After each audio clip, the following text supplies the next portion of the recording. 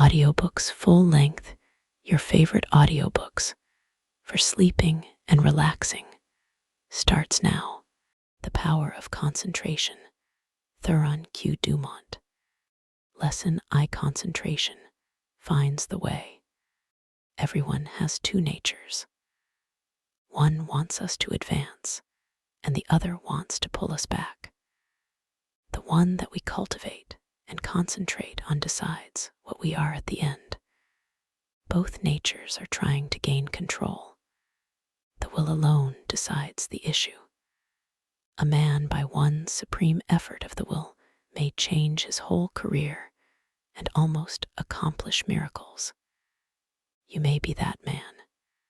You can be if you will to be, for will can find a way or make one.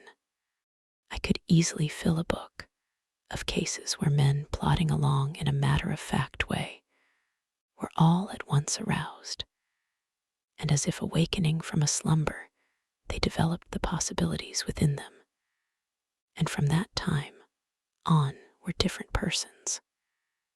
You alone can decide when the turning point will come. It is a matter of choice whether we allow our diviner self to control us, or whether we will be controlled by the brute within us. No man has to do anything he does not want to do. He is therefore the director of his life if he wills to be. What we are to do is the result of our training. We are like putty and can be completely controlled by our willpower. Habit is a matter of acquirement. You hear people say, "He comes by this or that naturally, a chip off the old block," meaning that he is only doing what his parents did. This is quite often the case, but there is no reason for it, for a person can break a habit just the moment he masters the I will. A man may have been a good-for-nothing all his life up to this very minute, but from this time on, he begins to amount to something.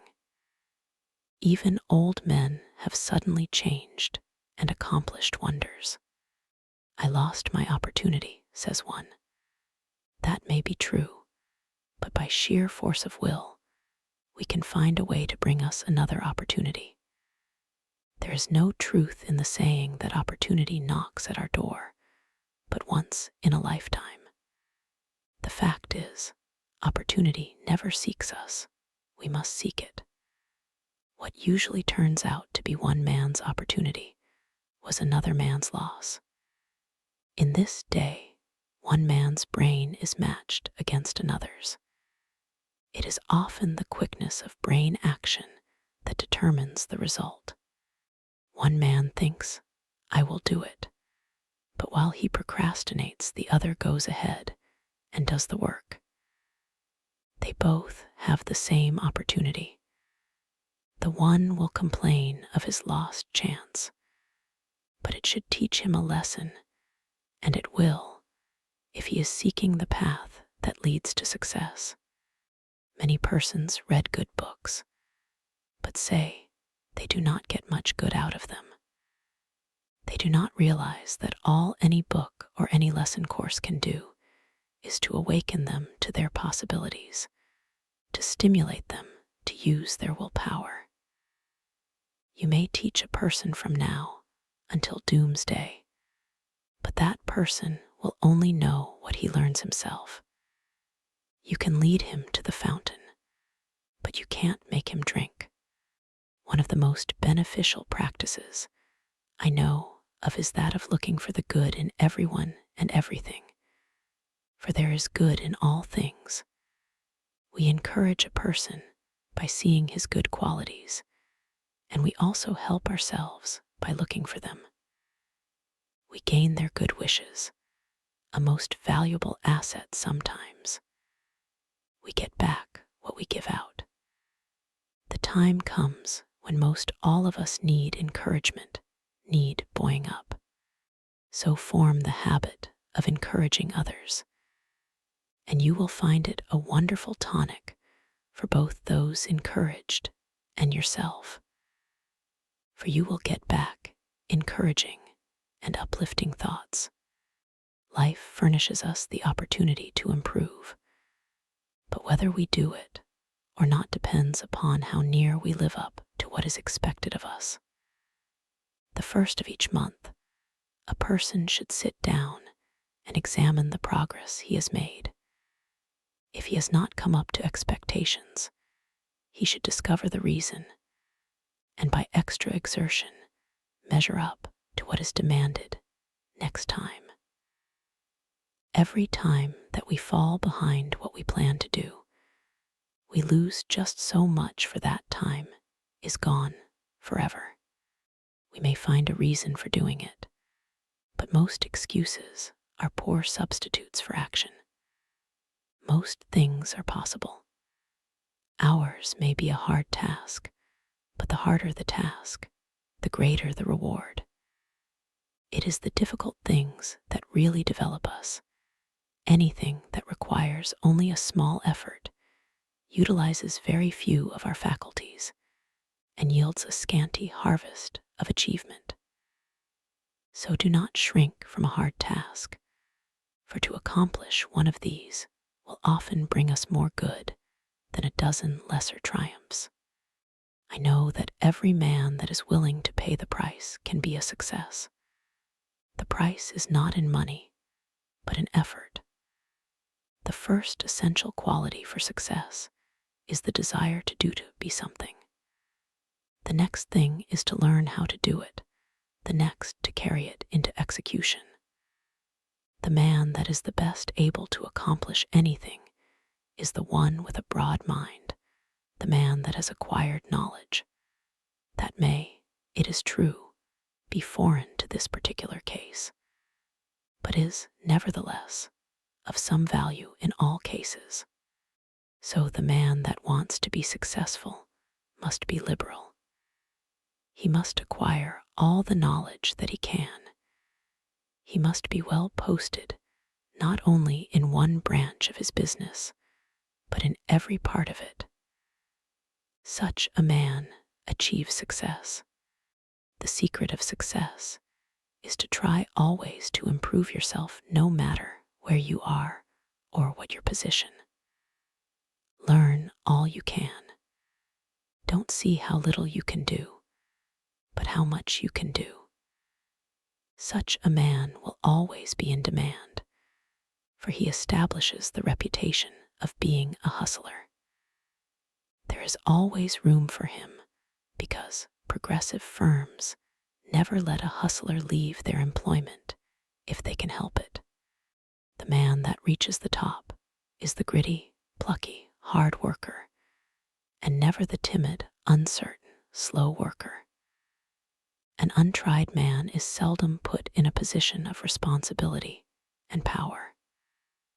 The man selected is one that has done something, achieved results in some line, or taken the lead in his department.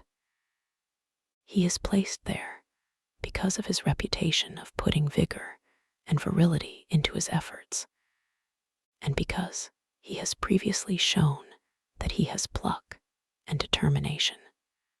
Man that is chosen at the crucial time is not usually a genius. He does not possess any more talent than others, but he has learned that results can only be produced by untiring, concentrated effort. That miracles in business do not just happen. He knows that the only way they will happen is by sticking to a proposition and seeing it through. That is the only secret of why some succeed and others fail.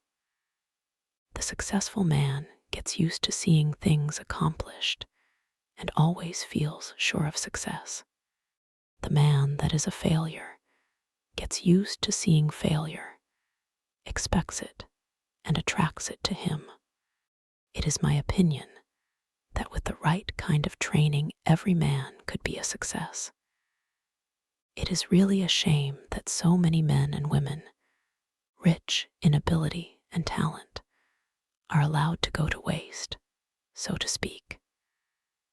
Someday, I hope to see a millionaire philanthropist start a school for the training of failures. I am sure he could not put his money to a better use. In a year's time, the science of practical psychology could do wonders for him. He could have agencies on the lookout for men that had lost their grip on themselves, that had through indisposition weakened their will, that through some sorrow or misfortune had become discouraged. At first, all they need is a little help to get them back on their feet, but usually they get a knock downwards instead. The result is that their latent powers never develop, and both they and the world are the losers. I trust that in the near future, someone will heed the opportunity of using some of his millions in arousing men that have begun to falter. All they need to be shown is that there is within them an omnipotent source that is ready to aid them, providing they will make use of it. Their minds only have to be turned from despair to hope to make them regain their hold. When a man loses his grip today, he must win his redemption by his own will. He will get little encouragement or advice of an inspiring nature. He must usually regain the right road alone. He must stop dissipating his energies and turn his attention to building a useful career. Today, we must conquer our weakening tendencies alone. Don't expect anyone to help you. Just take one big brace, make firm resolutions, and resolve to conquer your weaknesses and vices. Really, none can do this for you. They can encourage you, that is all. I can think of nothing but lack of health that should interfere with one becoming successful. There is no other handicap that you should not be able to overcome. To overcome a handicap, all that it is necessary to do is to use more determination and grit and will. The man with grit and will may be poor today and wealthy in a few years. Willpower is a better asset than money. Will carry you over chasms of failure if you but give it the chance. The men that have risen to the highest positions have usually had to gain their victories against big odds. Think of the hardships many of our inventors have gone through before they became a success. Usually, they have been very much misunderstood by relatives and friends. Very often, they did not have the bare necessities of life. Yet, by sheer determination and resolute courage, they managed to exist somehow until they perfected their inventions, which afterwards greatly helped in bettering the condition of others. Everyone really wants to do something, but there are few that will put forward the needed effort to make the necessary sacrifice to secure it. There is only one way to accomplish anything, and that is to go ahead and do it. A man may accomplish almost anything today if he just sets his heart on doing it and lets nothing interfere with his progress.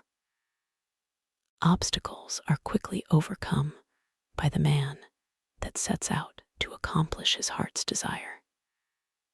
The bigger the man, the smaller the obstacle appears. The smaller the man, the greater the obstacle appears.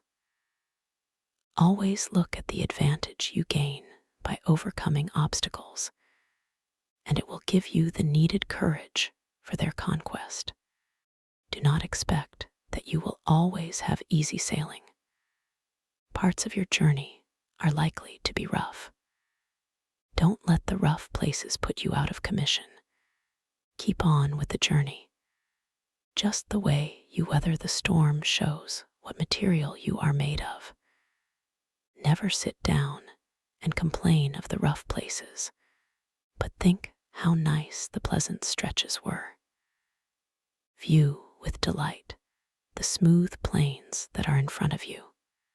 Do not let a setback stop you. Think of it as a mere incident that has to be overcome before you can reach your goal. Lesson A: the self-mastery, self-direction power of concentration. Man, from a psychological standpoint of development, is not what he should be. He does not possess the self-mastery, the self-directing power of concentration that is his by right. He has not trained himself in a way to promote his self-mastery.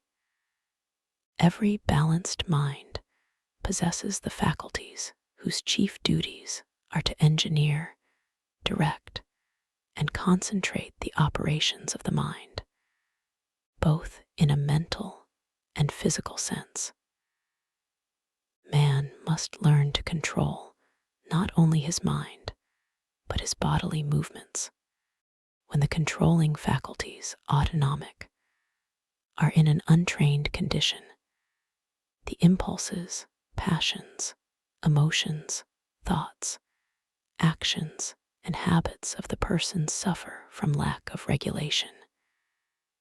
And the procedure of mental concentration is not good. Not because the mind is necessarily weak in the autonomic department of the faculties, but because the mind is not properly trained. When the self-regulating faculties are not developed, the impulses, appetites, emotions, and passions have full swing to do as they please, and the mind becomes impulsive, restless, emotional, and irregular in its action. This is what makes mental concentration poor. When the self-guiding faculties are weak in development, the person always lacks the power of mental concentration. Therefore, you cannot learn to concentrate until you develop those very powers that qualify you to be able to concentrate. So, if you cannot concentrate, one of the following is the cause. 1. Deficiency of the motor centers. 2. An impulsive and emotional mind. 3. An untrained mind. The last fault can soon be removed by systematic practice. It is easiest to correct. The impulsive and emotional state of mind can best be corrected by restraining anger, passion, and excitement, hatred, strong impulses, intense emotions, fretfulness, etc. It is impossible to concentrate when you are in any of these excited states. These can be naturally decreased by avoiding such food and drinks as have nerve-weakening or stimulating influences, or a tendency to stir up the passions, the impulses, and the emotions. It is a very good practice to watch and associate with those persons that are steady, calm, controlled, and conservative. Correcting the deficiency of the motor centers is harder because, as the person's brain is undeveloped, he lacks willpower. To cure this takes some time. Persons so afflicted may benefit by reading and studying my course, The Master Mind. Asterisk to be published by Advanced Thought Publishing Co., Chicago, Ill. Many have the idea that when they get into a negative state, they're concentrating. But this is not so. They may be meditating, though not concentrating.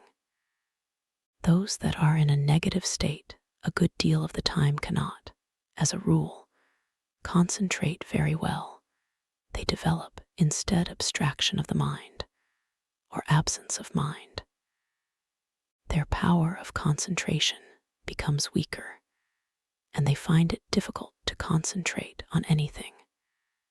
They very often injure the brain if they keep up this state. To be able to concentrate, you must possess strength of mind. The person that is feeble-minded cannot concentrate his mind because of lack of will. The mind that cannot center itself on a special subject or thought is weak. Also, the mind that cannot draw itself from a subject or thought is weak. But the person that can center his mind on any problem, no matter what it is, and remove any unharmonious impressions, has strength of mind. Concentration, first, last, and all the time, means strength of mind. Through concentration, a person is able to collect and hold his mental and physical energies at work. A concentrated mind pays attention to thoughts, words, acts, and plans. The person who allows his mind to roam at will never accomplish a great deal in the world. He wastes his energies. If you work, think, talk, and act aimlessly, and allow your brain to wander from your subject to foreign fields, you will not be able to concentrate. You concentrate at the moment when you say, I want to, I can, I will. Some mistakes some people make. If you waste your time reading sensational stories or worthless newspaper items, you excite the impulsive and the emotional faculties, and this means you are weakening your power of concentration. You will not be a free engineer, able to pilot yourself to success. Concentration of the mind can only be developed by watching yourself closely. All kinds of development commence with close attention. You should regulate your every thought and feeling. When you commence to watch yourself and your own acts, and also the acts of other people, you use the faculties of autonomy. And as you continue to do so, you improve your faculties until in time you can engineer your every thought, wish, and plan. To be able to focalize the mind on the object at hand in a conscious manner leads to concentration. Only the trained mind can focalize. To hold a thought before it until all the faculties shall have had time to consider that thought is concentration. The person that cannot direct his thoughts, wishes, plans, resolutions, and studies cannot possibly succeed to the fullest extent. The person that is impulsive one moment and calm the next has not the proper control over himself. He is not a master of his mind, nor of his thoughts, feelings, and wishes. Such a person cannot be a success. When he becomes irritated, he irritates others and spoils all chances of any concerned doing their best. But the person that can direct his energies and hold them at work in a concentrated manner controls his every work and act, and thereby gains power to control others. He can make his every move serve a useful end, and every thought a noble purpose. In this day, the man that gets excited and irritable should be looked upon as an undesirable person. The person of good breeding now speaks with slowness and deliberation. He is cultivating more and more of a reposeful attitude. He is consciously attentive and holds his mind to one thing at a time. He shuts out everything else.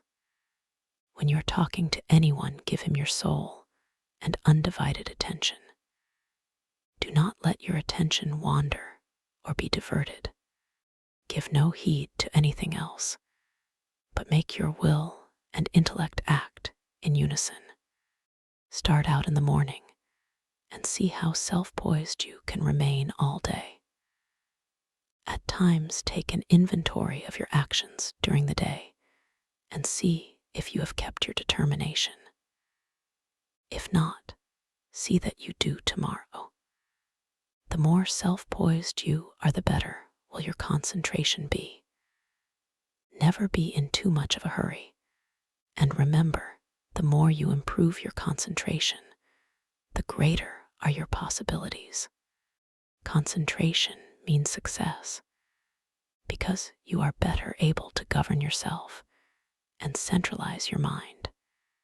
You become more in earnest in what you do, and this almost invariably improves your chances for success. When you are talking to a person, have your own plans in mind. Concentrate your strength upon the purpose you are talking about. Watch his every move, but keep your own plans before you. Unless you do, you will waste your energy and not accomplish as much as you should. I want you to watch the next person you see that has the reputation of being a strong character, a man of force. Watch and see what a perfect control he has over his body. Then, I want you to watch just an ordinary person. Notice how he moves his eyes, arms, fingers. Notice the useless expenditure of energy. These movements all break down the vital cells and lessen the person's power in vital and nerve directions. It is just as important for you to conserve your nervous forces as it is the vital forces. As an example, we see an engine going along the track very smoothly. Someone opens all the valves and the train stops. It is the same with you. If you want to use your full amount of steam, you must close your valves and direct your power of generating mental steam toward one end. Center your mind on one purpose, one plan, one transaction.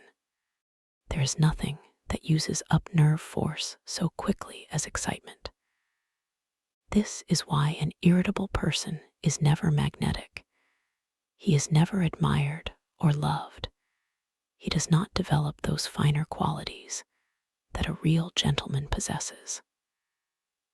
Anger, sarcasm, and excitement weaken a person in this direction. The person that allows himself to get excited will become nervous in time because he uses up his nerve forces and his vital energies. The person that cannot control himself and keep from becoming excited cannot concentrate. When the mind can properly concentrate, all the energy of every microscopic cell is directed into one channel, and then there is a powerful personal influence generated. Everyone possesses many millions of little trembling cells, and each one of these has a center where life and energy are stored up and generated. If this energy is not wasted but conserved and controlled, this person is influential. But when it is the opposite, he is not influential or successful. Just as it is impossible for a steam engine to run with all its valves open, so is it impossible for you to waste your energy and run at your top speed. Each neuron in the gray layers of the brain is a psychic center of thought and action. Each one is pulsating an intelligent force of some kind. And when this force, your thoughts and motions, are kept in check by a conservative, systematic, and concentrated mind, the result will be magnetism, vitality, and health. The muscles, bones, ligaments, feet, hands, and nerves, etc., are agents for carrying out the mandates of the mind. The sole purpose of the volitional faculties is to move the physical mechanism as the energy travels along the wires of nerves and muscles. Just for that reason, if you throw a voluntary control over these messages, impulses, thoughts, emotions, physical movements, and over these physical instruments, you develop your faculties of self-mastery. And to the extent you succeed here in proportion, will you develop the power of concentration. Any exercise or work that excites the mind, stimulates the senses, calls the emotions and appetites into action, confuses, terrifies, or emotionalizes, weakens the power of concentration. This is why all kind of excitement is bad. This is the reason why persons who drink strong drinks, who allow themselves to get into fits of temper, who fight, who eat stimulating food, who sing and dance, and thus develop their emotions, who are sudden, vehement, and emotional, lack the power to concentrate. But those whose actions are slower and directed by their intelligence develop concentration. Sometimes dogmatic, willful, excitable persons can concentrate, but it is spasmodic, erratic concentration instead of controlled and uniform concentration. Their energy works by spells. Sometimes they have plenty, other times very little. It is easily excited, easily wasted. The best way to understand it is to compare it with the discharge of a gun. If the gun goes off when you want it to, it accomplishes the purpose. But if it goes off before you are ready for it, you will not only waste ammunition, but it is also likely to do some damage. That is just what most persons do. They allow their energy to explode, thus not only wasting it, but endangering others. They waste their power, their magnetism, and so injure their chance of success. Such persons are never well liked and never will be until they gain control over themselves. It will be necessary for them to practice many different kinds of concentration exercises and to keep them up for some time. They must completely overcome their sudden, erratic thoughts and regulate their emotions and movements. They must, from morning to night, train the mind to be steady and direct and keep the energies at work. The lower area of the brain is the storehouse of the energy. Most all persons have all the dynamic energy they need if they would concentrate it. They have the machine, but they must also have the engineer, or they will not go very far. The engineer is the self-regulating, directing power. The person that does not develop his engineering qualities will not accomplish much in life. The good engineer controls his every act. All work assists in development. By what you do, you either advance or degenerate. This is a good idea to keep always in mind. When you are uncertain whether you should do something or not, just think whether by doing it you will grow or deteriorate, and act accordingly. I am a firm believer in work when you work, and play when you play. When you give yourself up to pleasure, you can develop concentration by thinking of nothing else but pleasure. When your mind dwells on love, think of nothing but this, and you will find you can develop a more intense love than you ever had before. When you concentrate your mind on the you, or real self, and its wonderful possibilities, you develop concentration and a higher opinion of yourself. By doing this systematically, you develop much power because you cannot be systematic without concentrating on what you're doing. When you walk out into the country and inhale the fresh air, studying vegetation, trees, etc., you are concentrating. When you see that you are at your place of business at a certain time each morning, you are developing steadiness of habit and becoming systematic. If you form the habit of being on time one morning, a little late the next, and still later the following one, you are not developing concentration. But whenever you fix your mind on a certain thought and hold your mind on it at successive intervals, you develop concentration. If you hold your mind on some chosen object, you centralize your attention, just like the lens of the camera centralizes on a certain landscape. Therefore, always hold your mind on what you are doing, no matter what it is. Keep a careful watch over yourself, for unless you do, your improvement will be very slow. Practice inhaling long, deep breaths, not simply for the improvement of health, although that is no small matter, but also for the purpose of developing more power, more love, more life. All work assists in development. You may think it foolish to try to develop concentration by taking muscular exercises, but you must not forget that the mind is associated with muscle and nerve. When you steady your nerves and muscles, you steady your mind, but let your nerves get out of order, and your mind will become erratic, and you will not possess the power of direction, which, in other words, is concentration. Therefore, you understand how important exercises that steady the nerves and muscles are in developing concentration. Everyone is continually receiving impulses that must be directed and controlled if one is to lead a successful life.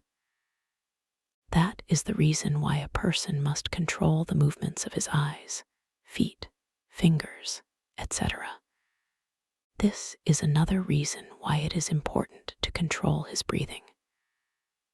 The slow, deep, prolonged exhalations are of wonderful value. They steady the circulation, the heart action, muscles, and nerves of the mind. If the heart flutters, the circulation is not regular. And when the lung action is uneven, the mind becomes unsteady and not fit for concentration. This is why controlled breathing is very important as a foundation for physical health. You must not only concentrate your mind, but also the action of the eyes, ears, and fingers. Each of these contain miniature minds that are controlled by the master engineer. You will develop much quicker if you thoroughly realize this. If you have ever associated with big men or read their biographies, you will find that they usually let the others do the talking. It is much easier to talk than it is to listen. There is no better exercise for concentration than to pay close attention when someone is talking. Besides learning from what they have to say, you may develop both mental and physical concentration. When you shake hands with someone, just think of your hand as containing hundreds of individual minds, each having an intelligence of its own. When you put this feeling into your hand, shake, it shows personality. When you shake hands in a listless way, it denotes timidity, lack of force, and power of personality.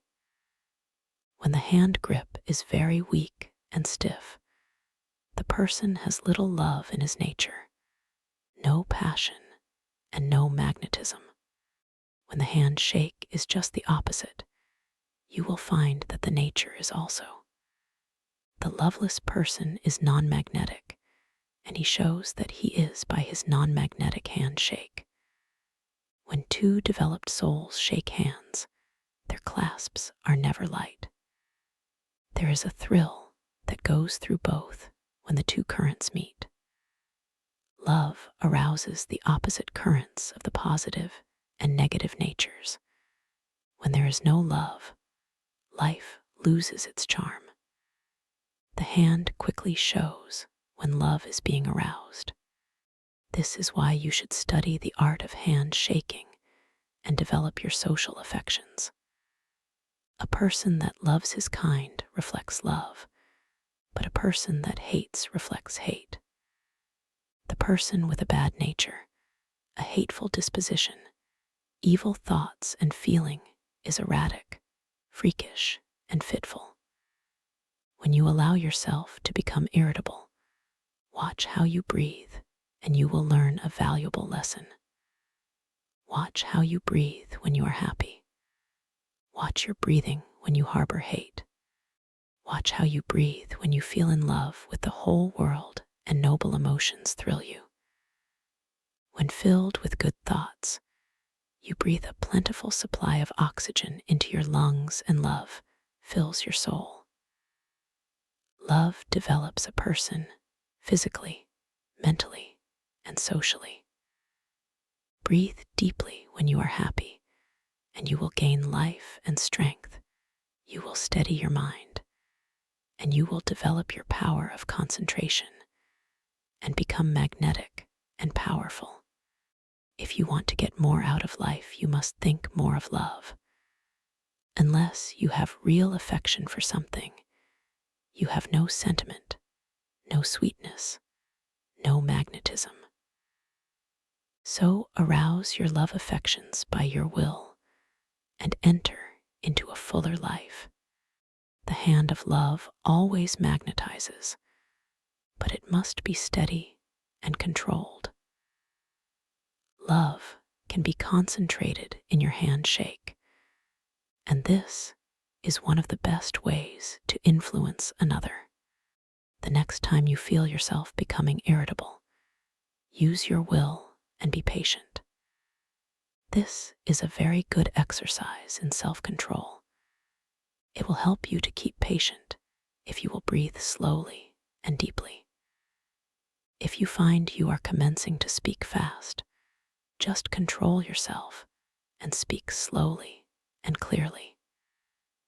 Keep from either raising or lowering your voice, and concentrate on the fact that you are determined to keep your poise, and you will improve your power of concentration. When you meet people of some consequence, assume a reposeful attitude before them. Do this at all times. Watch both them and yourself. Static exercises develop the motor faculties and increase the power of concentration. If you feel yourself getting irritable, nervous, or weak, stand squarely on your feet with your chest up and inhale deeply, and you will see that your irritability will disappear and a silent calm will pass over you. If you are in the habit of associating with nervous, irritable people, quit it until you grow strong in the power of concentration. Because irritable, angry, fretful, dogmatic, and disagreeable people will weaken what powers of resistance you have. Any exercises that give you better control of the ears, fingers, eyes, feet help you to steady your mind. When your eye is steady, your mind is steady. One of the best ways to study a person is to watch his physical movements. For when we study his actions, we are studying his mind, because actions are the expressions of the mind. As the mind is, so is the action. If it is uneasy, restless, erratic, unsteady, its actions are the same. When it is composed, the mind is composed. Concentration means control of the mind and body. You cannot secure control over one without the other. Many people who seem to lack ambition have sluggish minds. They are steady, patient, and seemingly have good control. But this does not say they are able to concentrate. These people are indolent, inactive, slow, and listless because they lack energy. They do not lose control because they have little force to control. They have no temper, and it therefore cannot disturb them. Their actions are steady because they possess little energy. The natural person is internally strong, energetic, and forceful. But his energy, force, and strength, thoughts, and physical movements are well under his control. If a person does not have energy, both mental and physical, he must develop it. If he has energy which he cannot direct and hold to a point, he must learn to do so. A man may be very capable, but unless he wills to control his abilities, they will not do him any good. We hear so much talk about the benefit of physical culture, but the real benefit of this is really lost sight of. There is nothing that holds the faculties at work in a sustained and continuous manner as static exercises do.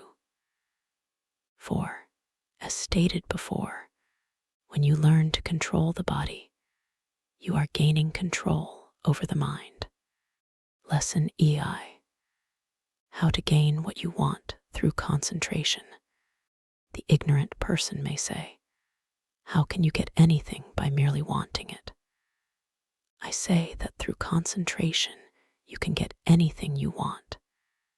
Every desire can be gratified, but whether it is will depend upon you concentrating to have that desire fulfilled. Merely wishing for something will not bring it. Wishing you had something shows a weakness and not a belief that you will really get it. So never merely wish, as we are not living in a fairy age. You use up just as much brain force in vain imaginings as you do when you think of something worthwhile. Be careful of your desires.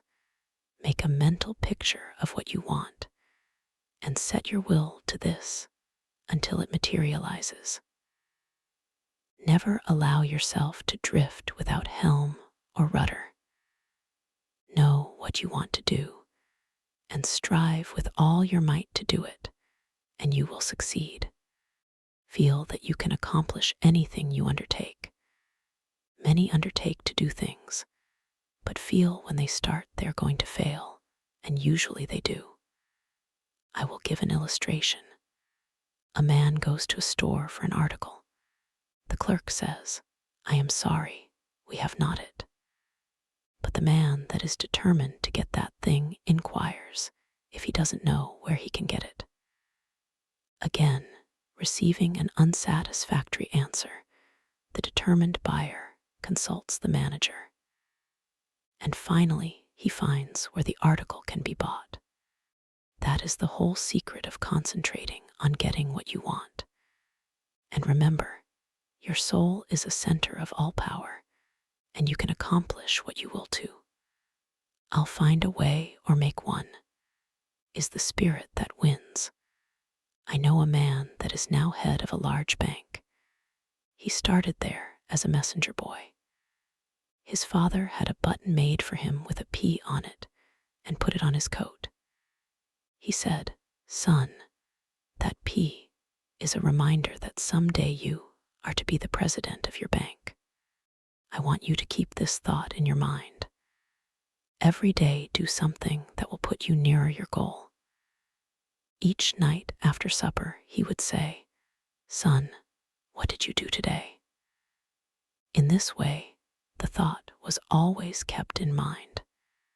He concentrated on becoming president of that bank, and he did. His father told him never to tell anyone what that P stood for. A good deal of fun was made of it by his associates, and they tried to find out what it stood for, but they never did until he was made president. And then he told the secret. Don't waste your mental powers in wishes. Don't dissipate your energies by trying to satisfy every whim. Concentrate on doing something really worthwhile. The man that sticks to something is not the man that fails.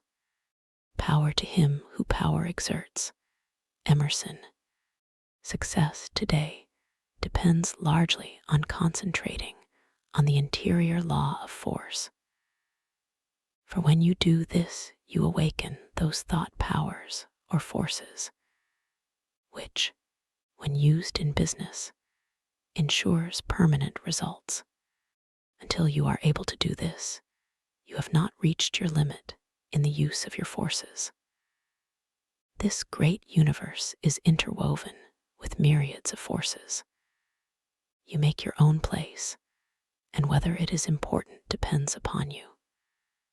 Through the indestructible and unconquerable law, you can in time accomplish all right things, and therefore do not be afraid to undertake whatever you really desire to accomplish and are willing to pay for an effort. Anything that is right is possible. That which is necessary will inevitably take place. If something is right, it is your duty to do it, though the whole world thinks it to be wrong. God and one are always a majority, or in plain words, that omnipotent interior law which is God, and the organism that represents you is able to conquer the whole world if your cause is absolutely just. Don't say, I wish I was a great man. You can do anything that is proper and you want to do. Just say, you can, you will, you must. Just realize this, and the rest is easy. You have the latent faculties and forces to subdue anything that tries to interfere with your plans. Let the troubles and responsibilities of life come thick and fast. I am ready for them. My soul is unconquerable. I represent the infinite law of forcer of all power. This God within is my all-sufficient strength and ever-present LP in time of trouble. The more difficulties, the greater its triumphs through me. The harder my trials, the faster I go in the development of my inherent strength. Let all else fail me. This interior reliance is all-sufficient. The right must prevail. I demand wisdom and power to know and follow the right. My higher self is all-wise. I now draw nearer to it. Lesson IV. Concentration, the silent force that produces results in all business. I want you first to realize how powerful thought is. A thought of fear has turned a person's hair gray in a night. A prisoner condemned to die was told that if he would consent to an experiment and lived through it, he would be freed. He consented. They wanted to see how much blood a person could lose and still live. They arranged that blood would apparently drop from a cut made in his leg. The cut made was very slight, from which practically no blood escaped. The room was darkened, and the prisoner thought the dropping he heard was really coming from his leg. The next morning, he was dead through mental fear. The two above illustrations will give you a little idea of the power of thought. To thoroughly realize the power of thought is worth a great deal to you. Through concentrated thought power, you can make yourself whatever you please. By thought, you can greatly increase your efficiency and strength. You are surrounded by all kinds of thoughts, some good, others bad, and you are sure to absorb some of the latter if you do not build up a positive mental attitude. If you will study the needless moods of anxiety, worry, despondency, discouragement, and others that are the result of uncontrolled thoughts, you will realize how important the control of your thoughts are. Your thoughts make you what you are. When I walk along the street and study the different people's faces, I can tell how they spent their lives. It all shows in their faces, just like a mirror reflects their physical countenances. In looking in those faces, I cannot help thinking how most of the people you see have wasted their lives. The understanding of the power of thought will awaken possibilities within you that you never dreamed of. Never forget that your thoughts are making your environment, your friends, and as your thoughts change, these will also. Is this not a practical lesson to learn? Good thoughts are constructive. Evil thoughts are destructive. The desire to do right carries with it a great power. I want you to thoroughly realize the importance of your thoughts and how to make them valuable.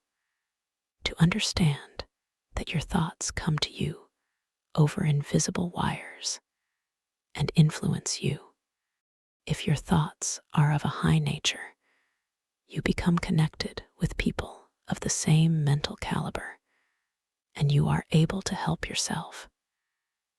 If your thoughts are tricky, you will bring tricky people to deal with you, who will try to cheat you.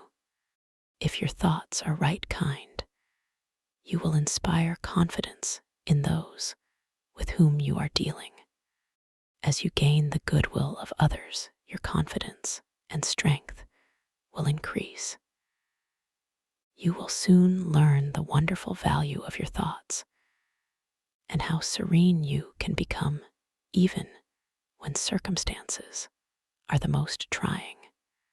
Such thoughts of right and good will bring you into harmony with people that amount to something in the world and that are able to give you help if you should need it, as nearly everyone does at times. You can now see why it is so important to concentrate your thoughts in the proper channels. It is very necessary that people should have confidence in you. When two people meet, they have not the time to look each other up. They accept each other according to instinct, which can usually be relied on. You meet a person and his attitude creates a suspicion in you. The chances are you cannot tell why, but something tells you. Have no dealings with him, for if you do, you will be sorry. Thoughts produce actions. Therefore, be careful of your thoughts. Your life will be molded by the thoughts you have. A spiritual power is always available to your thought, and when you are worthy, you can attract all the good things without a great effort on your part. The sun's rays shine down on our gardens, but we can plant trees that will interfere with the sunlight. There are invisible forces ready to help you if you do not think and act to intercept these. These forces work silently. You reap what you sow. You have concentrated within powers that, if developed, will bring you happiness greater than you can even imagine. Most people go rushing through life, literally driving away the very things they seek. By concentration, you can revolutionize your life, accomplish infinitely more, and without a great effort. Look within yourself and you will find the greatest machine ever made. How to speak wisely. In order to speak wisely, you must secure at least a partial concentration of the faculties and forces upon the subject at hand. Speech interferes with the focusing powers of the mind, as it withdraws the attention to the external and therefore is hardly to be compared with that deep silence of the subconscious mind, where deep thoughts and the silent forces of high potency are evolved. It is necessary to be silent before you can speak wisely. The person that is really alert and well poised and able to speak wisely under trying circumstances is the person that has practiced in the silence. Most people do not know what the silence is and think it is easy to go into the silence, but this is not so. In the real silence, we become attached to that interior law, and the forces become silent because they are in a state of high potency or beyond the vibratory sounds to which our external ears are attuned. He who desires to become above the ordinary should open up for himself the interior channels which lead to the absolute law of the omnipotent. You can only do this by persistently and intelligently practicing thought concentration. Hold the thought. In silence, I will allow my higher self to have complete control. I will be true to my higher self. I will live true to my conception of what is right. I realize that it is to my self-interest to live up to my best. I demand wisdom so that I may act wisely for myself and others. In the next chapter, one will tell you of the mysterious law which links all humanity together by the powers of cooperative thought and chooses for us companionship and friends. Lesson V: How concentrated thought links all humanity together. It is within your power to gratify your every wish. Success is the result of the way you think. I will show you how to think to be successful. The power to rule and attract success is within yourself. The barriers that shut these off from you are subject to your control. You have unlimited power to think, and this is the link that connects you with your omniscient source. Success is the result of certain moods of mind or ways of thinking. These moods can be controlled by you and produced at will. You have been evolved to what you are from a lowly atom because you possessed the power to think. This power will never leave you, but will keep urging you on until you reach perfection. As you evolve, you create new desires, and these can be gratified. The power to rule lies within you. The barriers that keep you from ruling are also within you. These are the barriers of ignorance. Concentrated thought will accomplish seemingly impossible results and make you realize your fondest ambitions. At the same time that you break down barriers of limitation, new ambitions will be awakened. You begin to experience conscious thought constructions. If you will just realize that through deep concentration you become linked with thoughts of omnipotence, you will kill out entirely your belief in your limitations, and at the same time will drive away all fear and other negative and destructive thought forces which constantly work against you. In the place of these, you will build up a strong assurance that your every venture will be successful. When you learn thus how to concentrate and reinforce your thought, you control your mental creations. They in turn help to mold your physical environment, and you become the master of circumstances and the ruler of your kingdom. It is just as easy to surround your life with what you want as it is with what you don't want. It is a question to be decided by your will. There are no walls to prevent you from getting what you want, providing you want what is right. If you choose something that is not right, you are in opposition to the omnipotent plans of the universe and deserve to fail. But if you will base your desires on justice and goodwill, you avail yourself of the helpful powers of universal currents, and instead of having a handicap to work against, can depend upon ultimate success, though the outward appearances may not at first be bright. Never stop to think of temporary appearances, but maintain an unfaltering belief in your ultimate success. Make your plans carefully and see that they are not contrary to the tides of universal justice. The main thing for you to remember is to keep at bay the destructive and opposing forces of fear and anger and their satellites.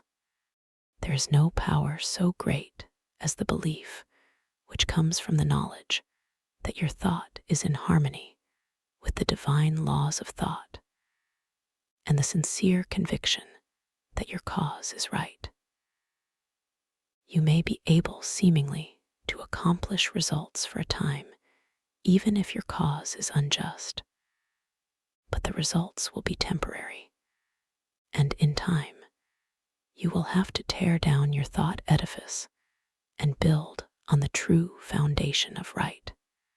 Plans that are not built on truth produce discordant vibrations and are therefore self-destructive. Never try to build until you can build right. It is a waste of time to do anything else. You may temporarily put aside your desire to do right, but its true vibrations will interfere with your unjust plans until you are forced back into righteous paths of power. All just causes succeed in time, though temporarily they may fail. So, if you should face the time when everything seems against you, quiet your fears, drive away all destructive thoughts, and uphold the dignity of your moral and spiritual life. Where there is a will, there is a way. The reason this is so is that the will can make a way if given the chance to secure the assistance of aiding forces. The more it is developed, the higher the way to which it will lead. When everything looks gloomy and discouraging, then is the time to show what you are made of by rejoicing that you can control your moods, by making them as calm, serene, and bright as if prosperity were yours. Be faithful in sowing the thought seeds of success, in perfect trust that the sun will not cease to shine and bring a generous harvest in one season. It is not always necessary to think of the success of a venture when you are actually engaged in it. For when the body is inactive, the mind is most free to catch new ideas that will further the opportunity you are seeking. When you are actually engaged in doing something, you are thinking in the channels you have previously constructed, and the work does not have to be done over again. When you are in a negative mood, the intuitions are more active, for you are not then controlling your thoughts by the will. Everything we do should have the approval of the intuition. When you are in a negative mood, you attract thoughts of similar nature through the law of affinity. That is why it is so important to form thoughts of a success nature to attract similar ones. If you have never made a study of this subject, you may think this is all foolishness, but it is a fact that there are thought currents that unerringly bring thoughts of a similar nature. Many persons who think of failure actually attract failure by their worries, their anxieties, their overactivity. These thoughts are bound to bring failure.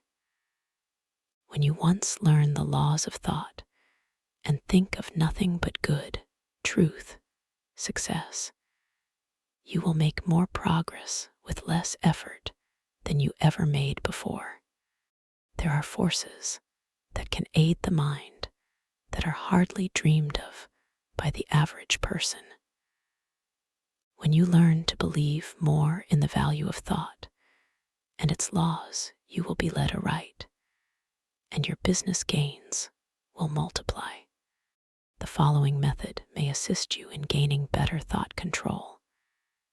If you are unable to control your fears, just say to your faulty determination, "Do not falter or be afraid, for I am not really alone.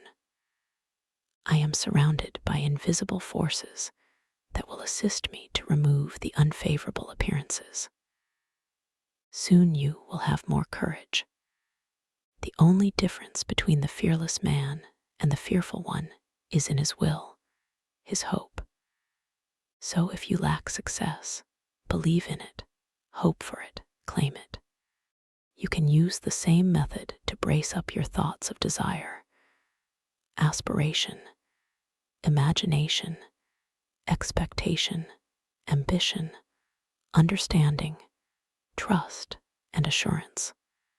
If you get anxious, angry, discouraged, undecided, or worried, it is because you are not receiving the cooperation of the higher powers of your mind.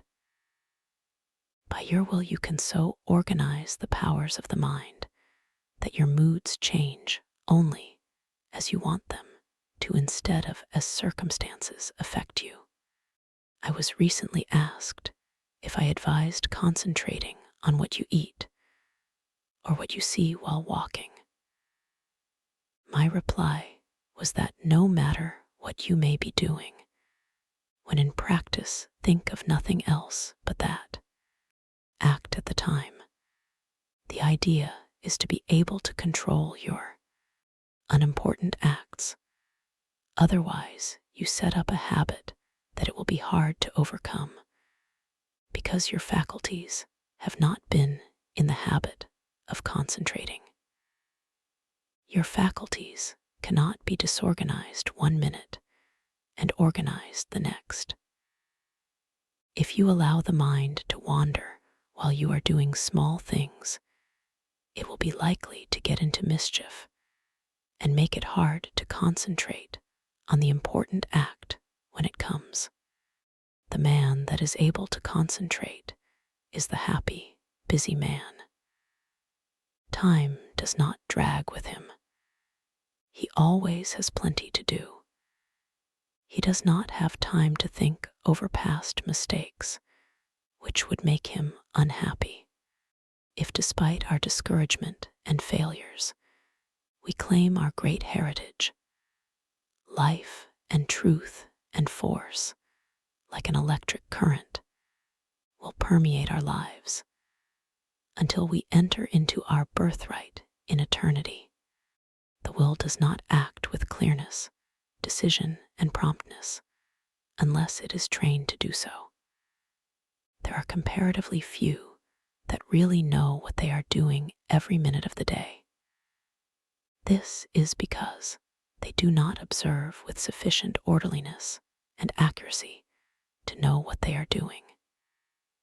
It is not difficult to know what you are doing all the time if you will just practice concentration and with a reposeful deliberation, and train yourself to think clearly, promptly, and decisively.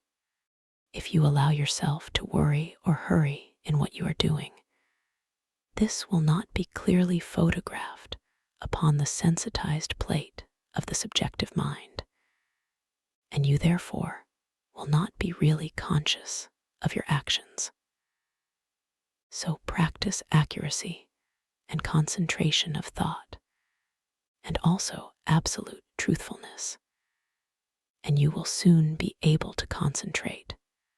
Lesson 5. The training of the will to do.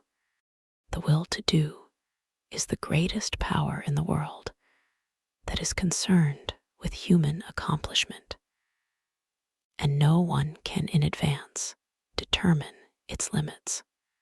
The things that we do now would have been a few ages ago impossibilities. Today, the safe maxim is, all things are possible.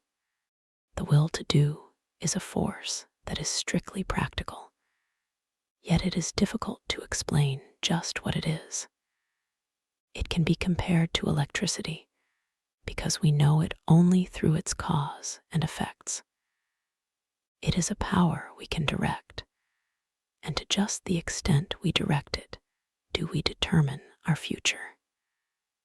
Every time you accomplish any definite act, consciously or unconsciously, you use the principle of the will. You can will to do anything whether it is right or wrong. And therefore, the way you use your will makes a big difference in your life. Every person possesses some will to do. It is the inner energy which controls all conscious acts. What you will to do directs your life forces. All habits, good or bad, are the result of what you will to do. You improve or lower your condition in life by what you will to do. Your will has a connection with all avenues of knowledge, all activities, all accomplishment. You probably know of cases where people have shown wonderful strength under some excitement, similar to the following. The house of a farmer's wife caught on fire. No one was around to help her move anything. She was a frail woman and ordinarily was considered weak. On this occasion, she removed things from the house that it later took 3 men to handle. It was the will to do that she used to accomplish her task. Genius is but a will to do little things with infinite pains. Little things, well done, open the door of opportunity for bigger things. Will accomplishes its greater results through activities that grow out of great concentration in acquiring the power of voluntary attention to such an extent that we can direct it where we will and hold it steadily to its task until our aim is accomplished. When you learn so to use it, your willpower becomes a mighty force. Almost everything can be accomplished through its proper use. It is greater than physical force because it can be used to control not only physical but mental and moral forces. There are very few that possess perfectly developed and balanced willpower, but those who do easily crush out their weak qualities. Study yourself carefully. Find out your greatest weakness, and then use your willpower to overcome it. In this way, eradicate your faults, one by one, until you have built up a strong character and personality. Rules for improvement. A desire arises. Now think whether this would be good for you. If it is not, use your willpower to kill out the desire. But, on the other hand, if it is a righteous desire, summon all your willpower to your aid, crush all obstacles that confront you, and secure possession of the coveted good. Slowness in making decisions. This is a weakness of willpower. You know you should do something, but you delay doing it through lack of decision. It is easier not to do a certain thing than to do it, but conscience says to do it. The vast majority of persons are failures because of the lack of deciding to do a thing when it should be done. Those that are successful have been quick to grasp opportunities by making a quick decision. This power of will can be used to bring culture, wealth, and health. Some special pointers. For the next week, try to make quicker decisions in your little daily affairs. Set the hour you wish to get up and arise exactly at the fixed time. Anything that you should accomplish, do on or ahead of time. You want, of course, to give due deliberation to weighty matters, but by making quick decisions on little things, you will acquire the ability to make quick decisions in bigger things. Never procrastinate. Decide quickly one way or the other, even at the risk of deciding wrong. Practice this for a week or two and notice your improvement. The lack of initiative. This, too, keeps many men from succeeding. They have fallen into the way of imitating others in all that they do. Very often we hear the expression, "He seems clever enough, but he lacks initiative." Life for them is one continuous grind. Day after day, they go through the same monotonous round of duties, while those that are getting along are using their initiative to get greater fullness of life. There is nothing so responsible for poverty as this lack of initiative, this power to think and do for ourselves. You are as good as anyone. You have willpower, and if you use it, you will get your share of the luxuries of life. So use it to claim your own. Don't depend on anyone else to help you. We have to fight our own battles. All the world loves a fighter, while the coward is despised by all. Every person's problems are different, so I can only say analyze your opportunities and conditions and study your natural abilities. Form plans for improvement and then put them into operation. Now, as I said before, don't just say, "I am going to do so and so," but carry your plan into execution. Don't make an indefinite plan, but a definite one, and then don't give up until your object has been accomplished. Put these suggestions into practice with true earnestness, and you will soon note astonishing results, and your whole life will be completely changed. An excellent motto for one of pure motives is, "Through my willpower, I dare do what I want to." You will find this affirmation has a very strengthening effect. The spirit of perseverance, the spirit of stick-to-itiveness is the one that wins. Many go just so far and then give up, whereas, if they had persevered a little longer, they would have won out. Many have much initiative, but instead of concentrating it into one channel, they diffuse it through several, thereby dissipating it to such an extent that its effect is lost. Develop more determination, which is only the will to do, and when you start out to do something, stick to it until you get results. Of course, before starting anything, you must look ahead and see what the finish leads to. You must select a road that will lead to somewhere rather than nowhere. The journey must be productive of some kind of substantial results. The trouble with so many young men is that they launch enterprises without any end in sight. It is not so much the start as the finish of a journey that counts. Each little move should bring you nearer the goal which you planned to reach before the enterprise began. Lack of perseverance is nothing but the lack of the will to do.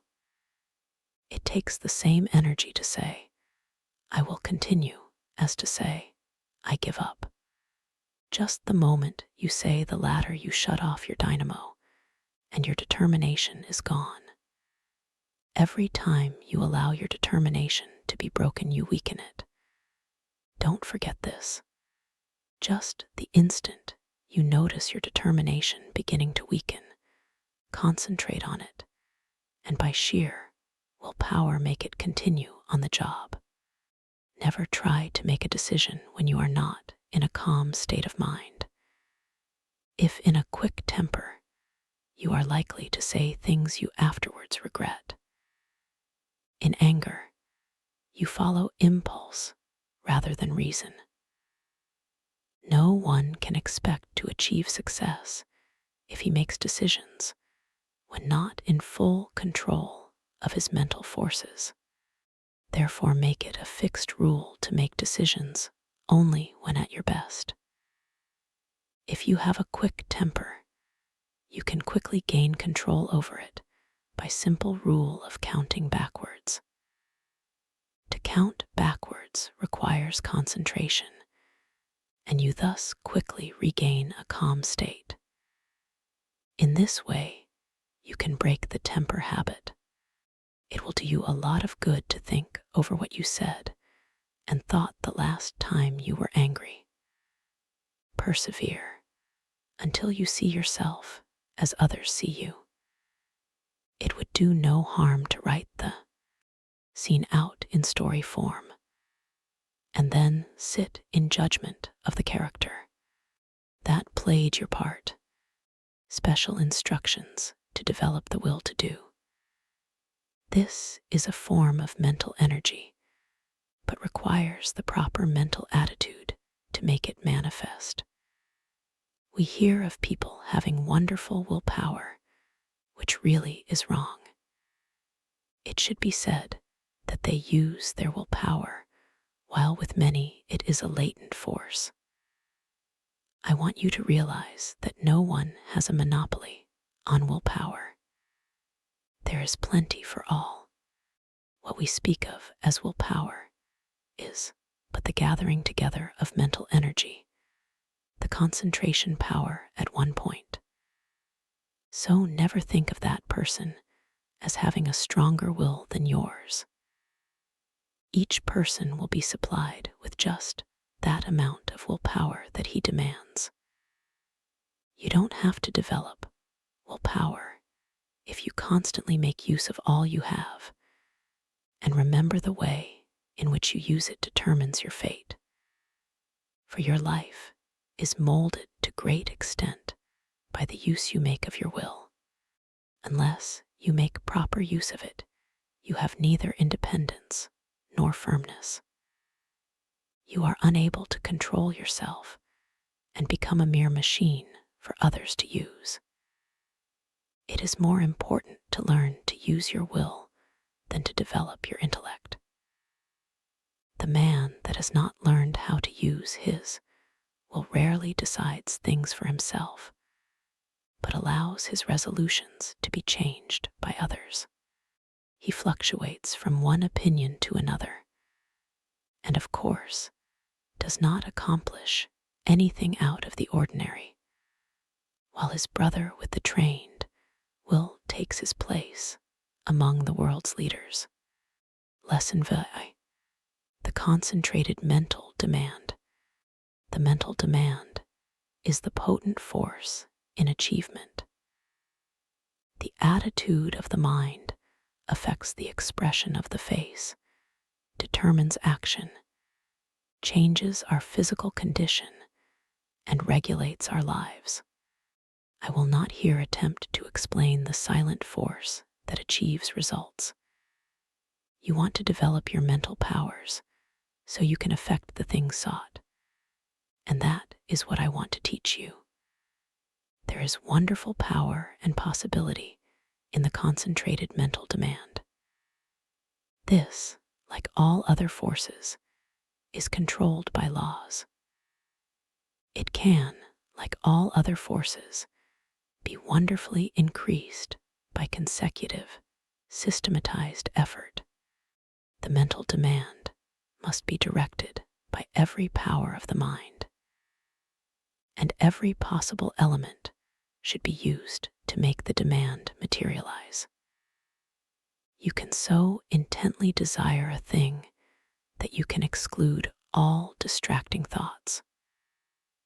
When you practice this singleness of concentration until you attain the end sought, you have developed a will capable of accomplishing whatever you wish. As long as you can only do the ordinary things, you will be counted in the mass of mediocrity. But just as quick as you surpass others, by even comparatively small measure, you are classed as one of life's successes. So, if you wish to emerge into prominence, you must accomplish something more than the ordinary man or woman. It is easy to do this if you will but concentrate on what you desire and put forth your best effort. It is not the runner with the longest legs or the strongest muscles that wins the race, but the one that can put forth the greatest desire force. You can best understand this by thinking of an engine. The engine starts up slowly, the engineer gradually extending the throttle to the top notch. It is then keyed up to its maximum speed. The same is true of two runners. They start off together, and gradually they increase their desire to go faster. The one that has the greatest intensity of desire will win. He may outdistance the other by only a fraction of an inch, yet he gets the laurels. The men that are looked upon as the world's successes have not always been men of great physical power, nor at the start did they seem very well adapted to the conditions which encompassed them. In the beginning, they were not considered men of superior genius, but they won their success by their resolution to achieve results in their undertakings, by permitting no setback to dishearten them, no difficulties to daunt them. Nothing could turn them or influence them against their determination. They never lost sight of their goal. In all of us, there is this silent force of wonderful power. If developed, it can overcome conditions that would seem insurmountable. It is constantly urging us on to greater achievement.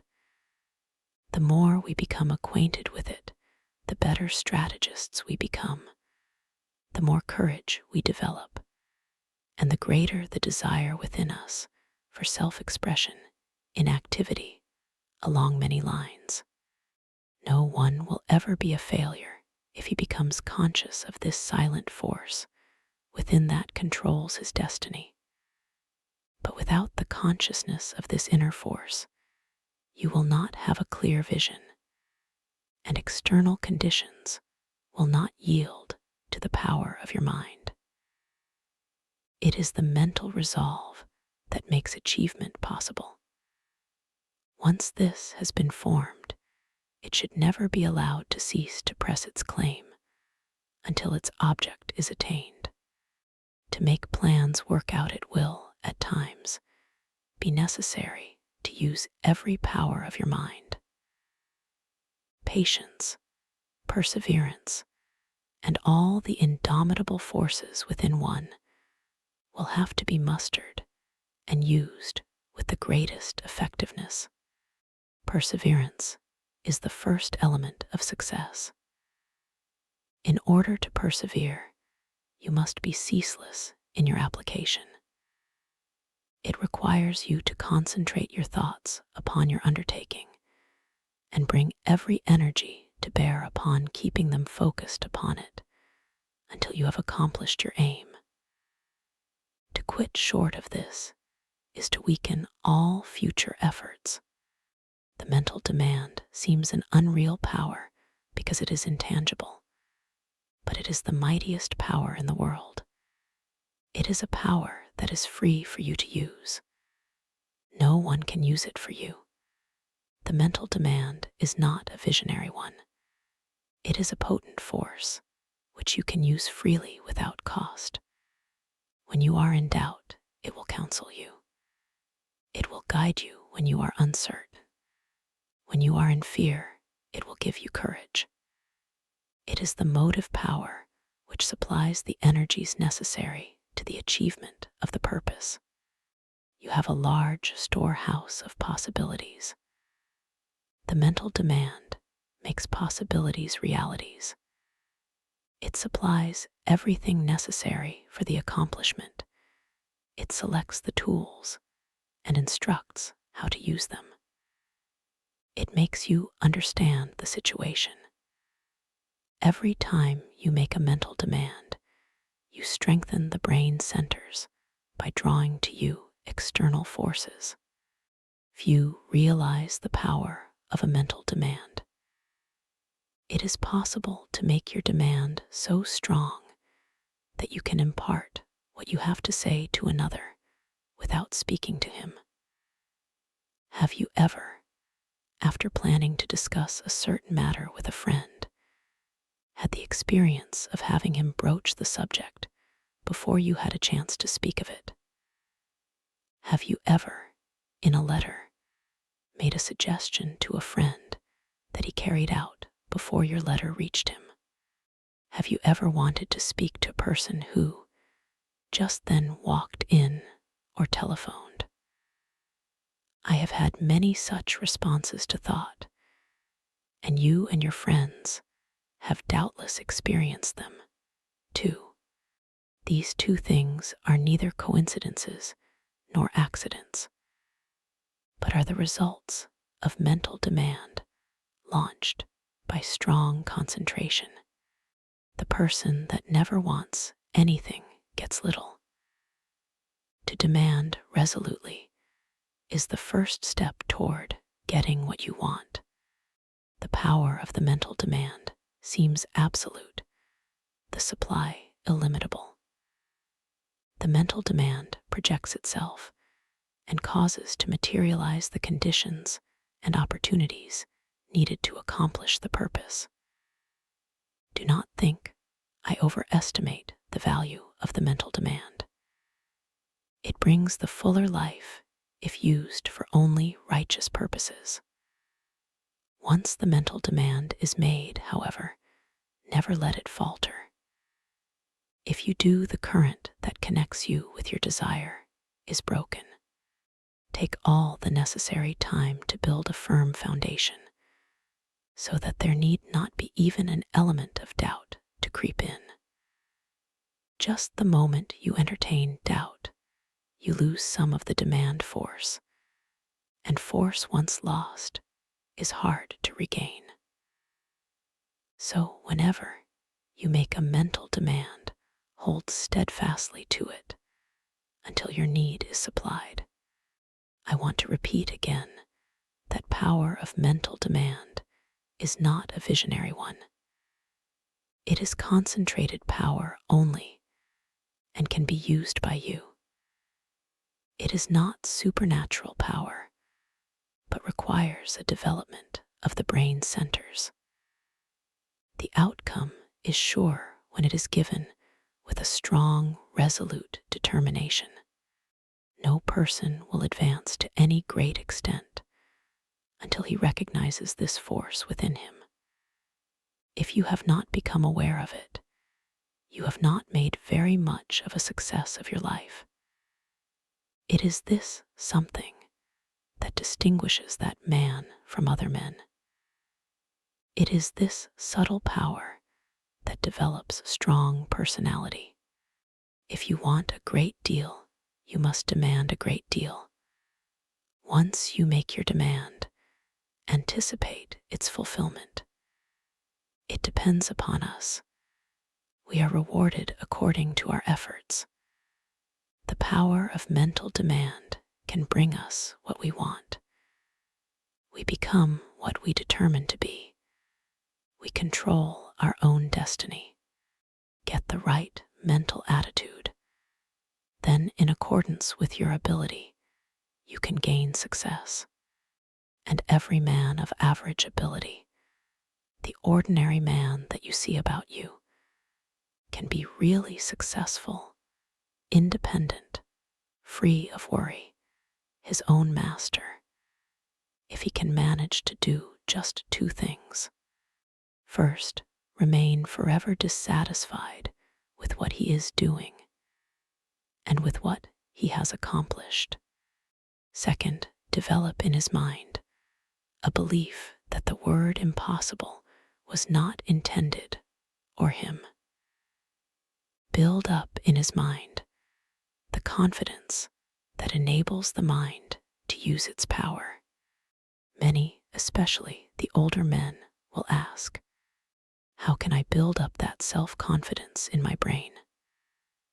How can I, after months and years of discouragement, of dull plodding, suddenly conceive and carry out a plan for doing something that will make life worthwhile and change the monotonous routine? How can a man get out of a rut after he has been in it for years and has settled down to the slow jog trot that leads to the grave? The answer is the thing can be done, and millions have done it. One of the names most honored among the great men of France is that of Litter, who wrote and compiled the great French dictionary, a monument of learning. He is the man whose place among the 40 immortals of France was taken by the great Pasteur when the latter was elected to the Academy. Litter began the work that makes him famous when he was more than 60 years old. Lesson VI. Concentration gives mental poise. You will find that the man that concentrates is well poised, whereas the man that allows his mind to wander is easily upset. When in this state, wisdom does not pass from the subconscious storehouse into the consciousness. There must be mental quiet before the two consciousnesses can work in harmony. When you are able to concentrate, you have peace of mind. If you are in the habit of losing your poise, form the habit of reading literature that has a quieting power. Just the second you feel your poise slipping, say, peace, and then hold this thought in mind, and you will never lose your self-control. There cannot be perfect concentration until there is peace of mind. So keep thinking peace, acting peace, until you are at peace with all the world. For when once you have reached this state, there will be no trouble to concentrate on anything you wish. When you have peace of mind, you are not timid or anxious, or fearful or rigid, and you will not allow any disturbing thought to influence you.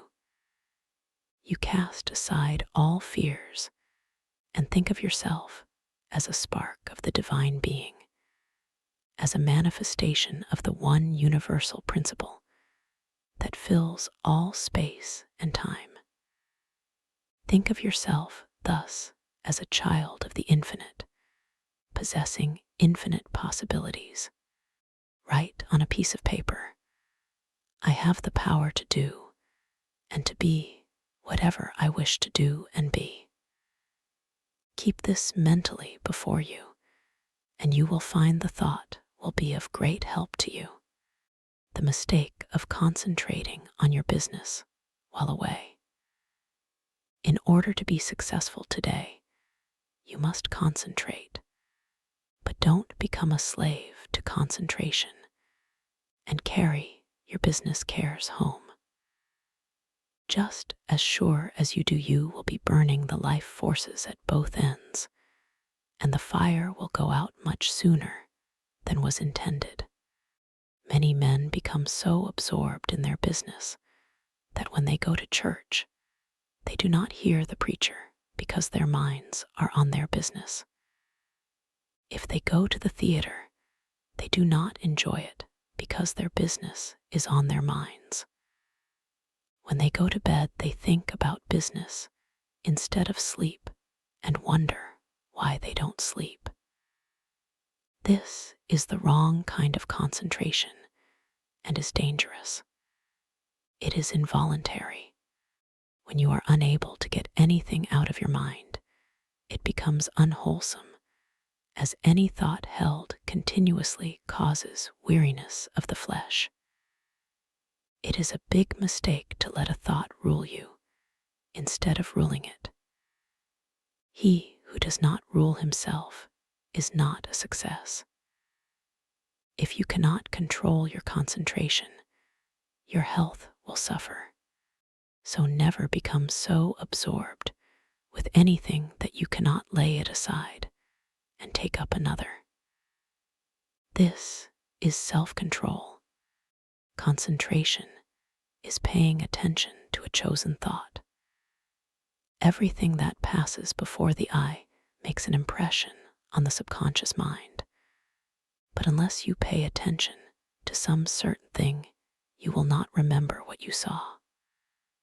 For instance, if you walk down a busy street without seeing anything that attracted your particular attention, you could not recall anything you saw. So you see only what attracts your attention. If you work, you only see and remember what you think about. When you concentrate on something, it absorbs your whole thought. Self-study valuable. Everyone has some habits that can be overcome by concentration. We will say, for instance, you are in the habit of complaining or finding fault with yourself or others, or imagining that you do not possess the ability of others, or feeling that you are not as good as someone else, or that you cannot rely on yourself, or harboring any similar thoughts or thoughts of weakness. These should be cast aside, and instead thoughts of strength should be put in their place. Just remember, every time you think of yourself as being weak, in some way you are making yourself so by thinking you are. Our mental conditions make us what we are. Just watch yourself and see how much time you waste in worrying, fretting, and complaining. The more of it you do, the worse off you are. Just the minute you are aware of thinking a negative thought, immediately change to a positive one.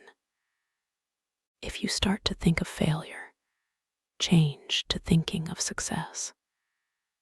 You have the germ of success within you. Care for it, the same as the setting hen broods over the eggs, and you can make it a reality. You can make those that you come in contact with feel as you do, because you radiate vibrations of the way you feel, and your vibrations are felt by others. When you concentrate on a certain thing, you turn all the rays of your vibrations on this. Thought is the directing power of all life's vibrations. If a person should enter a room with a lot of people and feel as if he were a person of no consequence, no one would know he was there unless they saw him. And even if they did, they would not remember seeing him because they were not attracted towards him. But let him enter the room feeling that he was magnetic and concentrating on this thought. Others would feel his vibration. So remember, the way you feel, you can make others feel.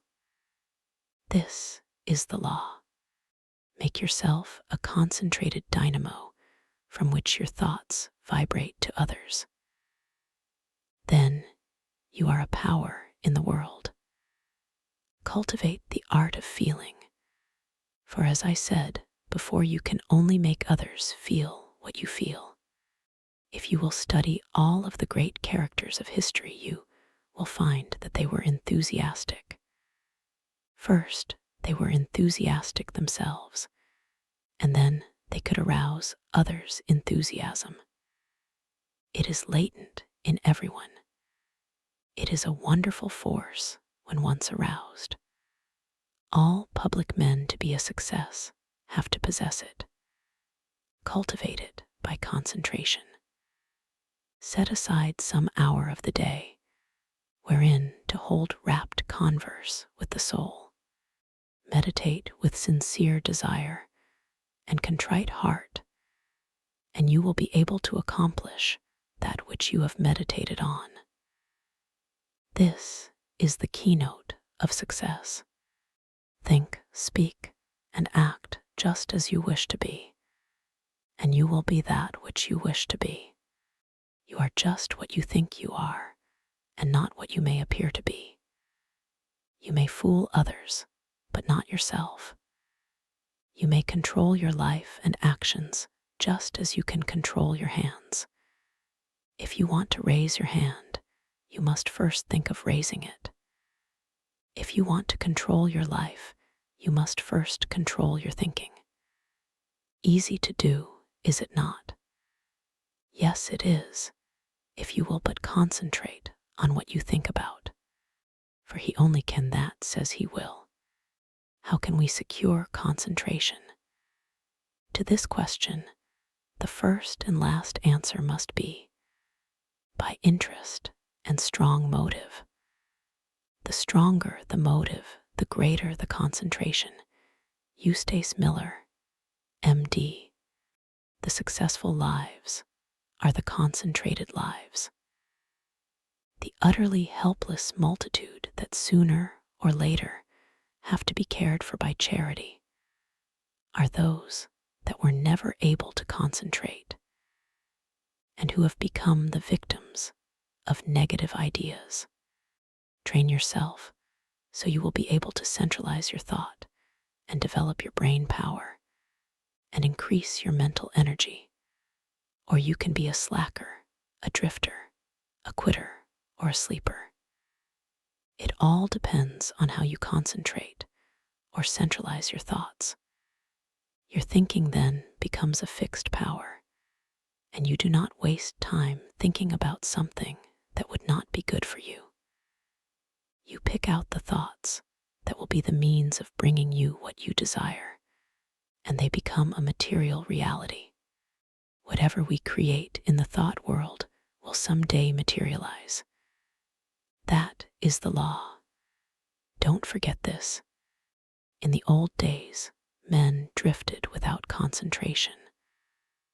But this is a day of efficiency, and therefore all of our efforts must be concentrated if we are to win any success worth the name.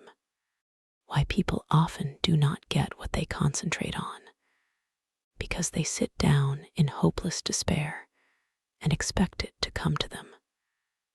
But if they will just reach out for it with their biggest effort, they will find it is within their reach. No one limits us but ourselves. We are what we are today as the result of internal conditions. We can control the external conditions. They are subject to our will. Through our concentration, we can attract what we want, because we became en rapport with the universal forces from which we can get what we want. You have watched races, no doubt. They all line up together. Each has his mind set on getting to the goal before the others. This is one kind of concentration.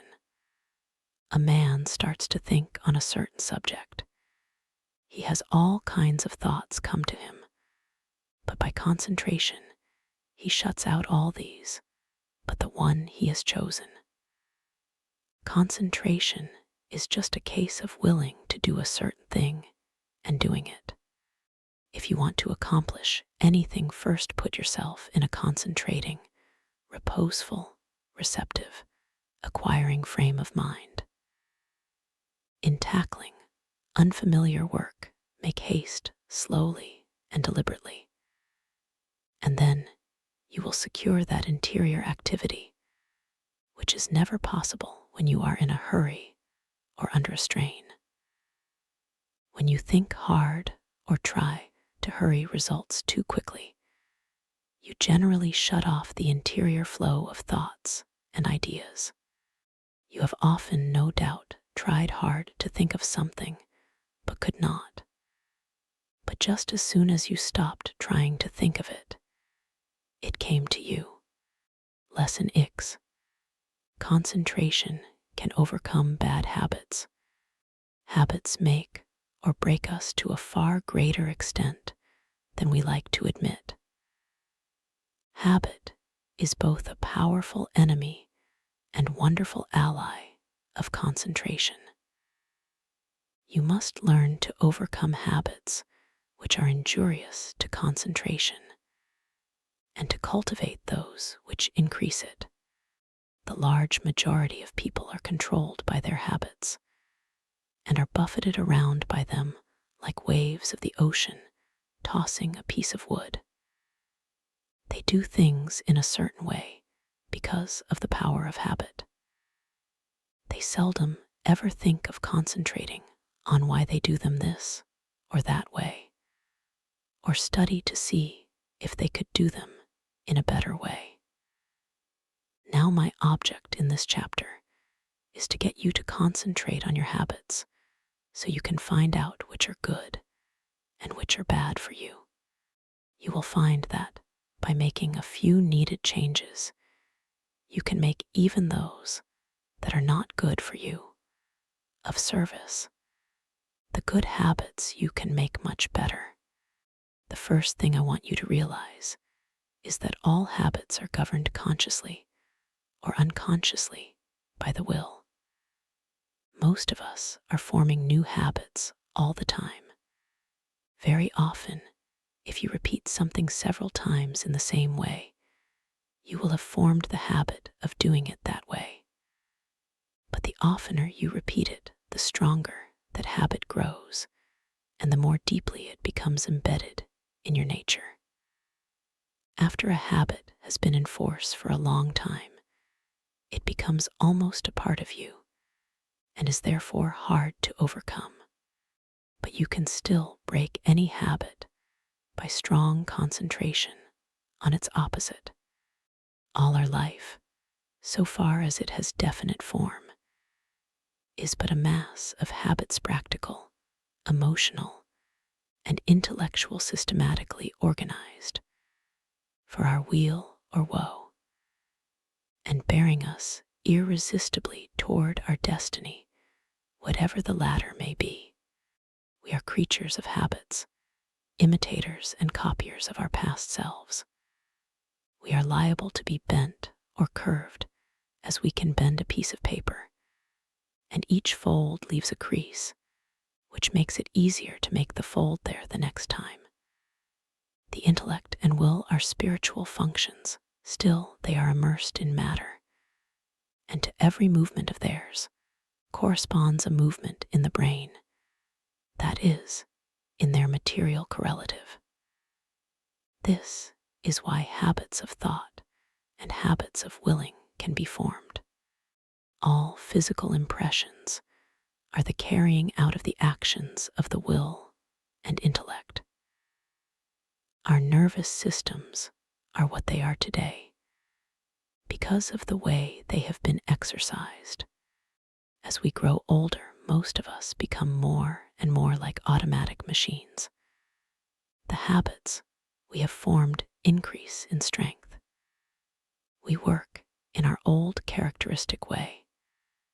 Your associates learn to expect you to do things in a certain way. So you see that your habits make a great difference in your life, and as it is just about as easy to form good habits as it is bad, you should form only the former. No one but yourself is responsible for your habits. You are free to form the habits that you should. And if everyone could realize the importance of forming the right kind of habits, what a different world this would be. How much happier everyone would be. Then all instead of the few might win success. Habits are formed more quickly when we are young. But if we have already passed the youthful plastic period, the time to start to control our habits is right now, as we will never be any younger. You will find the following maxims worth remembering. First maxim: we must make our nervous system our ally instead of our enemy. Second maxim: in the acquisition of a new habit, as in the leaving off of an old one, we must take care to launch ourselves with as strong and decided an initiative as possible. The man that is in the habit of doing the right thing from boyhood has only good motives, so it is very important for you that you concentrate assiduously on the habits that reinforce good motives. Surround yourself with every aid you can. Don't play with fire by forming bad habits. Make a new beginning today. Study why you have been doing certain things. If they are not for your good, shun them henceforth.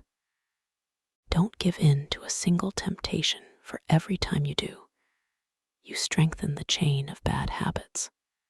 Every time you keep a resolution, you break the chain that enslaves you. Third maxim: never allow an exception to occur till the new habit is securely rooted in your life. Here is the idea: you never want to give in until the new habit is fixed, else you undo all that has been accomplished by previous efforts. There are two opposing inclinations. One wants to be firm, and the other wants to give in. By your will you can become firm through repetition. Fortify your will to be able to cope with any and all opposition. Fourth maxim: seize the very first possible opportunity to act on every resolution you make, and on every emotional prompting you may experience in the direction of the habits you aspire to gain. To make a resolve and not to keep it is of little value. So by all means keep every resolution you make, for you not only profit by the resolution, but it furnishes you with an exercise that causes the brain cells and physiological correlatives to form the habit of adjusting themselves to carry out resolutions. A tendency to act becomes effectively ingrained in us in proportion to the uninterrupted frequency with which the actions actually occur, and the brain grows to their use. When a resolve or a fine glow of feeling is allowed to evaporate without bearing fruit, it is worse than a chance lost. If you keep your resolutions, you form a most valuable habit. If you break them, you form a most dangerous one. So concentrate on keeping them, whether important or unimportant, and remember it is just as important for this purpose to keep the unimportant, for by so doing you are forming the habit. Fifth maxim: keep the faculty of effort alive in you by a little gratuitous exercise every day. The more we exercise the will, the better we can control our habits. Every few days do something for no other reason than its difficulty, so that when the hour of dire need draws nigh, it may find you not unnerved or untrained to stand the test. Asceticism of this sort is like the insurance which a man pays on his house and goods. The tax does him no good at the time, and possibly may never bring him a return. But if the fire does come, his having paid it will be his salvation from ruin. So with the man who has daily insured himself to habits of concentrated attention, energetic volation, and self-denial in unnecessary things. He will stand like a tower when everything rocks around him, and his softer fellow mortals are winnowed like chaff in the blast. The young should be made to concentrate on their habits and be made to realize that if they don't, they become walking bundles of injurious habits. Youth is the plastic state and should be utilized in laying the foundation for a glorious future. The great value of habit for good and evil cannot be overestimated. Habit is the deepest law of human nature. No man is stronger than his habits, because his habits either build up his strength or decrease it. Why we are creatures of habits. Habits have often been called a labor-saving invention, because when they are formed, they require less of both mental and material strength. The more deeply the habit becomes ingrained, the more automatic it becomes. Therefore, habit is an economizing tendency of our nature, for if it were not for habit, we should have to be more watchful. We walk across a crowded street. The habit of stopping and looking prevents us from being hurt. The right kind of habits keeps us from making mistakes and mishaps. It is a well-known fact that a chauffeur is not able to master his machine safely until he has trained his body in a habitual way. When an emergency comes, he instantly knows what to do. Where safety depends on quickness, the operator must work automatically. Habits mean less risk, less fatigue, and greater accuracy. You do not want to become a slave to habits of a trivial nature.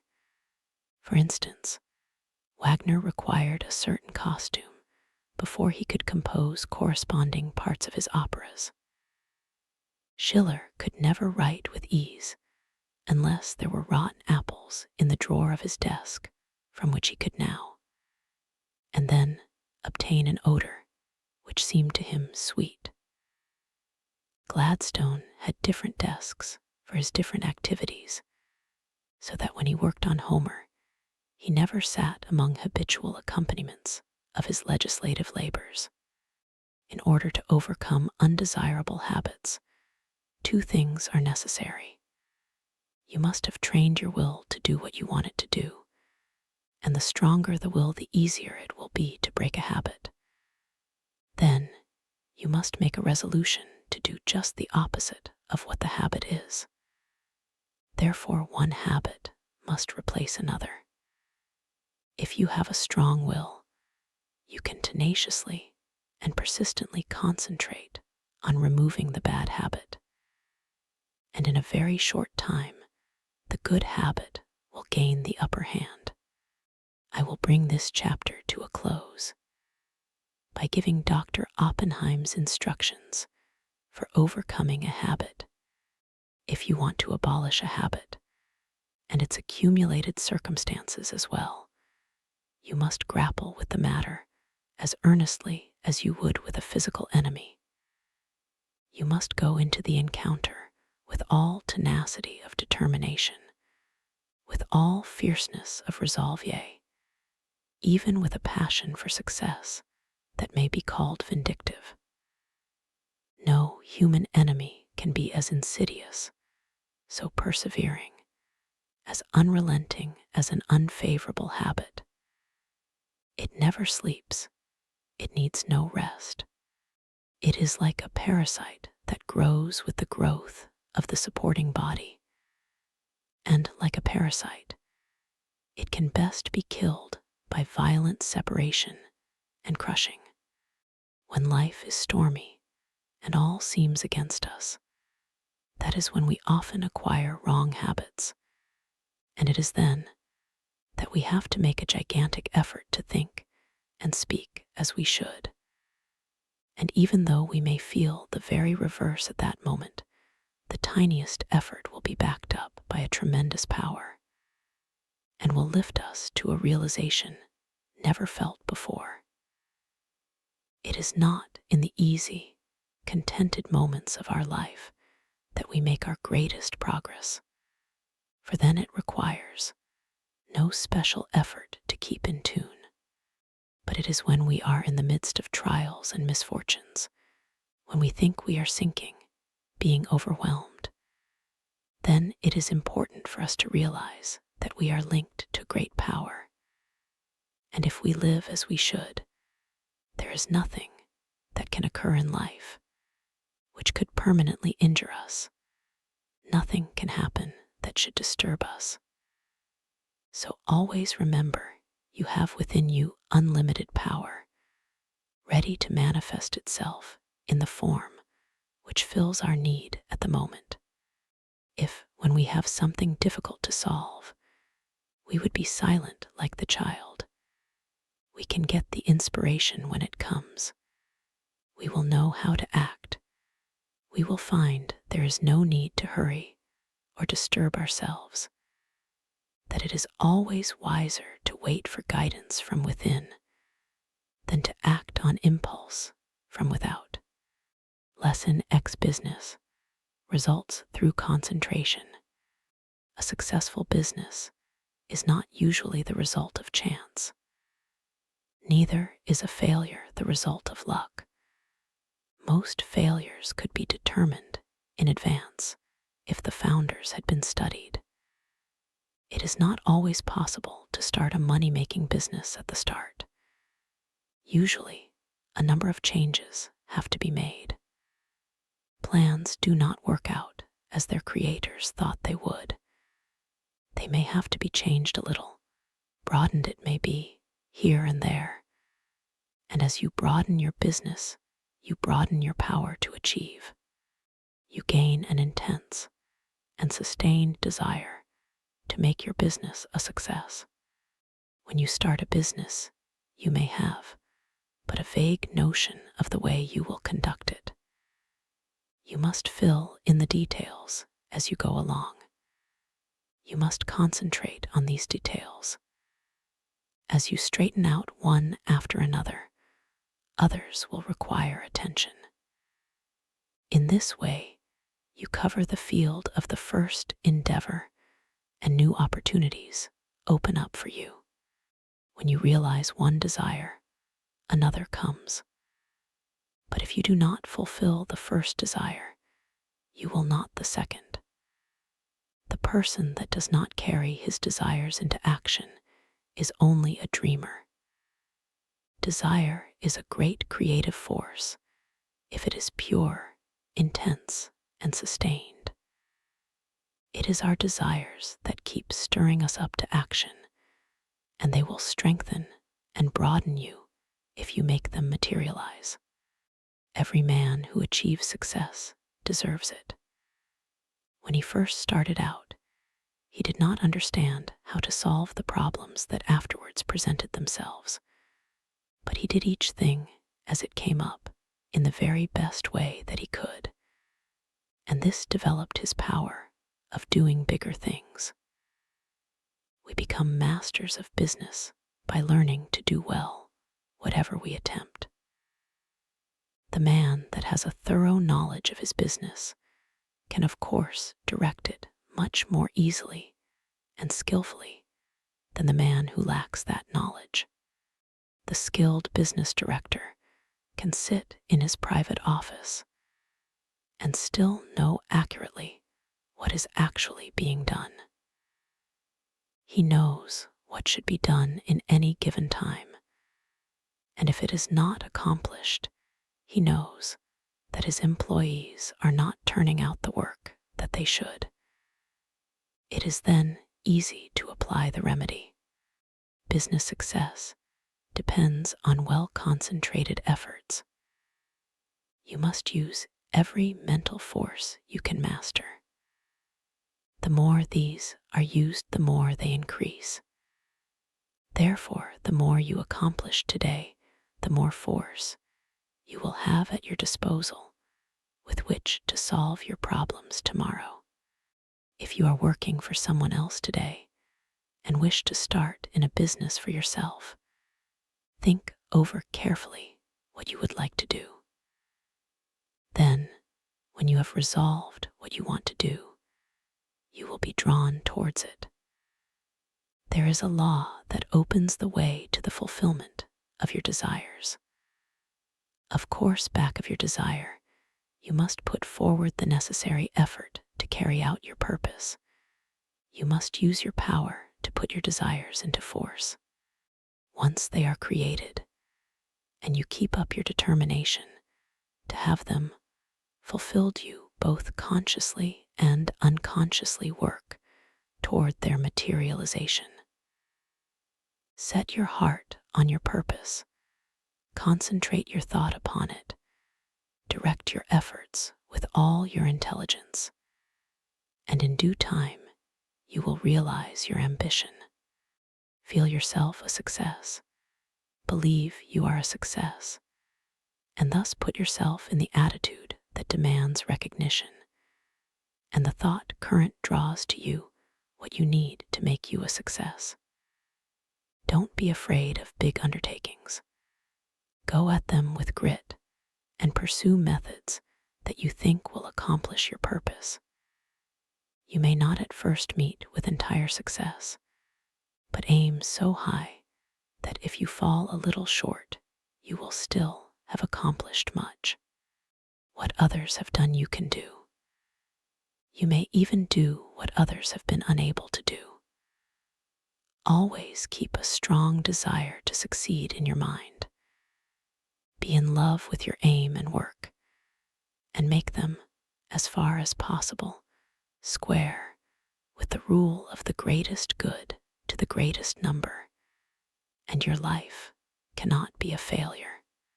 The successful business attitude must be cultivated to make the most out of your life. The attitude of expecting great things from both yourself and others. It alone will often cause men to make good, to measure up to the best that is in them. It is not the spasmodic spurts that count on a long journey, but the steady efforts. Spurts fatigue and make it hard for you to continue. Rely on your own opinion. It should be as good as anyone's else. When once you reach a conclusion, abide by it. Let there be no doubt or wavering in your judgment. If you are uncertain about every decision you make, you will be subject to harassing doubts and fears, which will render your judgment of little value. The man that decides according to what he thinks right, and who learns from every mistake, acquires a well-balanced mind that gets the best results. He gains the confidence of others. He is known as the man that knows what he wants, and not as one that is as changeable as the weather. The man of today wants to do business with the man that he can depend upon. Uncertainties in the business world are meeting with more disfavor. Reliable firms want to do business with men of known qualities, with men of firmness, judgment, and reliability. So if you wish to start in business for yourself, your greatest asset, with the single exception of a sound physique, is that of a good reputation. A successful business is not hard to build if we can concentrate all our mental forces upon it. It is the man that is unsettled because he does not know what he wants that goes to the wall. We hear persons say that business is trying on the nerves, but it is the unsettling elements of fret and worry and suspense that are nerve exhausting and not the business. Executing one's plans may cause fatigue. Enjoyment comes with rest. If there has not been any unnatural strain, the recuperative powers replace what energy has been lost. By attending to each day's work properly, you develop the capacity to do a greater work tomorrow. It is this gradual development that makes possible the carrying out of big plans. The man that figures out doing something each hour of the day gets somewhere. At the end of each day, you should be a step nearer your aim. Keep the idea in mind that you mean to go forward, that each day must mark an advance, and forward you will go. You do not even have to know the exact direction so long as you are determined to find the way. But you must not turn back once you have started. Even brilliant men's conceptions of the possibilities of their mental forces are so limited and below their real worth that they are far more likely to belittle their possibilities than they are to exaggerate them. You don't want to think that an aim is impossible because it has never been realized in the past. Every day someone is doing something that was never done before. We are pushing ahead faster. Formerly, it took decades to build up a big business, but today it is only but a matter of years, sometimes of months. Plan each day's activities carefully, and you can reach any height you aim at. If each thing you do is done with concise and concentrated thought, you will be able to turn out an excellent quality and a large quantity of work. Plan to do so much work during the day, and you will be astonished to see how much more you will do than on other days when you had not decided on any certain amount. I have demonstrated that the average business working force could do the same amount of work in 6 hours that they now do in 8, without using up any more energy. Never start to accomplish anything in an indecisive, indefinite, uncertain way. Tackle everything with a positiveness and an earnestness that will concentrate your mind and attract the very best associated thoughts. You will in a short time find that you will have extra time for planning bigger things. The natural leader always draws to himself, by the law of mental attraction, ideas in his chosen subject that have ever been conceived by others. This is of the greatest importance and help. If you are properly trained, you benefit much by others' thoughts, and providing you generate from within yourself something of value, they will benefit from yours. We are heirs of all the ages, but we must know how to use our inheritance. The confident, pushing, hopeful, determined man influences all with whom he associates and inspires the same qualities in them. You feel that his is a safe example to follow, and he rouses the same force within you that is pushing him onward and upward. One seldom makes a success of anything that he goes at in a listless, spiritless way. To build up a business, you must see it expanding in your mind before it actually takes tangible shape. Every great task that has ever been accomplished has first been merely a vision in the mind of its creator. Detail after detail has had to be worked out in his mind from his first faint idea of the enterprise. Finally, a clear idea was formed, and then the accomplishment, which was only the material result of the mental concept, followed. The up-to-date businessman is not content to build only for the present, but is planning ahead. If he does not, he will fall behind his competitor, who is. What we are actually doing today was carefully thought out and planned by others in the past. All progressive businesses are conducted this way.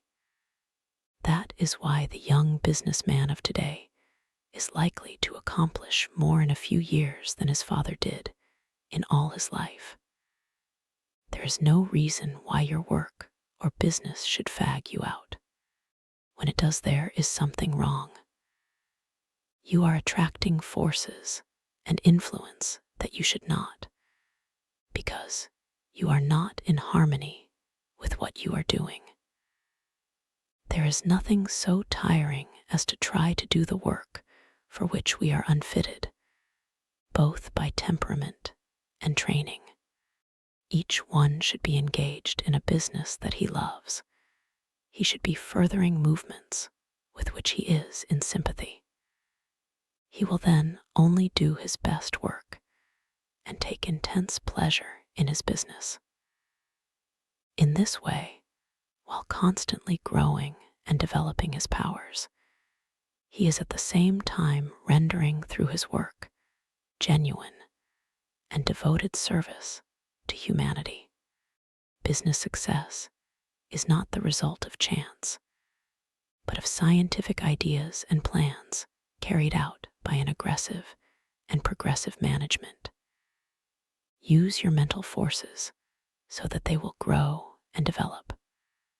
Remember that everything you do is the result of mental action. Therefore, you can completely control your every action.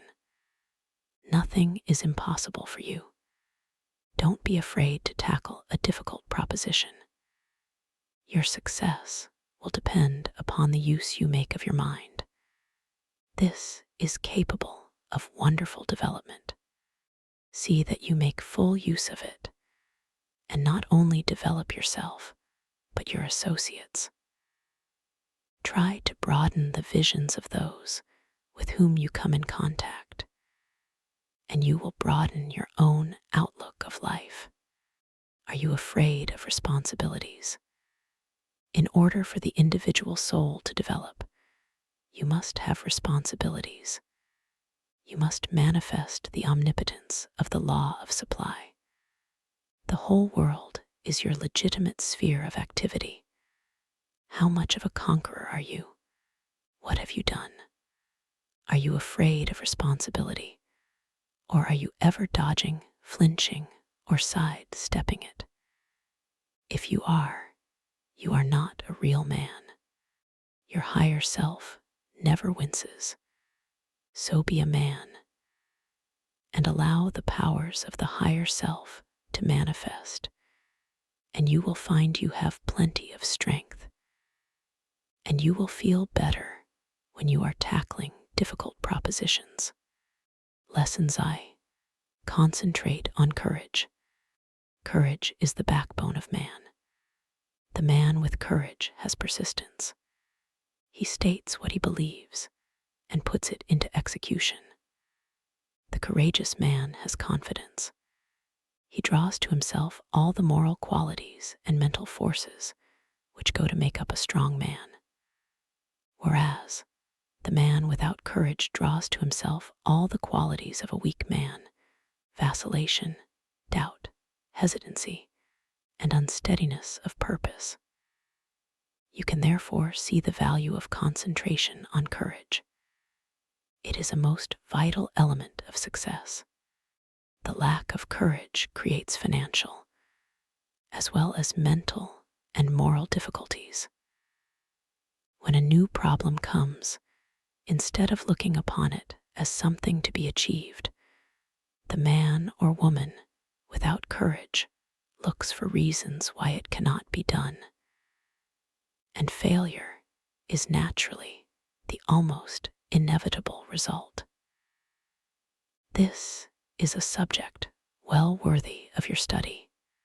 Look upon everything within your power as a possibility instead of as merely a probability, and you will accomplish a great deal more, because by considering a thing as impossible, you immediately draw to yourself all the elements that contribute to failure. Lack of courage destroys your confidence in yourself. It destroys that forceful, resolute attitude so important to success. The man without courage unconsciously draws to himself all that is contemptible, weakening, demoralizing, and destructive. He then blames his luck when he does not secure the things he weakly desires. We must first have the courage to strongly desire something. A desire to be fulfilled must be backed by the strength of all our mental forces. Such a desire has enough commanding force to change all unfavorable conditions. The man with courage commands, whether he is on the battlefield or in business life. What is courage? It is the will to do. It takes no more energy to be courageous than to be cowardly. It is a matter of the right training in the right way. Courage concentrates the mental forces on the task at hand. It then directs them thoughtfully, steadily, deliberately, while attracting all the forces of success toward the desired end. Cowardice, on the other hand, dissipates both our mental and moral forces, thereby inviting failure. As we are creatures of habits, we should avoid persons that lack courage. They are easy to discover because of their habits of fear in attacking new problems. The man with courage is never afraid. Start out today with the idea that there is no reason why you should not be courageous. If any fear thoughts come to you, cast them off as you would the deadly viper. Form the habit of never thinking of anything unfavorable to yourself or anyone else. In dealing with difficulties, new or old, hold ever the thought, I am courageous. Whenever a doubt crosses the threshold of your mind, banish it. Remember, you as master of your mind control its every thought. And here is a good one to often affirm. I have courage because I desire it, because I need it, because I use it, and because I refuse to become such a weakling as cowardice produces. There is no justification for the loss of courage. The evils by which you will almost certainly be overwhelmed without it are far greater than those which courage will help you to meet and overcome. Right, then, must be the moralist who says that the only thing to fear is fear. Never let another's opinion affect you. He cannot tell what you are able to do. He does not know what you can do with your forces. The truth is you do not know yourself until you put yourself to the test. Therefore, how can someone else know? Never let anyone else put a valuation on you. Almost all wonderful achievements have been accomplished after it had been thoroughly demonstrated that they were impossibilities. Once we understand the law, all things are possible. If they were impossibilities, we could not conceive them. Just the moment you allow someone to influence you against what you think is right, you lose that confidence in yourself that inspires courage and carries with it all the forces which courage creates. Just the moment you begin to swerve in your plan, you begin to carry out another's thought and not your own. You become the directed and not the director. You forsake the courage and resolution of your own mind, and you therefore lack the very forces that you need to sustain and carry out your work. Instead of being self-reliant, you become timid, and this invites failure.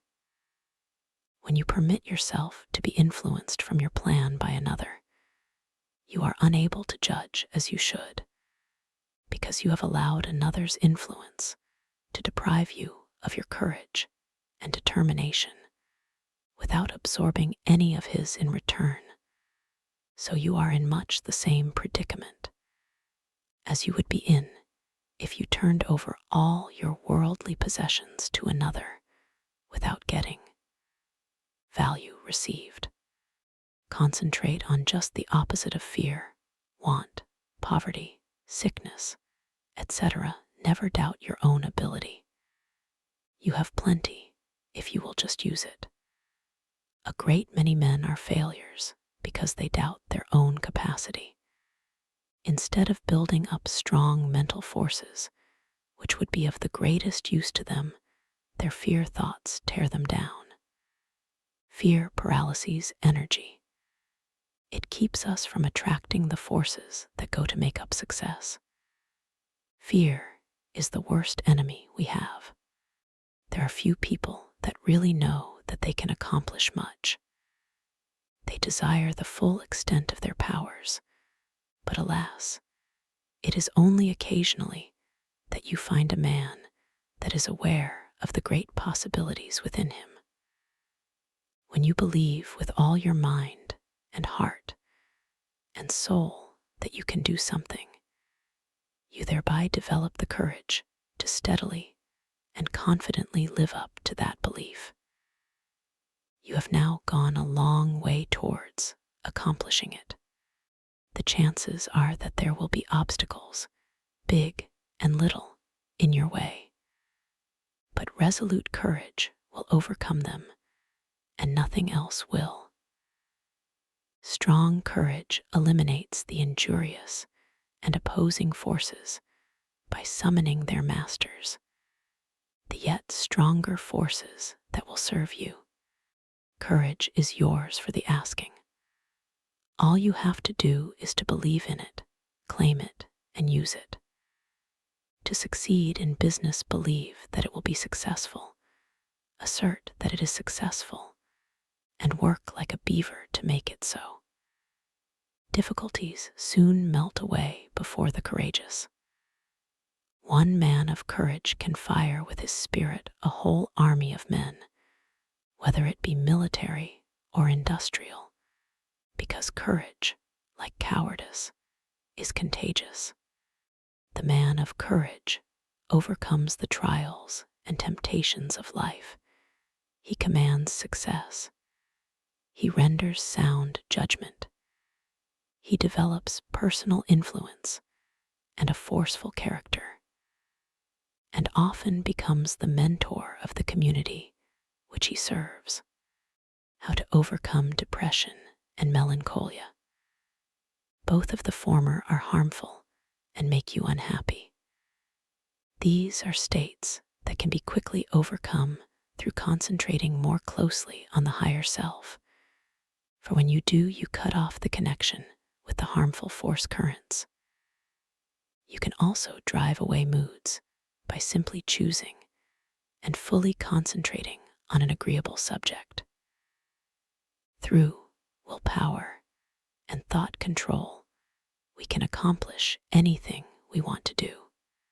There is wonderful inherent power within us all, and there is never any sufficient cause for fear, except ignorance.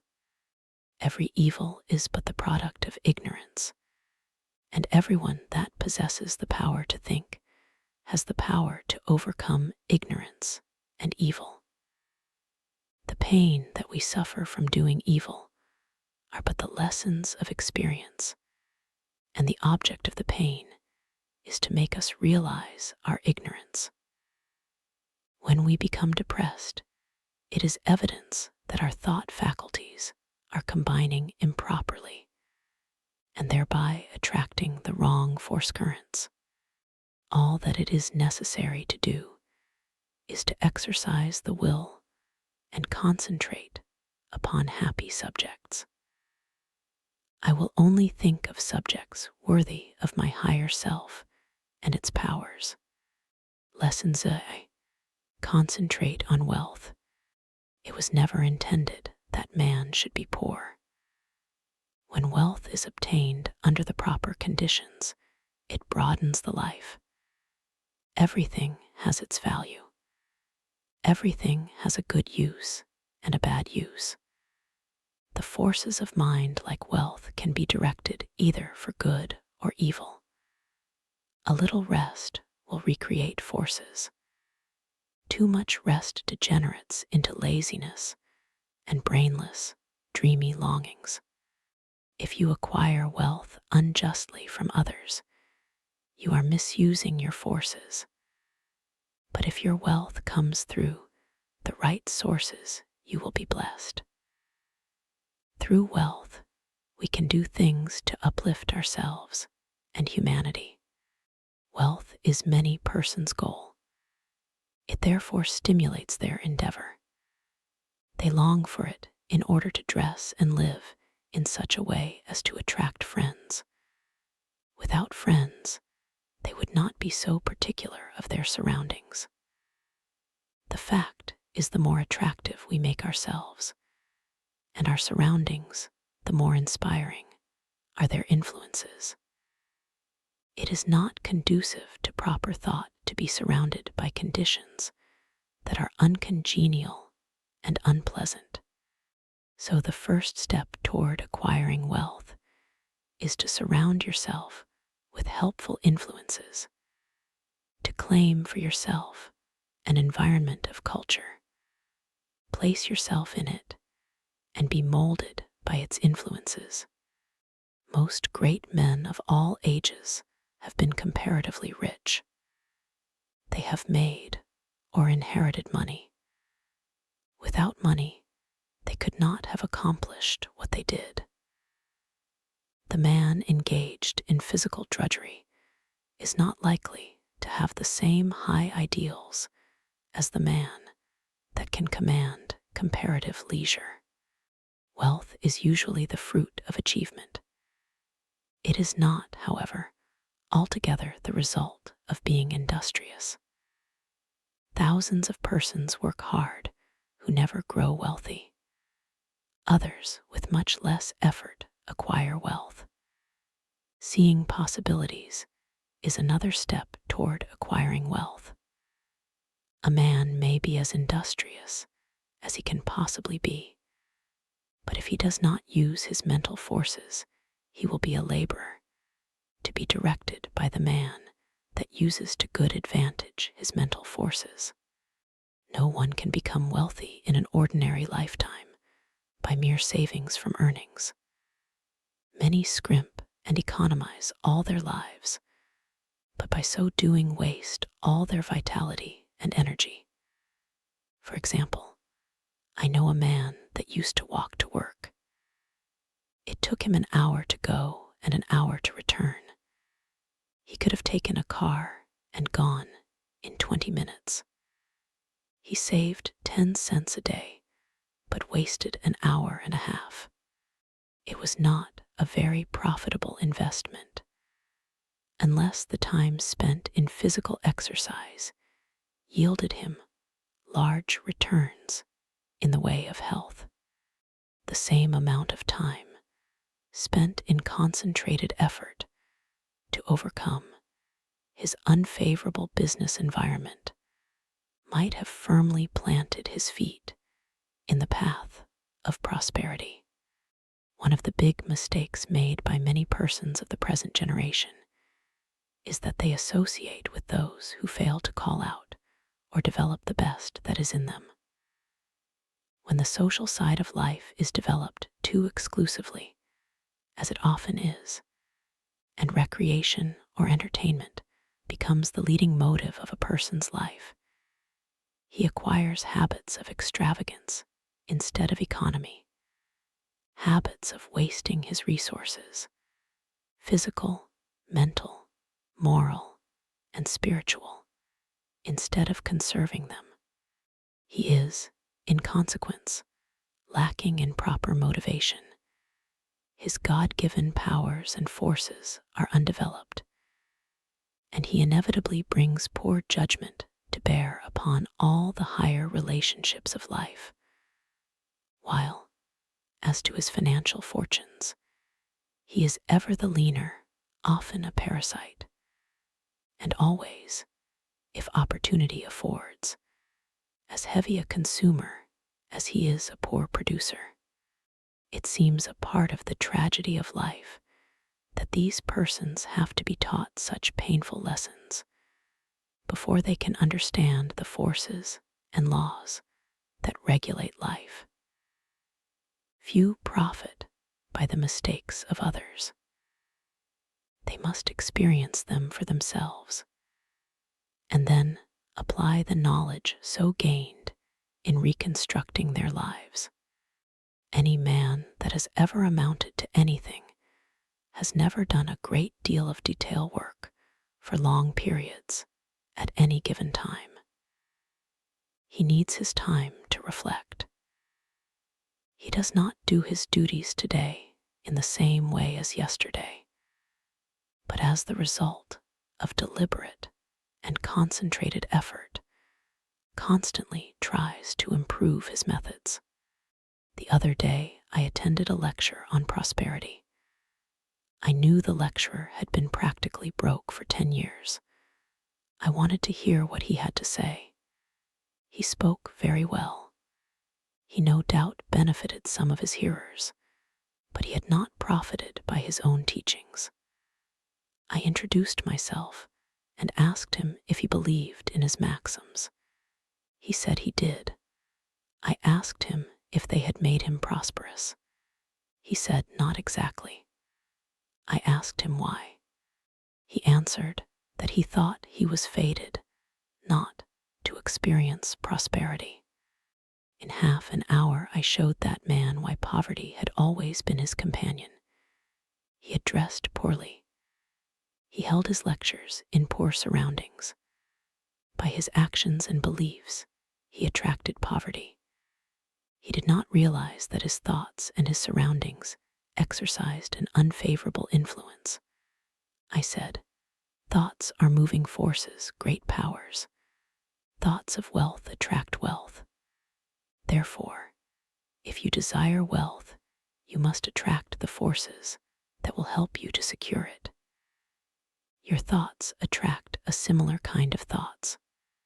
If you hold thoughts of poverty, you attract poverty.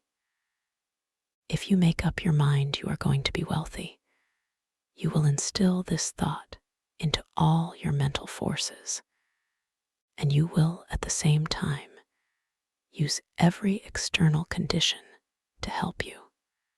Many persons are of the opinion that if you have money, it is easy to make more money. But this is not necessarily true. 90% of the men that start in business fail.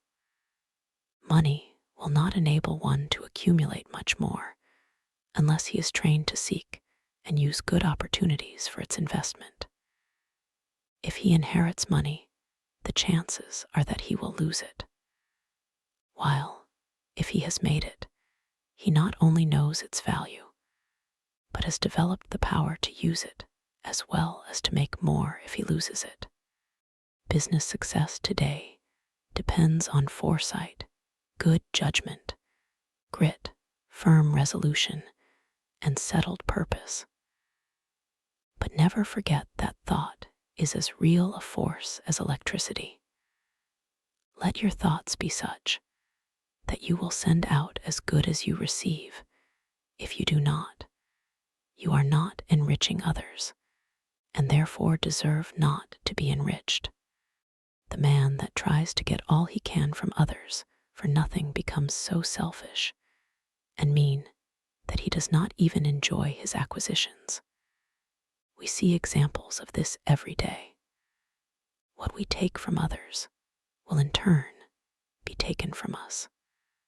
All obligations have to be met fairly and squarely. We cannot reach perfection until we discharge every obligation of our lives. We all realize this, so why not willingly give a fair exchange for all that we receive? Again, I repeat that the first as well as the last step in acquiring wealth is to surround yourself with good influences, good thought, good health, good home and business environment, and successful business associates. Cultivate, by every legitimate means, the acquaintance of men of big caliber. Bring your thought vibrations in regard to business into harmony with theirs. This will make your society not only agreeable, but sought after. And when you have formed intimate friendships with clean, reputable men of wealth, entrust to them, for investment, your surplus earnings, however small, until you have developed the initiative and business acumen to successfully manage your own investments.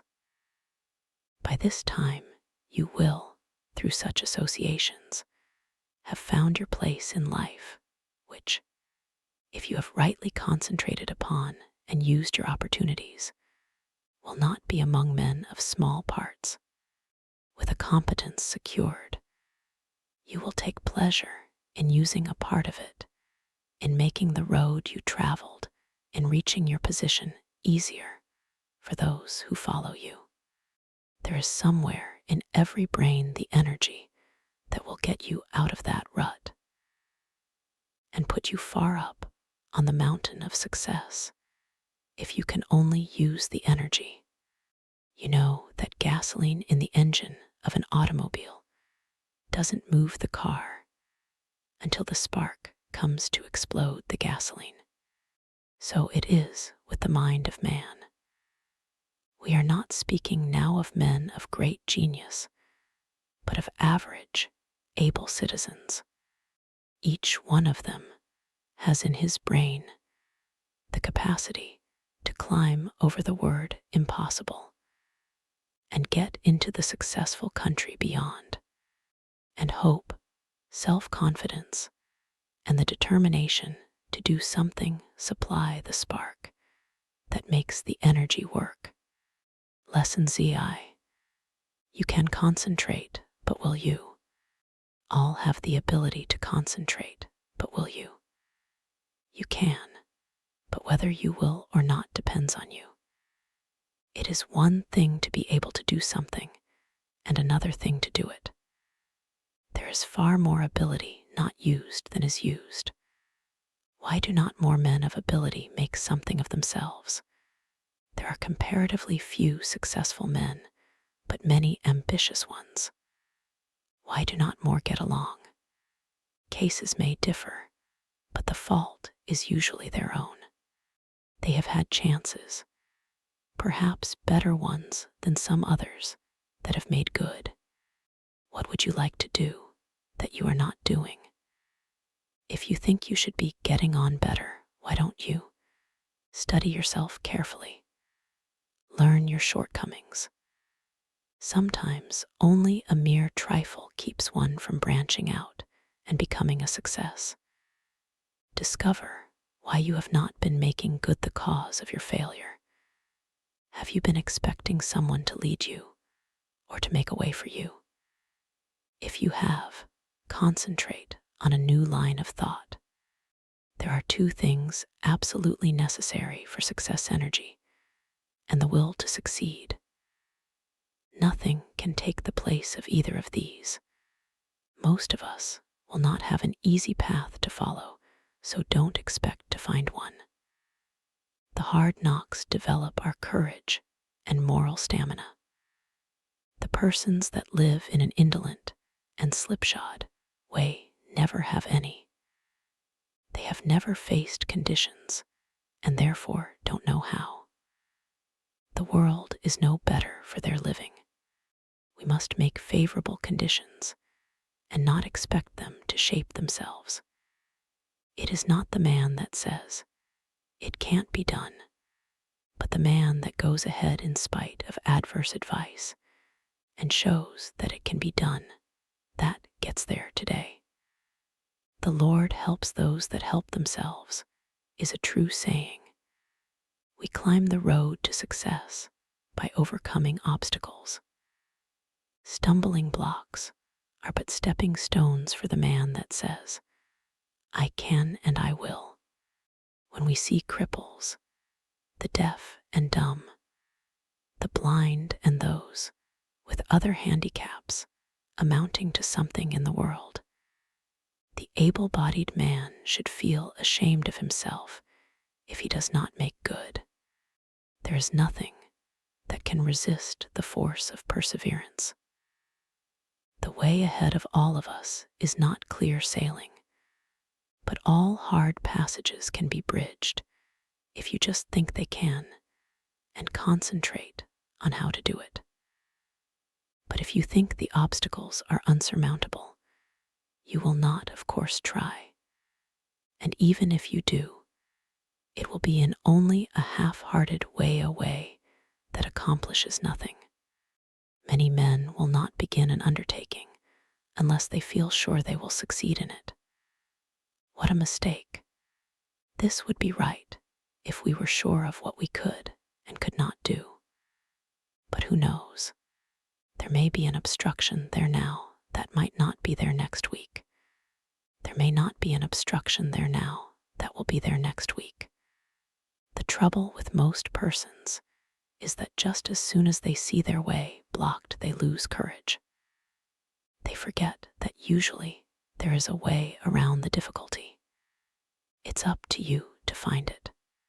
If you tackle something with little effort, when the conditions call for a big effort, you will, of course, not win.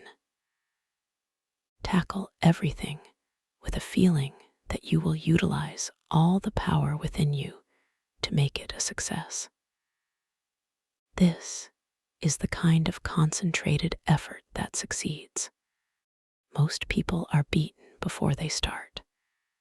They think they are going to encounter obstacles, and they look for them instead of for means to overcome them. The result is that they increase their obstacles instead of diminishing them. Have you ever undertaken something that you thought would be hard, but afterwards found it to be easy? That is the way a great many times. The things that look difficult in advance turn out to be easy of conquest when once encountered.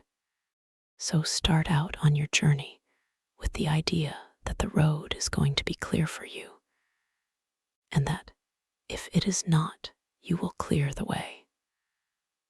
All men that have amounted to anything have cleared their way, and they did not have the assistance that you will have today.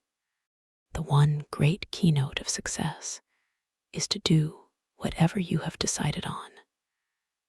Don't be turned from your path, but resolve that you are going to accomplish what you set out to do.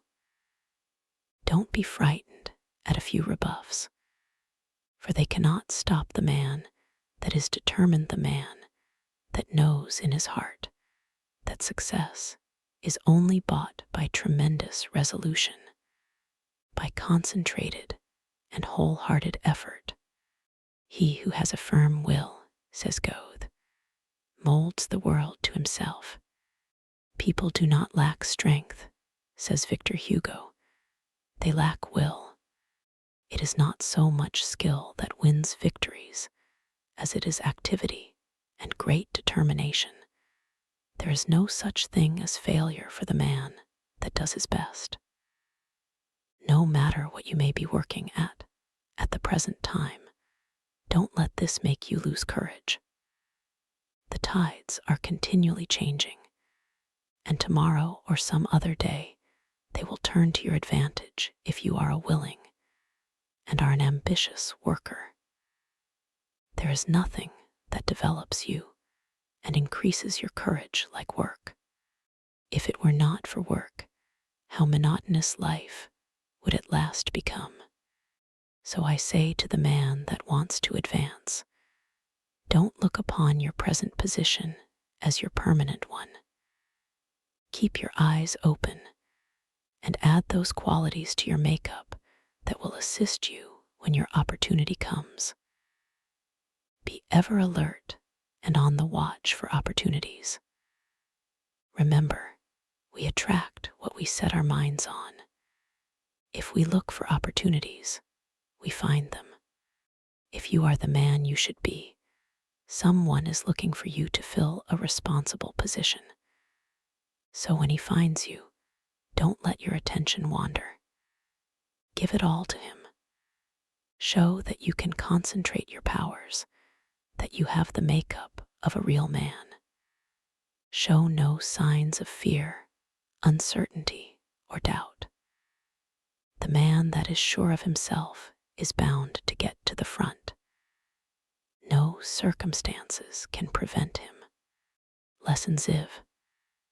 The art of concentrating by means of practical exercises. Select some thought and see how long you can hold your mind on it. It is well to have a clock at first and keep track of the time. If you decide to think about health, you can get a great deal of good from your thinking besides developing concentration. Think of health as being the greatest blessing there is in the world. Don't let any other thought drift in. Just the moment one starts to obtrude, make it get out. Make it a daily habit of concentrating on this thought for, say, 10 minutes. Practice until you can hold it to the exclusion of everything else.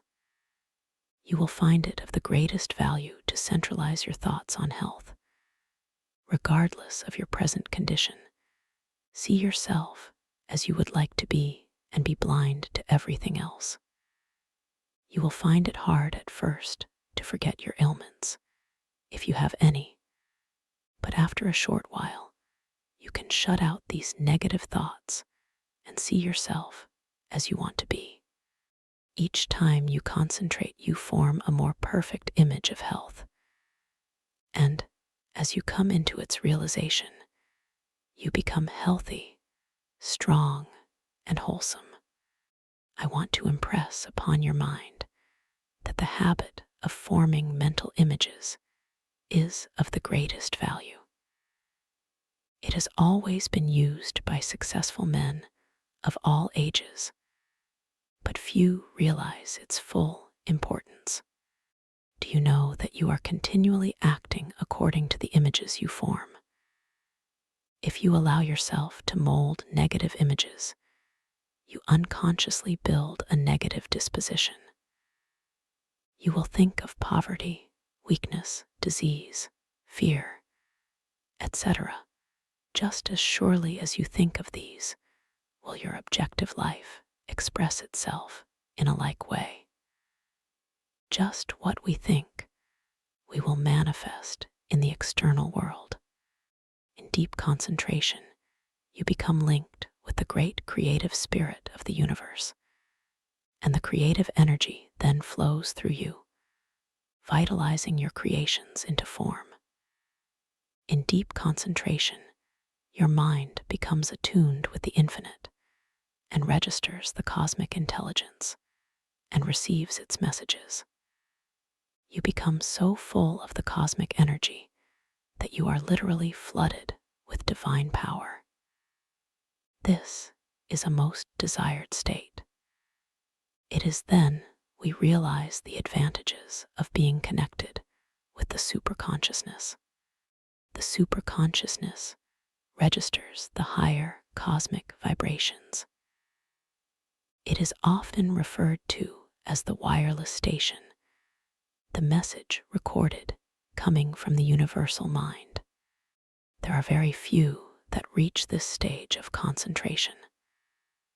Very few even know that it is possible.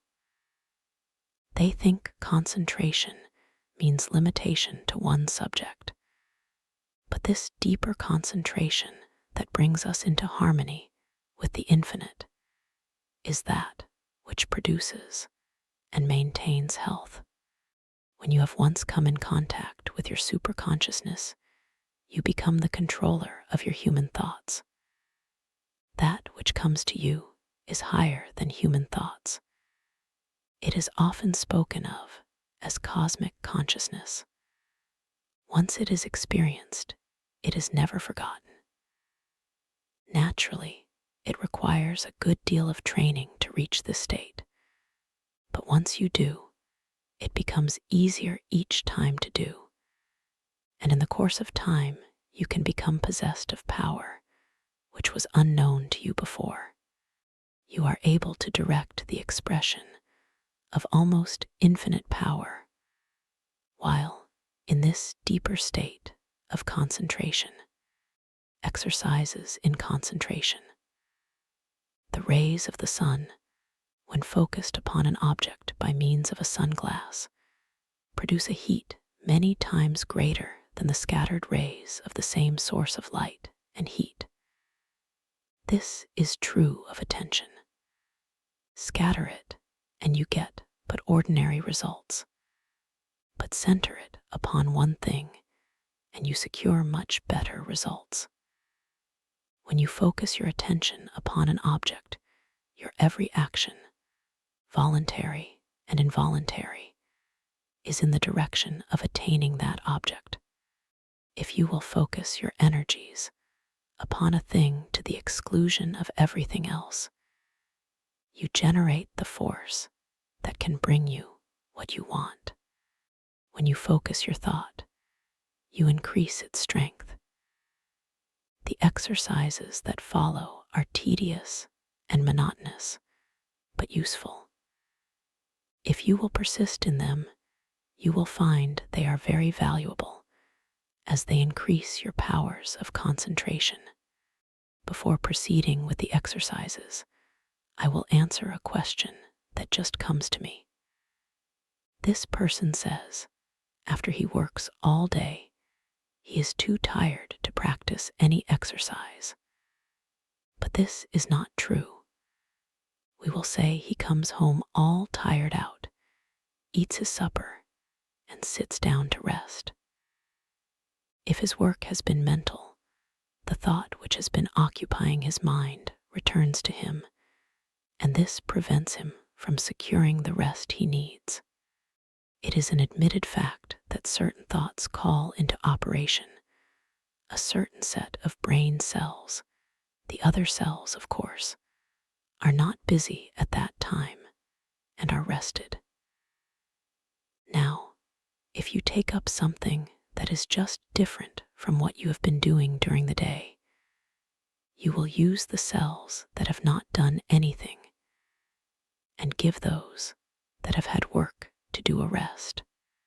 So you should regulate the evenings that you have and call forth an entirely different line of thought so as not to use the cells which you have tired out during the day. If you will center your attention on a new thought, you relieve the old cells from vibrating with excitement, and they get their needed rest. The other cells that have been idle all day want to work, and you will find you can enjoy your evenings while securing needed rest. When once you have learned to master your thoughts, you will be able to change them just as easily as you change your clothes. Remember, the real requisite of centering is to be able to shut out outside thoughts anything foreign to the subject. Now, in order to control your intention, first gain control over the body. This must be brought under direct control of the mind under the control of the will. Your will is strong enough to do anything you wish, but you must realize that it is.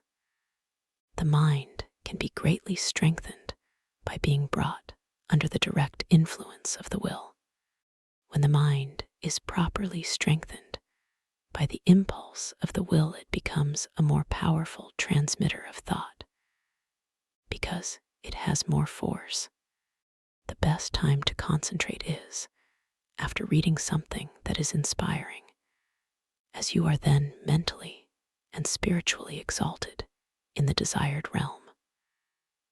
Then is the time you are ready for deep concentration.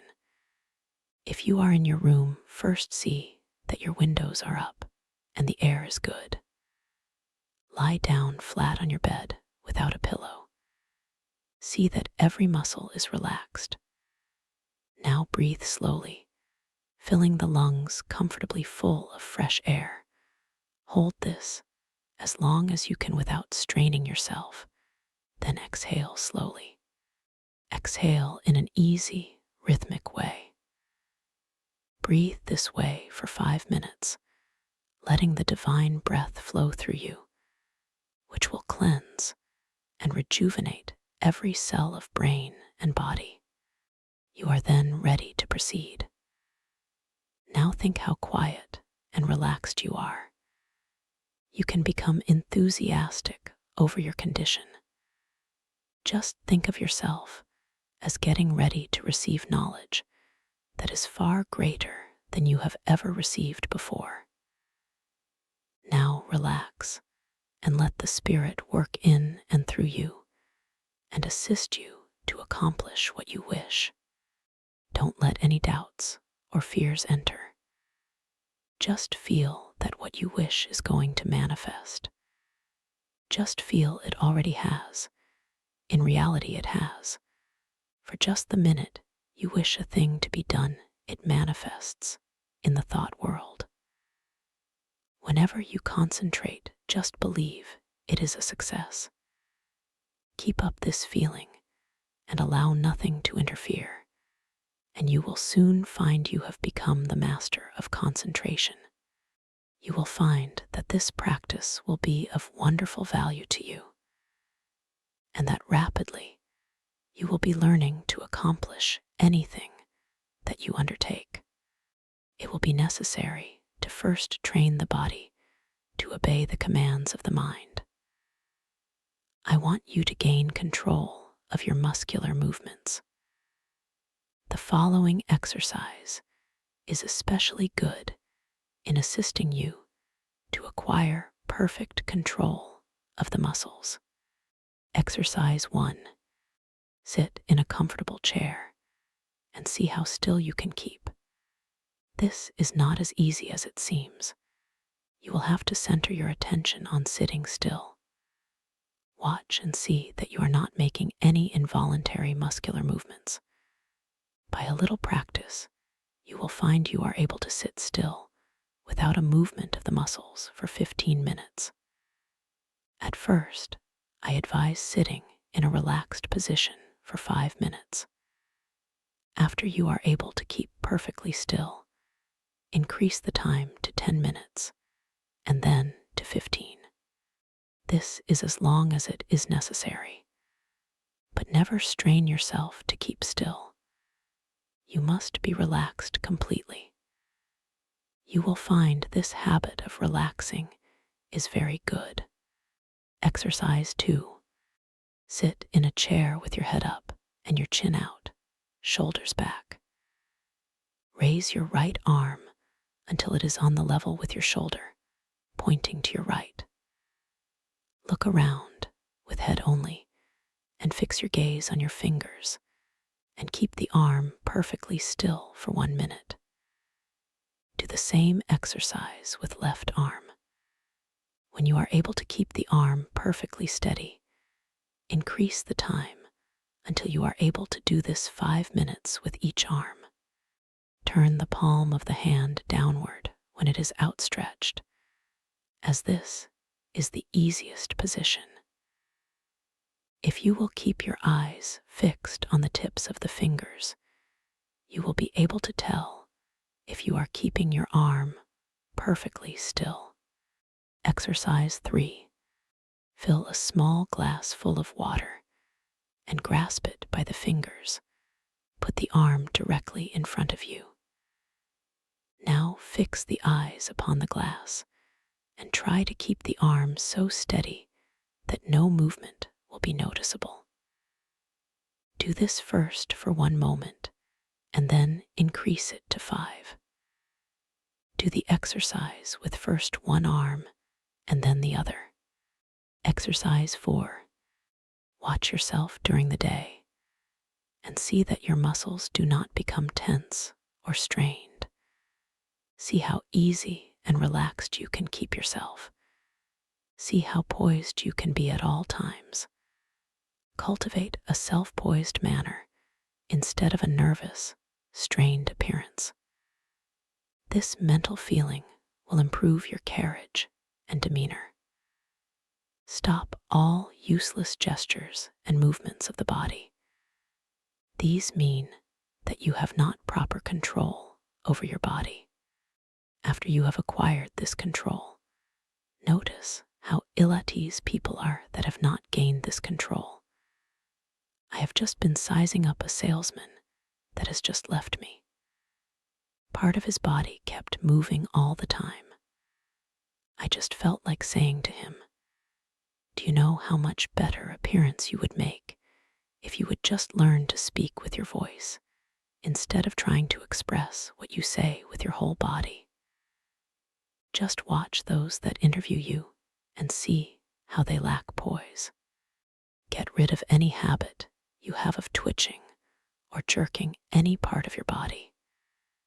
You will find you make many involuntary movements. You can quickly stop any of these by merely centering your attention on the thought, "I will not." If you are in the habit of letting noises upset you, just exercise control when the door slams or something falls, etc. Just think of these as exercises in self-control. You will find many exercises like this in your daily routine.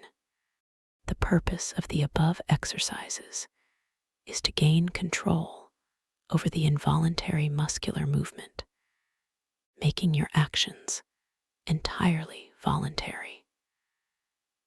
The following exercises are arranged to bring your voluntary muscles under the control of the will, so that your mental forces may control your muscular movements. Exercise 5.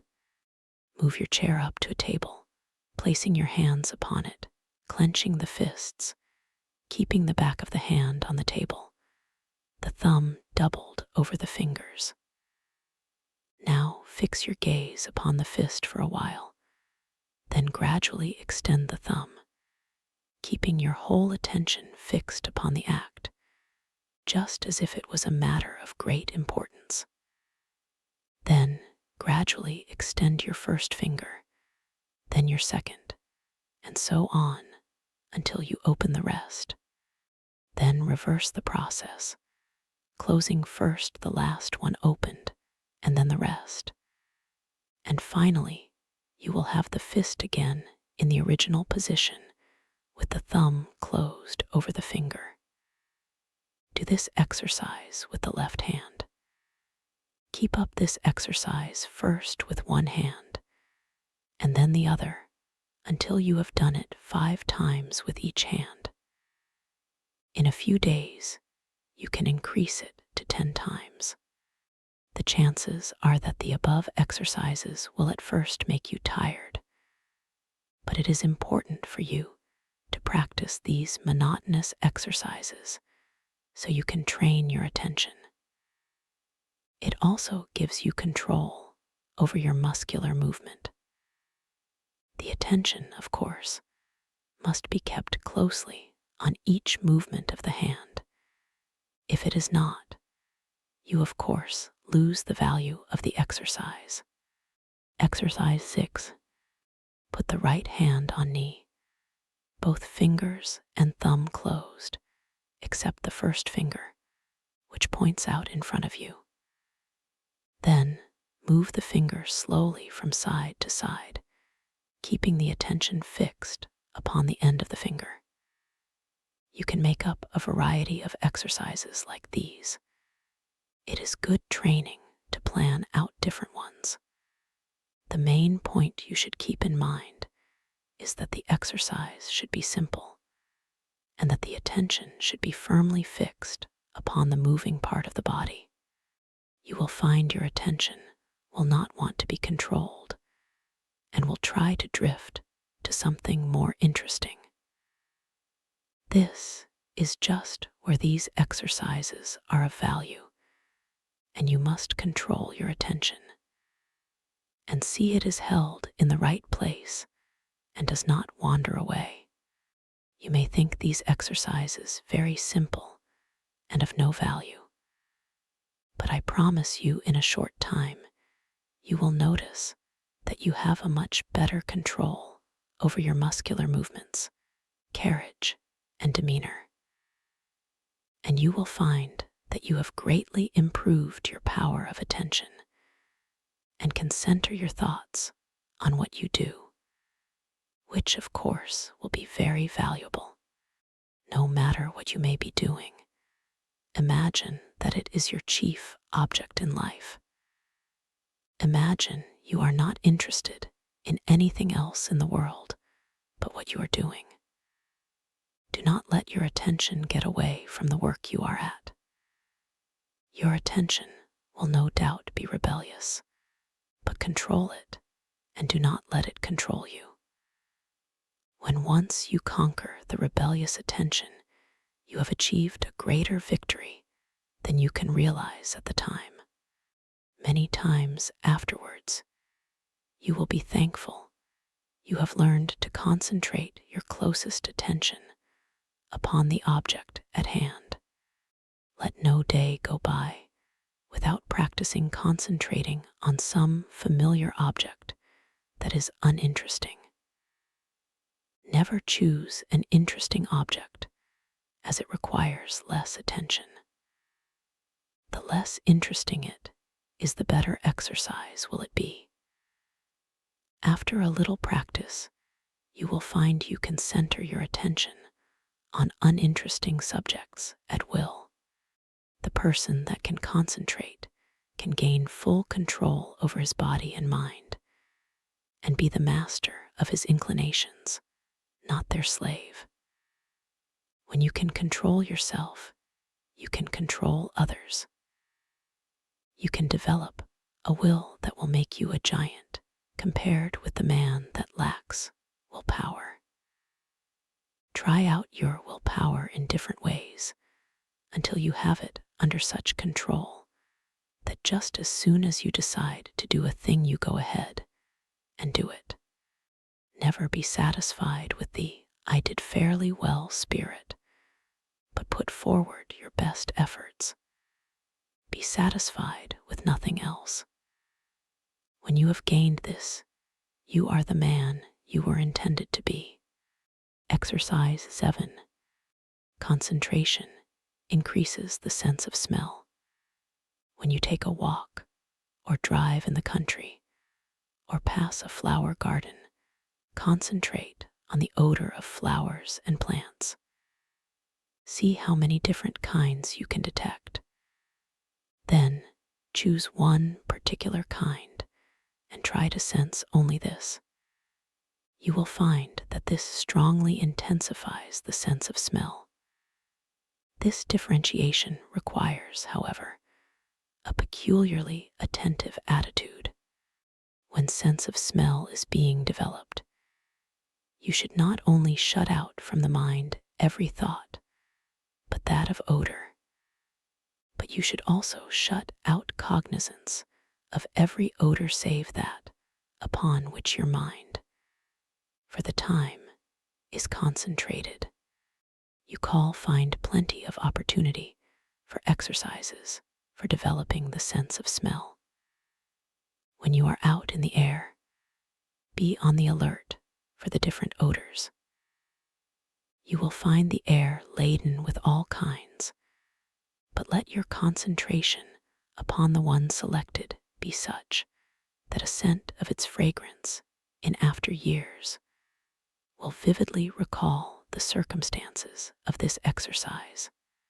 The object of these exercises is to develop concentrated attention, and you will find that you can, through their practice, control your mind and direct your thoughts just the same as you can your arm. Exercise 8. Concentration on the within. Lie down and thoroughly relax your muscles. Concentrate on the beating of your heart. Do not pay any attention to anything else. Think how this great organ is pumping the blood to every part of the body. Try to actually picture the blood leaving the great reservoir and going in one stream right down to the toes. Picture another going down the arms to the tips of the fingers. After a little practice, you can actually feel the blood passing through your system. If at any time you feel weak in any part of the body, well, that an extra supply of blood shall go there. For instance, if your eyes feel tired, picture the blood coming from the heart, passing up through the head and out to the eyes. You can wonderfully increase your strength by this exercise. Men have been able to gain such control over the heart that they have actually stopped it from beating for 5 minutes. This, however, is not without danger and is not to be practiced by the novice. I have found the following a very helpful exercise to take just before going to bed and on rising in the morning. Say to yourself, "Every cell in my body thrills with life. Every part of my body is strong and healthy." I have known a number of people to greatly improve their health in this way. You become what you picture yourself to be. If your mind thinks of sickness in connection with self, you will be sick. If you imagine yourself in strong, vigorous health, the image will be realized. You will be healthy. Exercise 9. Concentrating on sleep. What is known as the water method is, although very simple, very effective in inducing sleep. Put a full glass of clear water on a table in your sleeping room. Sit in a chair beside the table and gaze into the glass of water and think how calm it is. Then picture yourself getting into just as calm a state. In a short time, you will find the nerves becoming quiet and you will be able to go to sleep. Sometimes it is good to picture yourself becoming drowsy to induce sleep. And again, the most persistent insomnia has been overcome by one thinking of himself as some inanimate object, for instance, a hollow log in the depths of the cool, quiet forest. Those who are troubled with insomnia will find these sleep exercises that quiet the nerves very effective. Just keep the idea in your mind that there is no difficulty in going to sleep. Banish all fear of insomnia. Practice these exercises and you will sleep. By this time, you should have awakened to the possibilities of concentration and have become aware of the important part it plays in your life. Exercise 10. Concentration will save energy and appearance. Watch yourself and see if you are not in the habit of moving your hands, thumping something with your fingers, or twirling your mustache. Some have the habit of keeping their feet going, as for instance, tapping them on the floor. Practice standing before a mirror and see if you are in the habit of frowning or causing wrinkles to appear in the forehead. Watch others and see how they needlessly twist their faces in talking. Any movement of the face that causes the skin to wrinkle will eventually cause a permanent wrinkle. As the face is like a piece of silk, you can make a fold in it a number of times and it will straighten out of itself. But if you continue to make a fold in it, it will in time be impossible to remove it. By concentration, you can stop the worry habit. If you are in the habit of worrying over the merest trifles, just concentrate on this a few minutes and see how needless it is. If you are also in the habit of becoming irritable or nervous at the least little thing, check yourself instantly when you feel yourself becoming so. Start to breathe deeply. Say, "I will not be so weak. I am master of myself," and you will quickly overcome your condition. Exercise 11. By concentration, you can control your temper. If you are one of those that flare up at the slightest provocation and never try to control yourself, just think this over a minute. Does it do you any good? Do you gain anything by it? Doesn't it put you out of poise for some time? Don't you know that this grows on you and will eventually make you despised by all that have any dealings with you?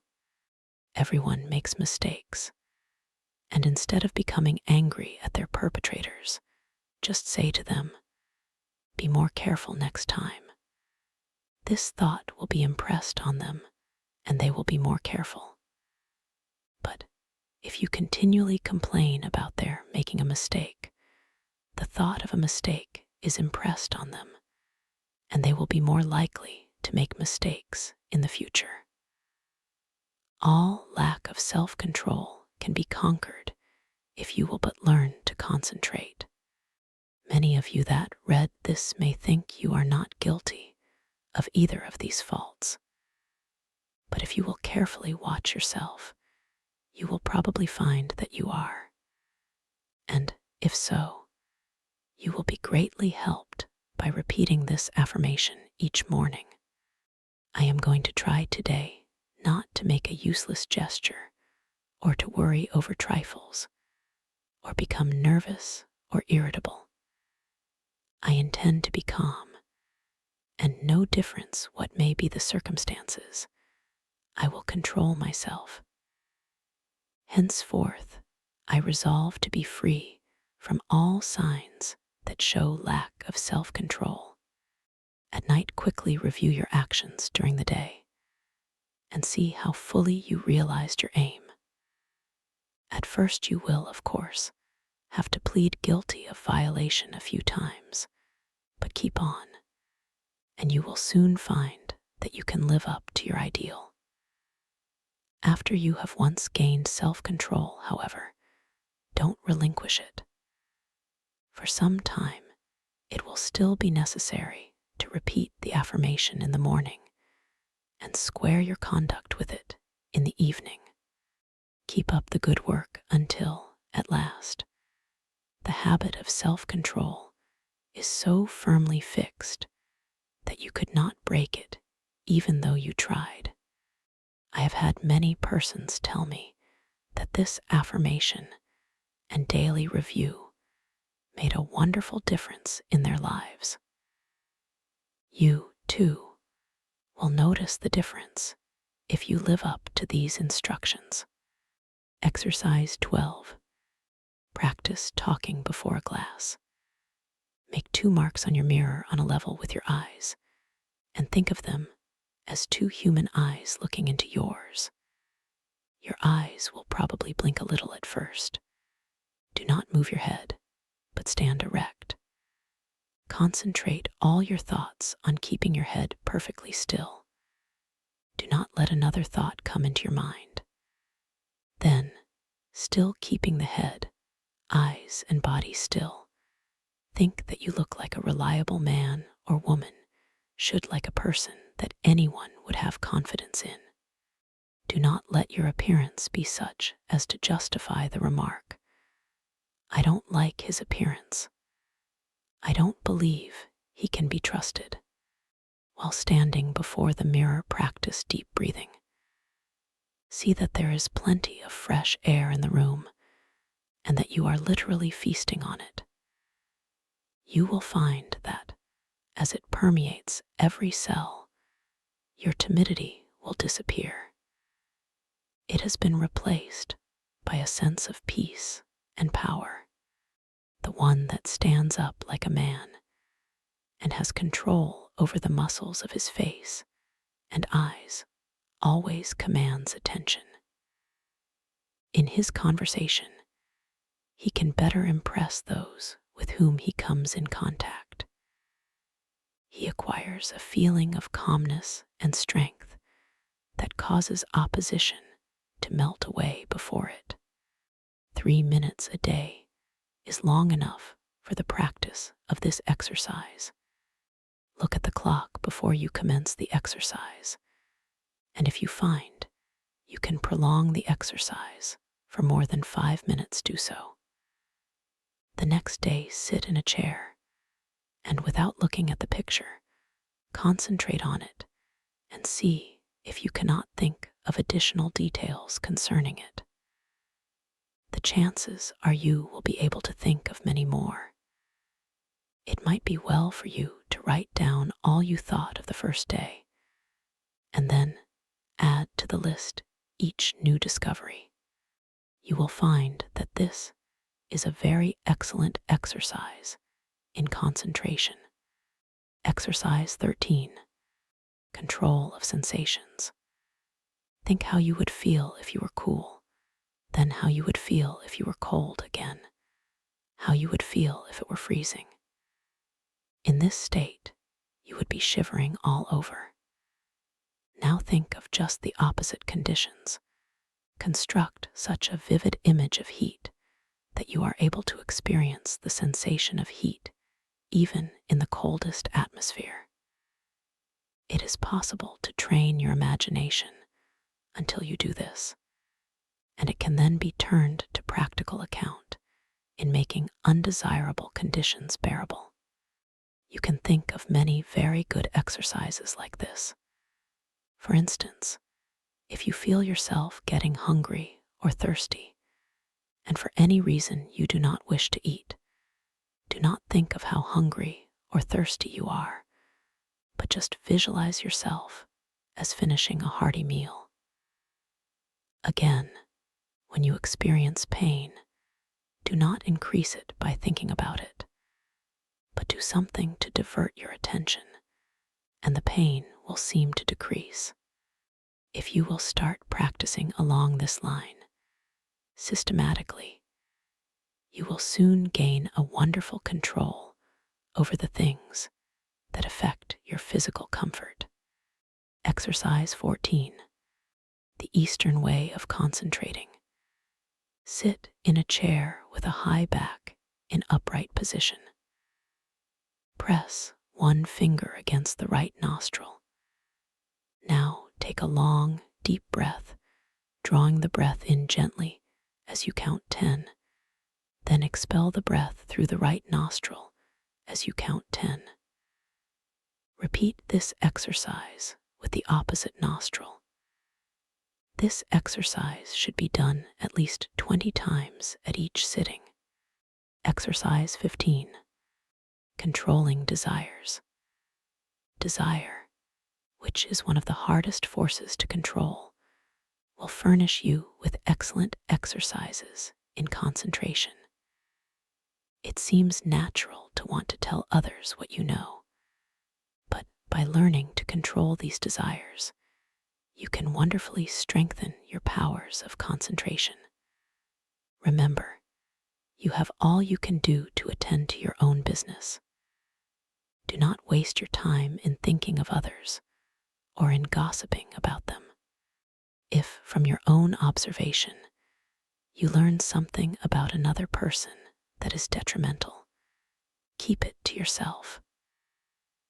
Your opinion may afterwards turn out to be wrong anyway, but whether right or wrong, you have strengthened your will by controlling your desire to communicate your views. If you hear good news, resist the desire to tell it to the first person you meet, and you will be benefited thereby.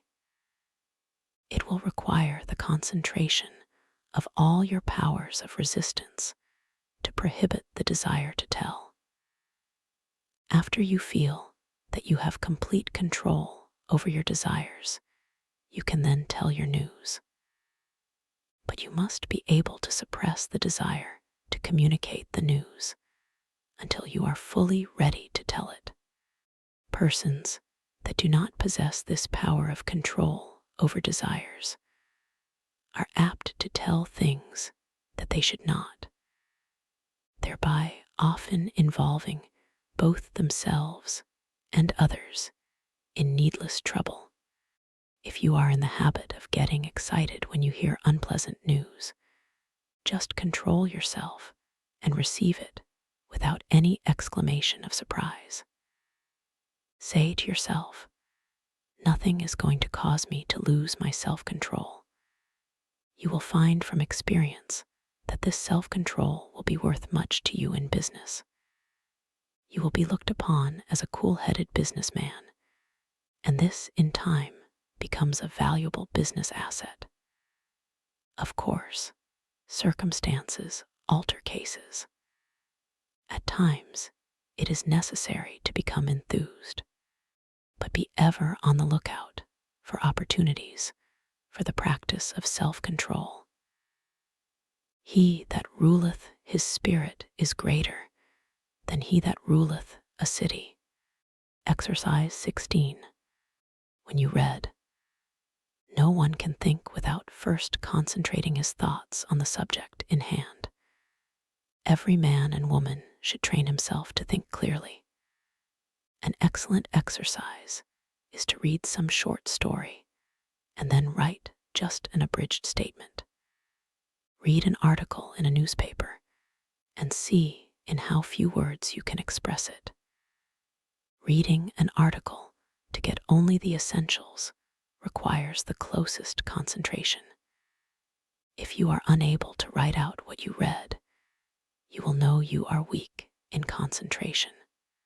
Instead of writing it out, you can express it orally if you wish. Go to your room and deliver it as if you were talking to someone. You will find exercises like this of the greatest value in developing concentration and learning to think. After you have practiced a number of these simple exercises, read a book for 20 minutes, and then write down what you have read. The chances are that at first you will not remember very many details, but with a little practice, you will be able to write a very good account of what you have read. The closer the concentration, the more accurate the account will be.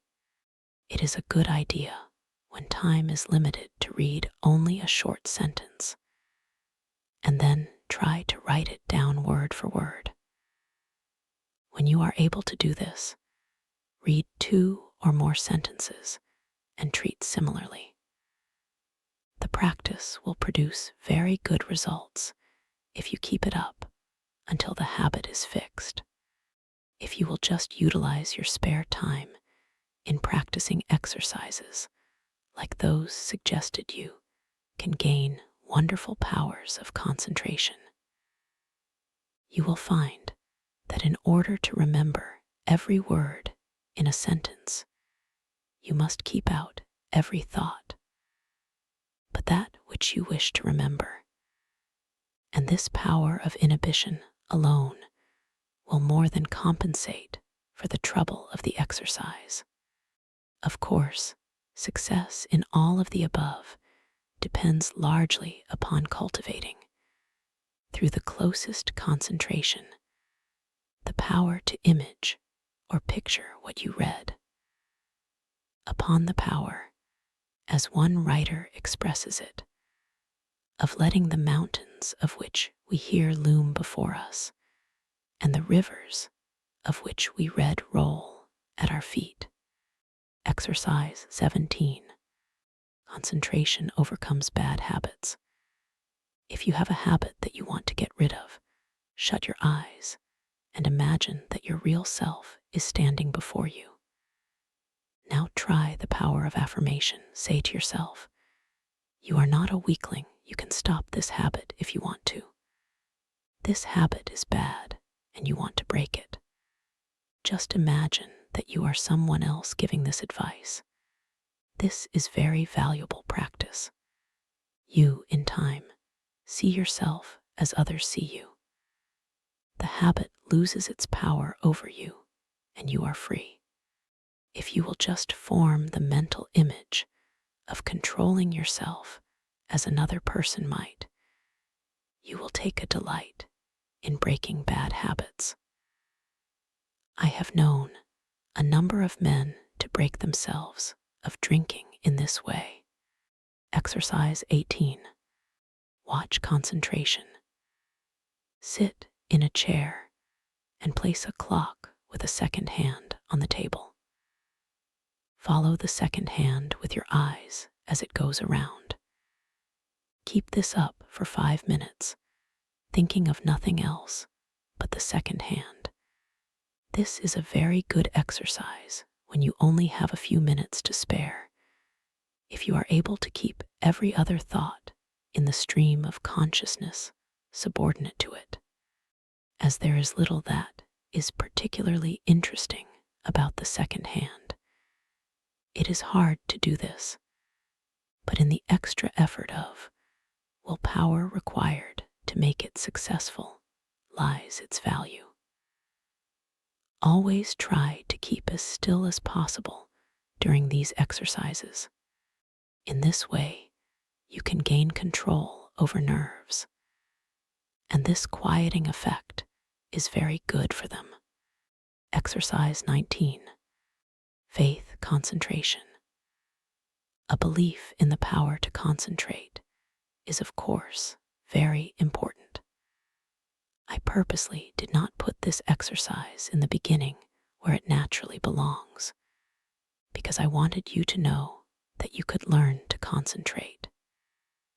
If you have practiced the above exercises, you have now developed this concentration power to a considerable extent, and therefore you have faith in the power of concentration, but you can still become a much stronger believer in it.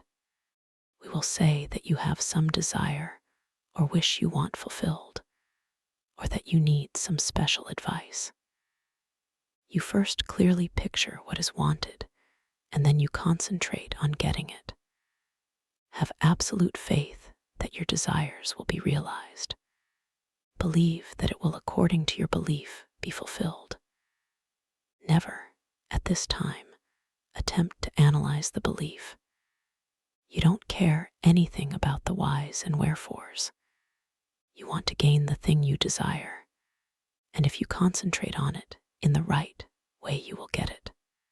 A caution: never think you will not succeed, but picture what is wanted as already yours, and yours it surely will be.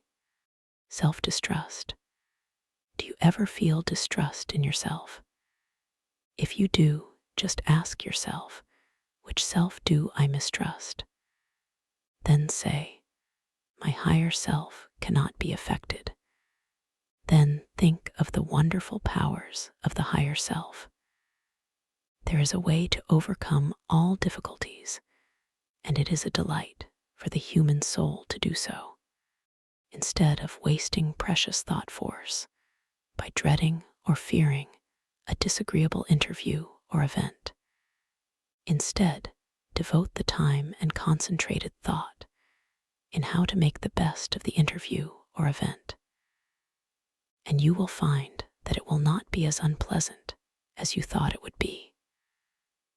Most of our troubles are but imaginary, and it is the mental habit of so dreading them that really acts as a magnet in attracting those that really do come.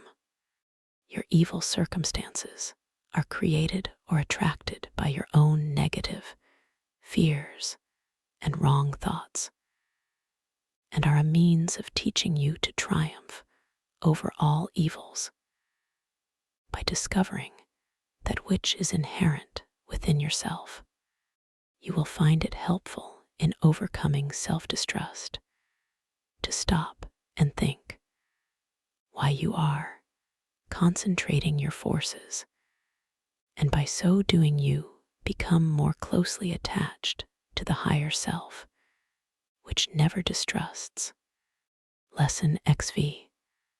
Concentrate so you will not forget. A man forgets because he does not concentrate his mind on his purpose, especially at the moment he conceives it. We remember only that which makes a deep impression.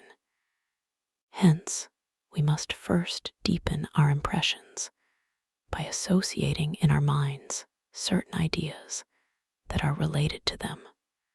We will say a wife gives her husband a letter to mail. He does not think about it, but automatically puts it in his pocket and forgets all about it. When the letter was given to him, had he said to himself, "I will mail this letter. The box is at the next corner, and when I pass it, I must drop this letter," it would have enabled him to recall the letter the instant he reached the mailbox. The same rule holds good in regard to more important things. For example, if you are instructed to drop in and see Mr. Smith while out to luncheon today, you will not forget it. If, at the moment the instruction is given, you say to yourself something similar to the following: "When I get to the corner of blank street, on my way to luncheon, I shall turn to the right and call on Mr. Smith." In this way, the impression is made, the connection established, and the sight of the associated object recalls the errand. The important thing to do is to deepen the impression at the very moment it enters your mind. This is made possible not only by concentrating the mind upon the idea itself, but by surrounding it with all possible association of ideas, so that each one will reinforce the others. The mind is governed by laws of association, such as the law that ideas which enter the mind at the same time emerge at the same time, one assisting in recalling the others. The reason why people cannot remember what they want to is that they have not concentrated their minds sufficiently on their purpose at the moment when it was formed. You can train yourself to remember in this way by the concentration of the attention on your purpose in accordance with the laws of association. When once you form this habit, the attention is easily centered and the memory easily trained. Then your memory, instead of failing you at crucial moments, becomes a valuable asset in your everyday work. Exercise in memory concentration. Select some picture, put it on a table, and then look at it for 2 minutes. Concentrate your attention on this picture. Observe every detail, then shut your eyes and see how much you can recall about it. Think of what the picture represents, whether it is a good subject, whether it looks natural. Think of objects in foreground, middle ground, background, of details of color and form. Now open your eyes and hold yourself rigidly to the correction of each and every mistake. Close eyes again and notice how much more accurate your picture is. Practice until your mental image corresponds in every particular to the original. Nature is a wonderful instructor, but there are very few who realize that when we get in touch with nature, we discover ourselves. That by listening to her voice, with that curious inner sense of ours, we learn the oneness of life and wake up to our own latent powers. Few realize that the simple act of listening and concentrating is our best interior power, for it brings us into close contact with the highest, just as our other senses bring us into touch with the coarser side of human nature. The closer we live to nature, the more developed is this sense. So-called civilization has overdeveloped our other senses at the expense of this one.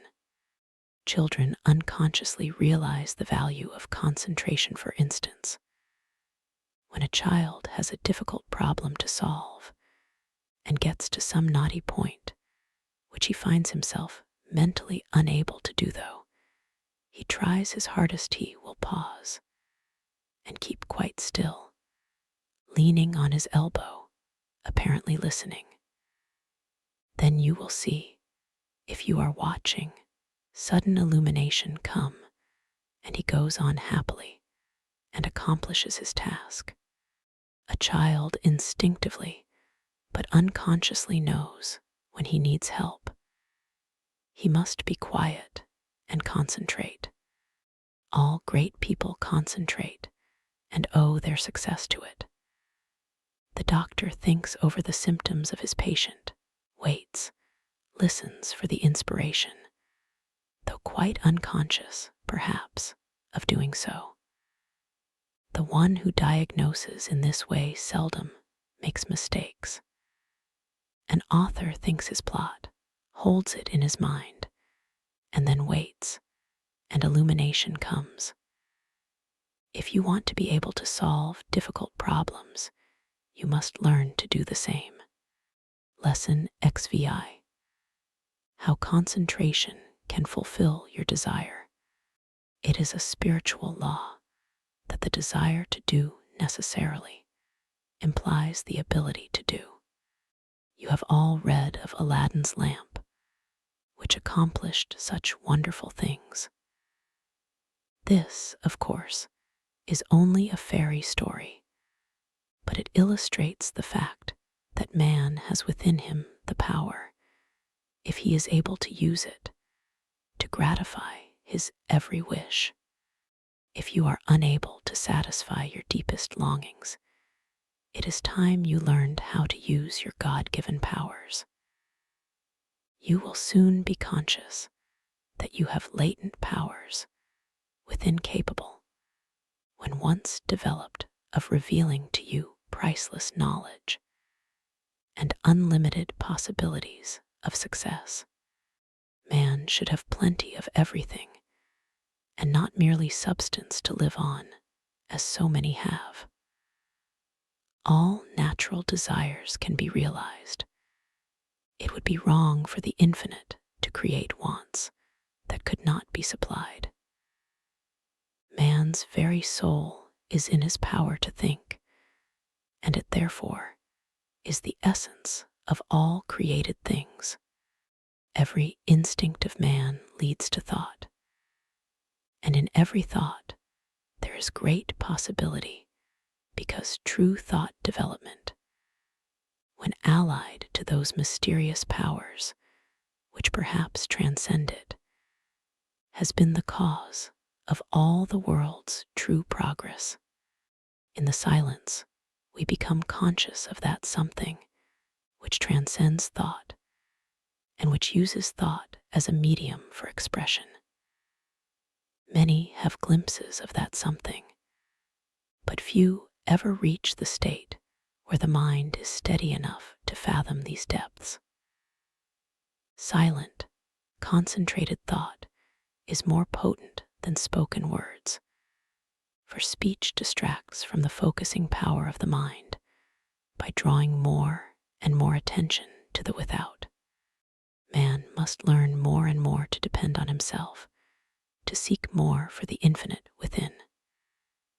It is from this source alone that he ever gains the power to solve his practical difficulties. No one should give up when there is always the resources of infinity. The cause of failure is that men search in the wrong direction for success, because they are not conscious of their real powers that, when used, are capable of guiding them.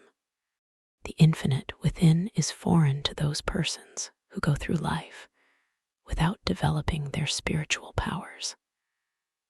But the infinite helps only he who helps himself. There is no such thing as a special providence.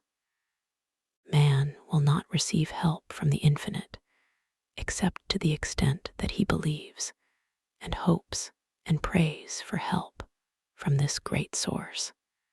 Concentrate on what you want and get it. The weakling is controlled by conditions. The strong man controls conditions. You can be either the conqueror or the conquered. By the law of concentration, you can achieve your heart's desire. This law is so powerful that that which at first seems impossible becomes attainable. By this law, what you at first see as a dream becomes a reality. Remember that the first step in concentration is to form a mental image of what you wish to accomplish. This image becomes a thought seed that attracts thoughts of a similar nature. Around this thought, when it is once planted in the imagination or creative region of the mind, you group or build associated thoughts which continue to grow as long as your desire is keen enough to compel close concentration. Form the habit of thinking of something you wish to accomplish for 5 minutes each day. Shut every other thought out of consciousness. Be confident that you will succeed. Make up your mind that all obstacles that are in your way will be overcome, and you can rise above any environment. You do this by utilizing the natural laws of the thought world, which are all powerful. A great aid in the development of concentration is to write out your thoughts on that which lies nearest your heart, and to continue, little by little, to add to it until you have as nearly as possible exhausted the subject. You will find that each day, as you focus your forces on this thought at the center of the stream of consciousness, new plans, ideas, and methods will flash into your mind. There is a law of attraction that will help you accomplish your purpose. An advertiser, for instance, gets to thinking along a certain line. He has formed his own ideas, but he wants to know what others think. He starts out to seek ideas, and he soon finds plenty of books, plans, designs, etc. on the subject. Although when he started, he was not aware of their existence. The same thing is true in all lines. We can attract those things that will help us. Very often, we seem to receive help in a miraculous way. It may be slow in coming, but once the silent, unseen forces are put into operation, they will bring results so long as we do our part. They are ever present and ready to aid those who care to use them. By forming a strong mental image of your desire, you plant the thought seed which begins working in your interest, and in time, that desire, if in harmony with your higher nature, will materialize. It may seem that it would be unnecessary to caution you to concentrate only upon achievement that will be good for you and work no harm to another. But there are many who forget others and their rights in their anxiety to achieve success. All good things are possible for you to have, but only as you bring your forces into harmony with that law that requires that we mete out justice to fellow travelers as we journey along life's road. So first think over the thing wanted, and if it would be good for you to have, say, I want to do this. I am going to work to secure it. The way will be open for me if you fully grasp mentally the thought of success and hold it in mind each day. You gradually make a pattern or mold which in time will materialize. But by all means keep free from doubt and fear, the destructive forces. Never allow these to become associated with your thoughts. At last, you will create the desired conditions and receive help in many unlooked for ways that will lift you out of the undesired environment. Life will then seem very different to you, for you will have found happiness through awakening within yourself the power to become the master of circumstances instead of their slave. To the beginner in this line of thought, some of the things stated in this book may sound strange, even absurd. But instead of condemning them, give them a trial. You will find they will work out. The inventor has to work out his idea mentally before he produces it materially. The architect first sees the mental picture of the house he is to plan, and from this works out the one we see. Every object, every enterprise must first be mentally created. I know a man that started in business with 13 cents and not $1's worth of credit. In 10 years, he has built up a large and profitable business. He attributes his success to two things: belief that he would succeed and hard work. There were times when it did not look like he could weather the storm. He was being pressed by his creditors, who considered him bankrupt. They would have taken 50 cents on the dollar for his notes and considered themselves lucky. But by keeping up a bold front, he got an extension of time when needed. When absolutely necessary for him to raise a certain sum at a certain time, he always did it. When he had heavy bills to meet, he would make up his mind that certain people that owed him would pay by a certain date, and they always did. Sometimes he would not receive their check until the last mail of the day of the extension, and I have known him to send out a check with the prospect of receiving a check from one of his customers the following day. He would have no reason other than his belief in the power of affecting the mind of another by concentration of thought for expecting that check. But rarely has he been disappointed. Just put forth the necessary concentrated effort, and you will be wonderfully helped from sources unknown to you. Remember the mystical words of Jesus, the Master. Whatsoever thing ye desire when ye pray, pray as if ye had already received, and ye shall have. Lesson XV. Ideals developed by concentration. Through our paltry stir and strife glows the wished ideal, and longing molds in clay what life carves in the marble real Lowell.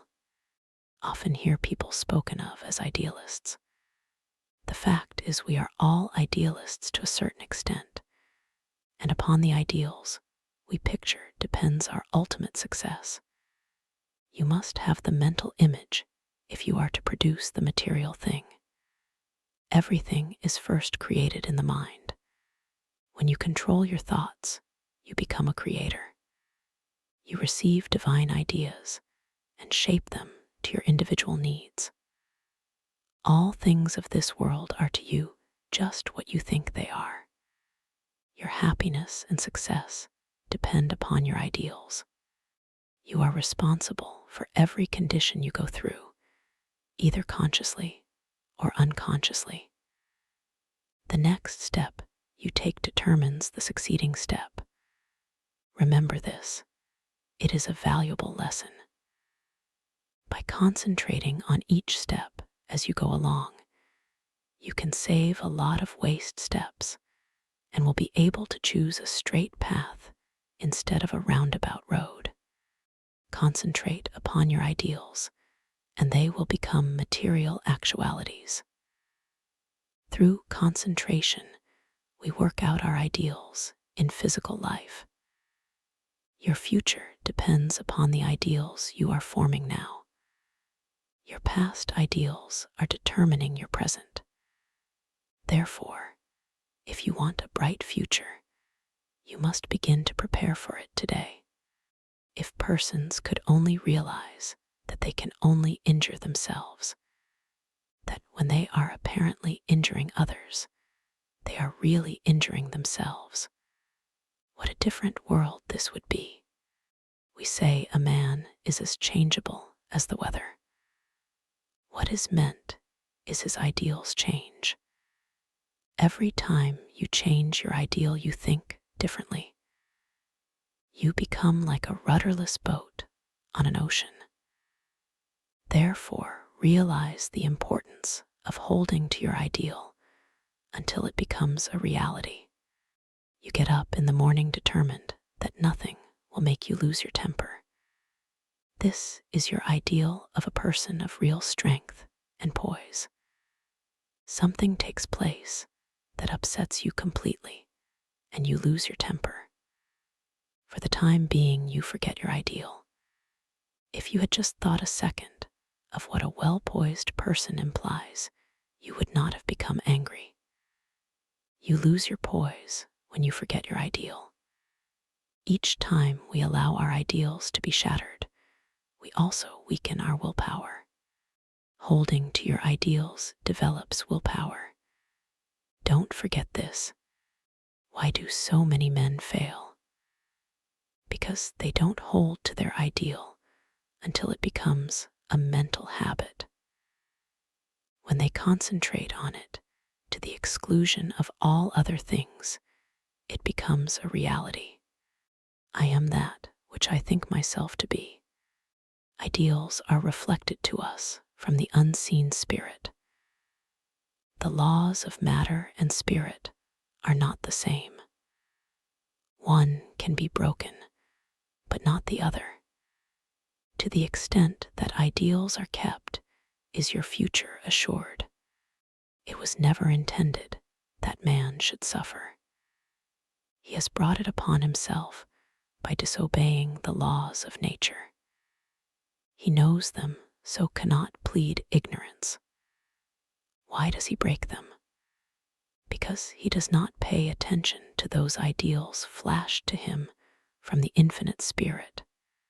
Life is but one continuous unfoldment, and you can be happy every step of the way or miserable, as you please. It all depends upon how we entertain those silent whisperings that come from we know not where. We cannot hear them with mortal ear, but from the silence they come as if they were dreams, not to you or me alone, but to everyone. In this way, the grandest thoughts come to us, to use or abuse.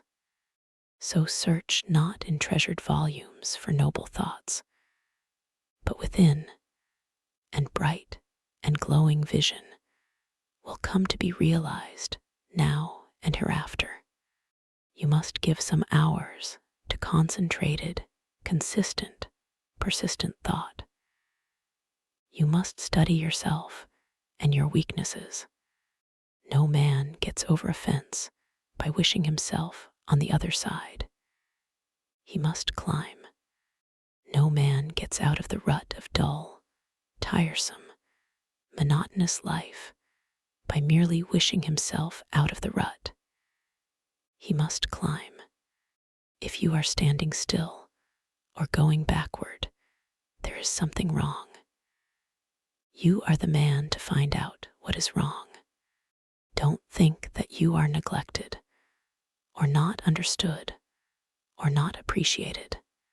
Such thoughts are the thoughts of failure.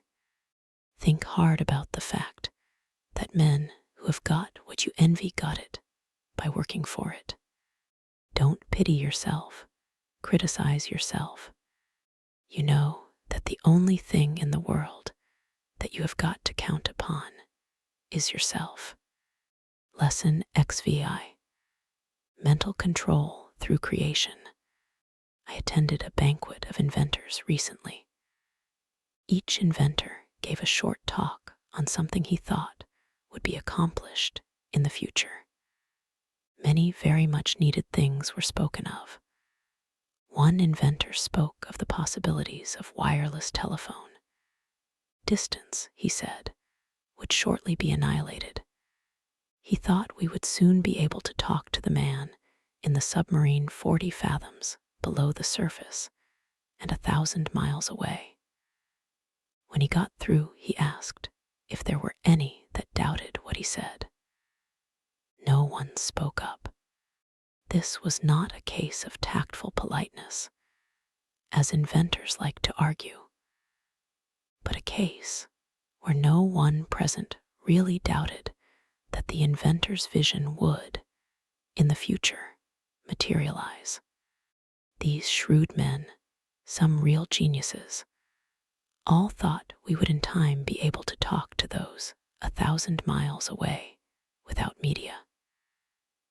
Now, if we can make an instrument so wonderful that we can send wireless messages 1,000 miles, is there any reason why we should not, through mental control, transmit messages from one person to another? The wireless message should not be as easy to send as the projected thought.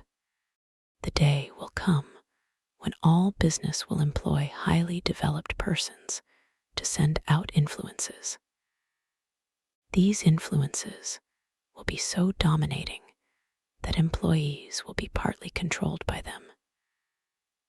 And so you will profit more and more by your mental powers and depend on them to draw to you all forces of a helpful nature.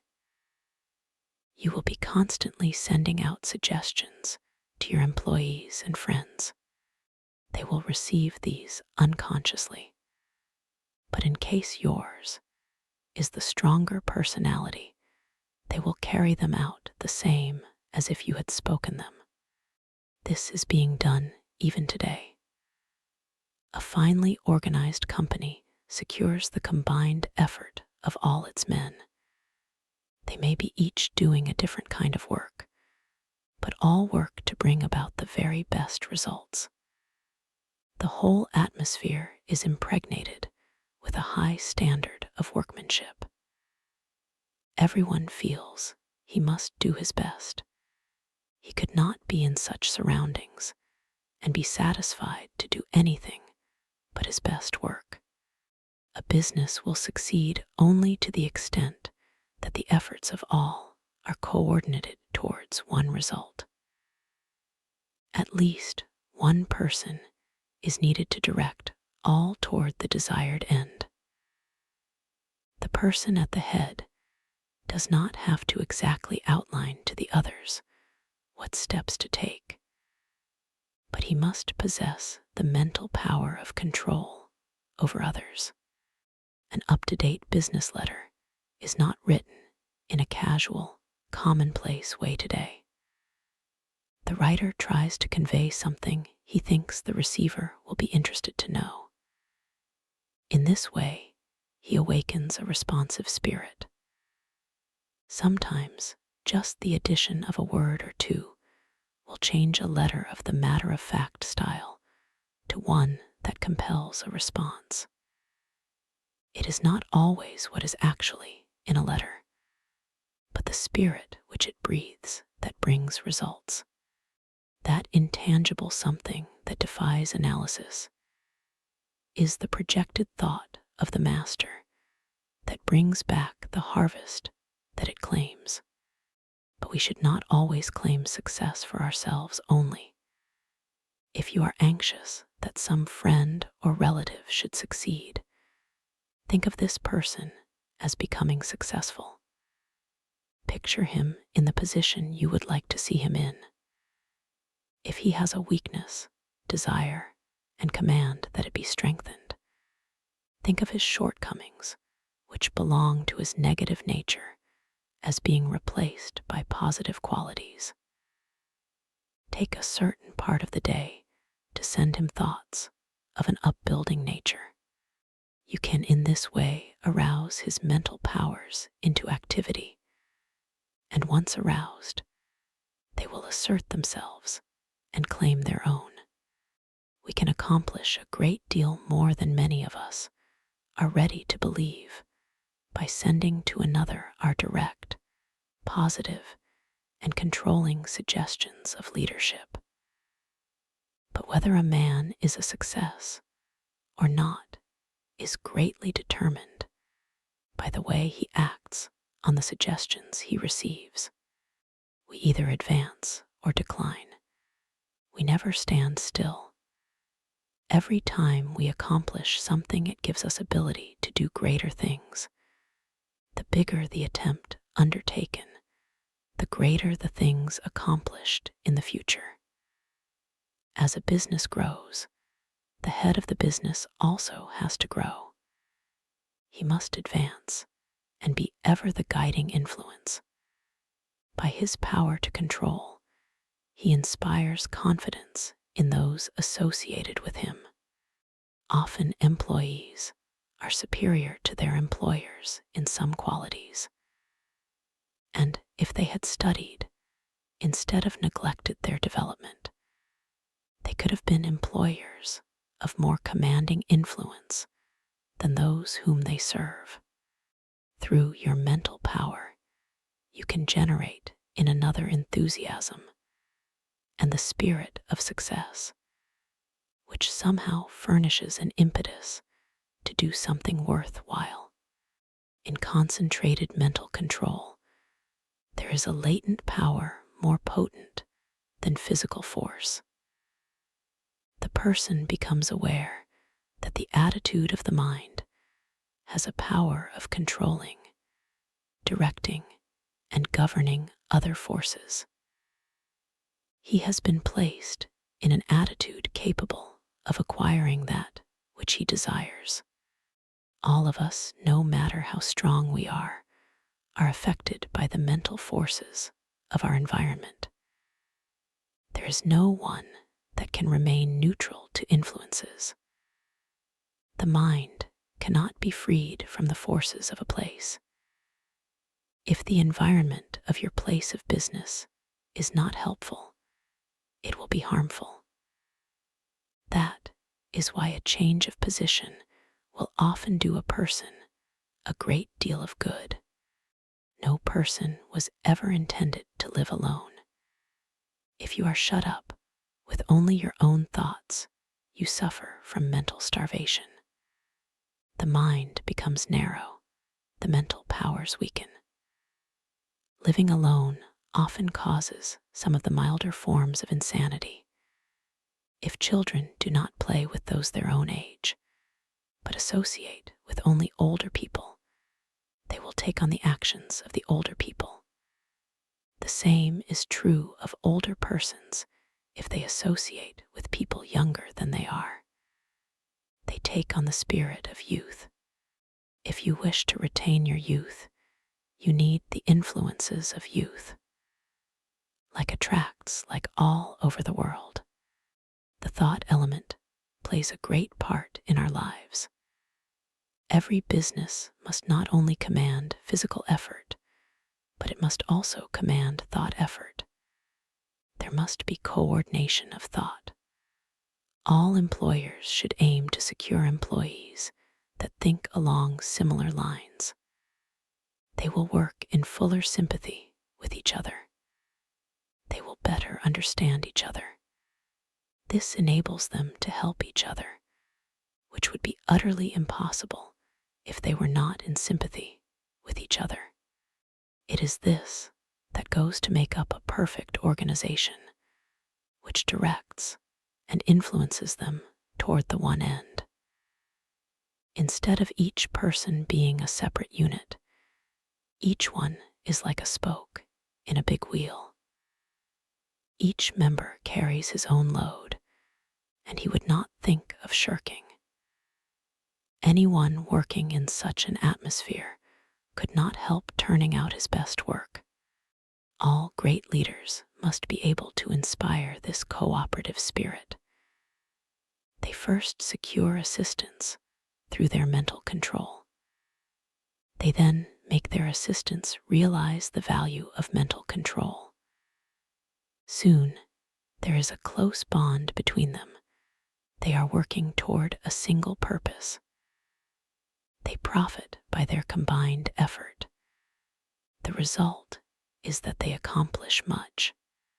If your business is conducted in the right spirit, you can instill your thoughts and your ideas into your employees. Your methods and ideas become theirs. They don't know it, but your mental forces are shaping their work. They are just as certain to produce results as any physical force in nature. The up-to-date businessman of the future is going to take pains to get his employees to think and reason better. He will not want them to become depressed or discouraged. There is time that instead of being wasted, he will endeavor to have them use in concentrated effort that will be profitable to both employer and employed. There must be more of the spirit of justice enter into the business of the future. There's a firm I know that will not hire an employee until he has filled out an application blank. No doubt those that fill it out think it is foolishness, but it is not. A capable manager can look over this application blank and pretty nearly tell if this person will fit into his management. The main thing he wants to know is the applicant's capacity for efficient cooperative effort. He wants persons that have faith in themselves. He wants them to realize that when they talk of misfortunes and become blue, they are likely to communicate the same depressing influence to others. The up-to-date manager wants to guard against hiring employees who will obstruct his success. You must realize that every moment spent in thinking of your difficulties of the past, every moment spent in bad company is attracting to you all that is bad, is attracting influences that must be shaken off before you can advance. Many firms prefer to hire employees that never worked before so that they have nothing to unlearn. They are then not trained, but have no bad business habits to overcome. They are more easily guided and grasp the new methods more effectively because they are not contrary to what they have already learned. They are at once started on the right road, and as they cooperate readily, they receive the mental support of the management in learning the methods that have been perfected. This inspires confidence in themselves, and they soon become efficient and finally skilled workers.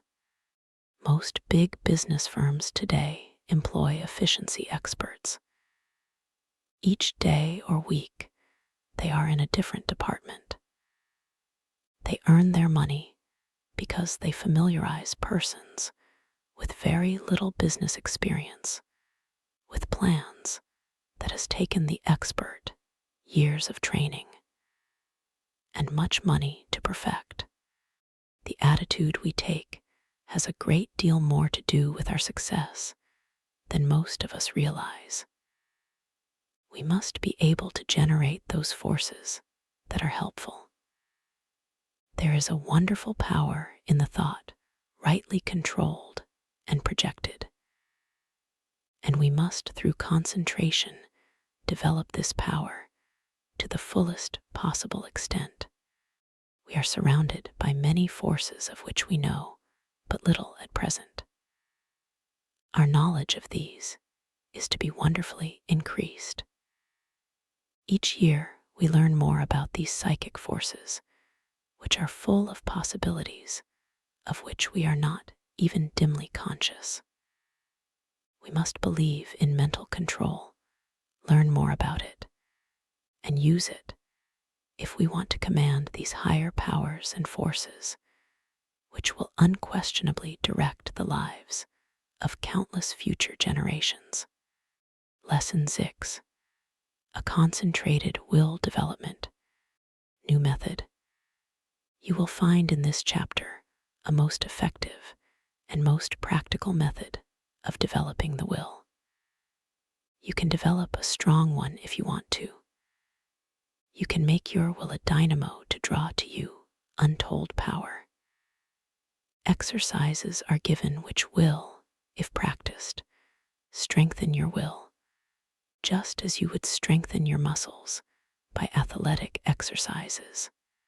In starting to do anything, we must first commence with elementary principles. Simple exercises will be given.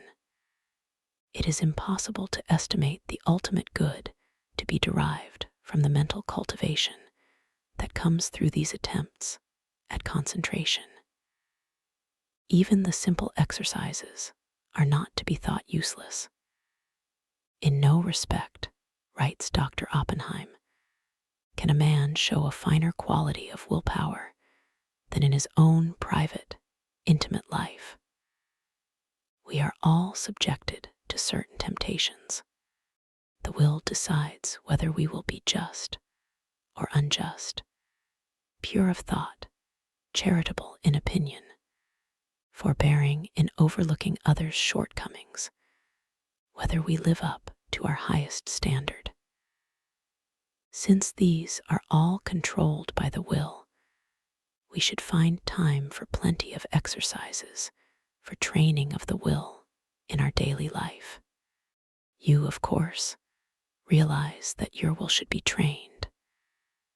You must also realize that to do this requires effort that you alone can command. No one can call it forth for you. To be successful in these exercises, you must practice them in a spirit of seriousness and earnestness. I can show you how to train your will, but your success depends upon your mastery and application of these methods. New methods of will training. Select a quiet room where you will not be interrupted. Have a watch to determine the time, and a notebook in which to enter observations. Start each exercise with date and time of day. Exercise 1. Time decided on. Select some time of the day when most convenient. Sit in a chair and look at the doorknob for 10 minutes. Then write down what you experienced.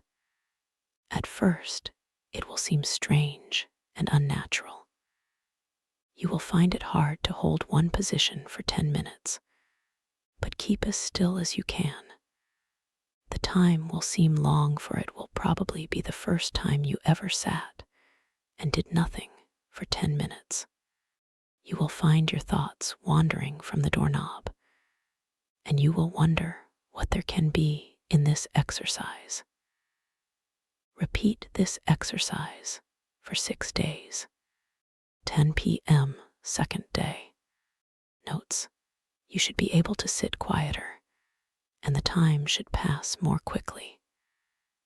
You will probably feel a little stronger because of gaining a better control of your will. It will brace you up as you have kept your resolution. 10 p.m. third day. Notes: It may be a little harder for you to concentrate on the doorknob, as perhaps you had a very busy day, and your mind kept trying to revert to what you had been doing during the day. Keep on trying, and you will finally succeed in banishing all foreign thoughts. Then you should feel a desire to gain still more control. There is a feeling of power that comes over you when you are able to carry out your will. This exercise will make you feel bigger, and it awakens a sense of nobility and manliness. You will say, I find that I can actually do what I want to and can drive foreign thoughts out. The exercise, I can now see, is valuable. 10 p.m. fourth day. Notes. I found that I could look at the doorknob and concentrate my attention on it at once. Have overcome the tendency to move my legs. No other thoughts try to enter, as I have established the fact that I can do what I want to do and do not have to be directed. I feel that I am gaining in mental strength. I can now see the wonderful value of being the master of my own will force. I know now, if I make a resolution, I will keep it. I have more self-confidence and can feel my self-control increasing. 10 p.m. fifth day. Notes. Each day, I seem to increase the intensity of my concentration. I feel that I can center my attention on anything I wish. 10 p.m. sixth day. Notes. I can instantly center my whole attention on the doorknob. Feel that I have thoroughly mastered this exercise and that I am ready for another. You have practiced this exercise enough, but before you start another, I want you to write a summary of just how successful you were in controlling the flitting impulses of the mind and will. You will find this an excellent practice. There is nothing more beneficial to the mind than to pay close attention to its own wonderful, subtle activities. Exercise 2. Secure a package of playing cards. Select some time to do the exercise. Each day at the appointed time, take the pack in one hand and then start laying them down on top of each other just as slowly as you can, with an even motion. Try to get them as even as possible. Each card laid down should completely cover the under one. Do this exercise for 6 days. First day. Notes. Task will seem tedious and tiresome. Requires the closest concentration to make each card completely cover the preceding one. You will probably want to lay them down faster. It requires patience to lay them down so slowly, but benefit is lost if not so placed. You will find that at first your motions will be jerky and impetuous. It will require a little practice before you gain an easy control over your hands and arms. You probably have never tried to do anything in such a calm way. It will require the closest attention of your will, but you will find that you are acquiring a calmness you never had before. You are gradually acquiring new powers. You recognize how impulsive and impetuous you have been, and how, by using your will, you can control your temperament. Second day. Notes. You start laying the cards down slowly. You will find that by practice, you can lay them down much faster. But you want to lay them down slowly, and therefore you have to watch yourself. The slow, steady movement is wearisome. You have to conquer the desire of wanting to hurry up. Soon you will find that you can go slowly or fast at will. Third day. Notes. You still find it hard to go slowly. Your will urges you to go faster.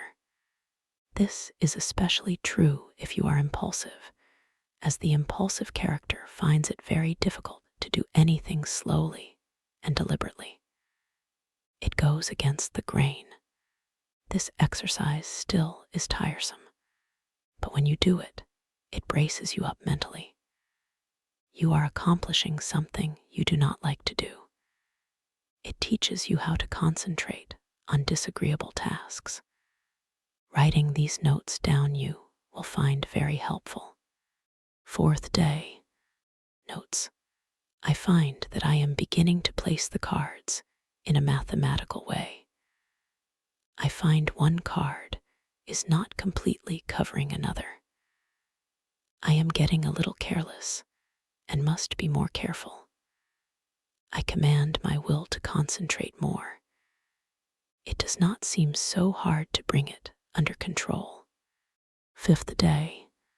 Notes. I find that I am overcoming my jerky movements, that I can lay the cards down slowly and steadily. I feel that I am rapidly gaining more poise. I am getting better control over my will each day, and my will completely controls my movements. I begin to look on my will as a great governing power. I would not think of parting with the knowledge of will I have gained. I find it is a good exercise, and know it will help me to accomplish my tasks. Sixth day. Notes. I begin to feel the wonderful possibilities of the will. It gives me strength to think of the power of will. I am able to do so much more and better work now that I realize that I can control my will action. Whatever my task, my will is concentrated on it. I am to keep my will centered there until the task is finished. The more closely and definitely I determine what I shall do, the more easily the will carries it out. Determination imparts compelling force to the will. It exerts itself more. The will and the end act and react on each other. Seventh day. Notes. Now try to do everything you do today faster. Don't hurry or become nervous. Just try to do everything faster, but in a steady manner.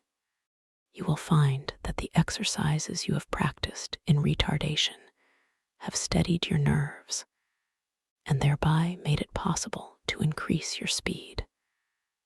The will is under your command. Make it carry out resolutions rapidly. This is how you build up your self-control and your self-command. It is then that the human machine acts as its author dictates.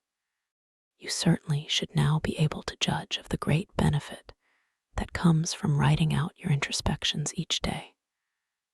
Of course, you will not have the exact experiences given in these examples, but some of these will fit your case. Be careful to study your experiences carefully and make as true a report as you can. Describe your feelings just as they seem to you. Allow your fancies to color your report, and it will be worthless. You have pictured conditions as you see them. In a few months, if you again try the same exercises, you will find your report very much better.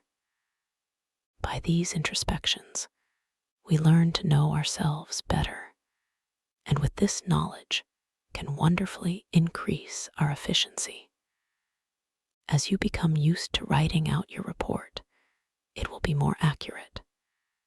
You thus learn how to govern your impulses, activities, and weaknesses.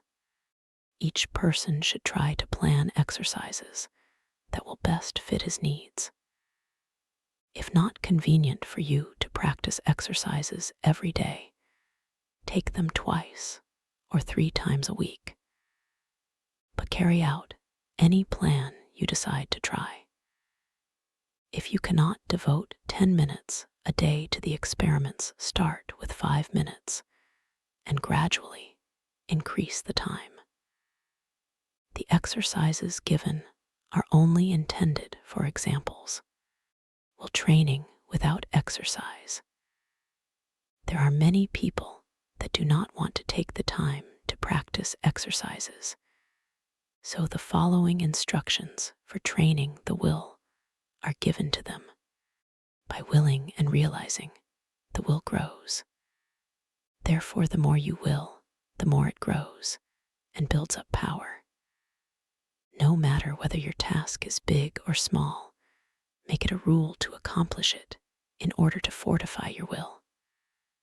Form the habit of focusing your will in all its strength upon the subject to be achieved. You form in this way the habit of getting a thing done, of carrying out some plan. You acquire the feeling of being able to accomplish that which lies before you, no matter what it is. This gives you confidence and a sense of power that you get in no other way. You know when you make a resolution that you will keep it. You do not tackle new tasks in a half-hearted way, but with a bold, brave spirit. We know that the will is able to carry us over big obstacles. Knowing this despair never claims us for a victim. We have wills and are going to use them with more and more intensity, thus giving us the power to make our resolutions stronger, our actions freer, and our lives finer and better. The education of the will should not be left to chance. It is only definite tasks that will render it energetic, ready, persevering, and consistent. The only way it can be done is by self-study and self-discipline. The cost is effort, time, and patience, but the returns are valuable. There are no magical processes leading to will development, but the development of your will works wonders for you because it gives you self-mastery, personal power, and energy of character. Concentration of the will to win. The adaptability of persons to their business environment is more a matter of determination than anything else. In this age, we hear a good deal of talk about a man's aptitudes. Some of his aptitudes, some of his powers, may be developed to a wonderful extent, but he is really an unknown quality until all his latent powers are developed to their highest possible extent. He may be a failure in one line and a big success in another. There are many successful men that did not succeed well at what they first undertook, but they profited by their efforts in different directions, and this fitted them for higher things, whereas had they refused to adjust themselves to their environment, the tide of progress would have swept them into oblivion. My one aim in all my works is to try and arouse in the individual the effort and determination to develop his full capacities, his highest possibilities. One thing I want you to realize at the start, that it is not so much ability as it is the will to do that counts. Ability is very plentiful, but organizing initiative and creative power are not plentiful. It is easy to get employees, but to get someone to train them is harder. Their abilities must be directed to the work they can do. They must be shown how, while at this work, to conserve their energy, and they must be taught to work in harmony with others. For most business concerns are dominated by a single personality, concentrating on driving force within. We are all conscious at times that we have somewhere within us an active driving force that is ever trying to push us onward to better deeds. It is that force that makes us feel determined at times to do something worthwhile. It is not thought, emotion, or feeling. This driving force is something distinct from thought or emotion. It is a quality of the soul, and therefore it has a consciousness all its own. It is the I will do of the will. It is the force that makes the will concentrate. Many have felt this force working within them, driving them on to accomplish their tasks. All great men and women become conscious that this supreme and powerful force is their ally in carrying out great resolutions. This driving force is within all, but until you reach a certain stage, you do not become aware of it. It is most useful to the worthy. It springs up naturally without any thought of training. It comes unprovoked and leaves unnoticed. Just what this force is we do not know, but we do know that it is what intensifies the will in demanding just and harmonious action. The ordinary human being, merely as merchandise, if he could be sold as a slave, would be worth $10,000. If somebody gave you a $5,000 automobile, you would take very good care of it. You wouldn't put sand in the carburetor, or mix water with the gasoline, or drive it furiously over rough roads, or leave it out to freeze at night.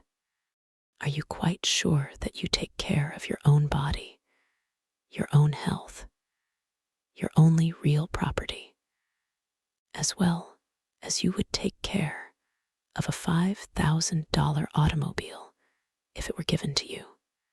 The man who mixes whiskey with his blood is more foolish than a man would be if he mixed water with gasoline in his car. You can get another car. You cannot get another body. The man who misses sleep lives irregularly bolts his food so that his blood supply is imperfect. That is a foolish man treating himself as he would not treat any other valuable piece of property. Do you try to talk with men and women who know more than you do? And do you listen rather than try to tell them what you know? There are 100,000 men of 50 and men of 60 running along in the old rut, any one of whom could get out of it and be counted among the successful men if only the spark could be found to explode the energy within them now going to waste. Each man must study and solve his own problem. Lesson XX, Concentration Reviewed. In bringing this book to a close, I again want to impress you with the inestimable value of concentration, because those that lack this great power, or rather that fail to develop it, will generally suffer from poverty and unhappiness, and their life's work will most often be a failure, while those that develop and use it will make the most of life's opportunities. I have tried to make these lessons practical, and I am sure that many will find them so.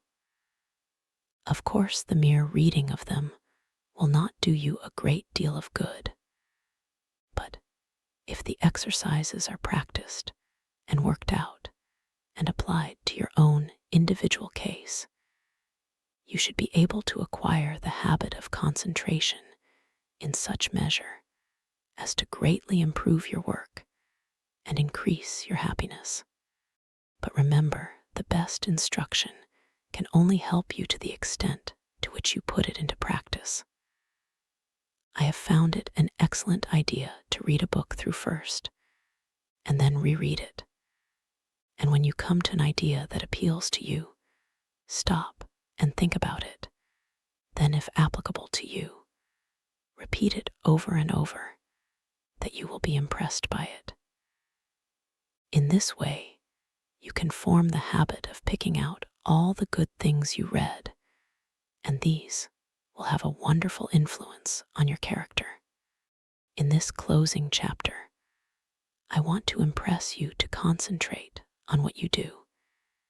Instead of performing most of your work unconsciously or automatically, until you have formed habits that give you the mastery of your work and your life powers and forces.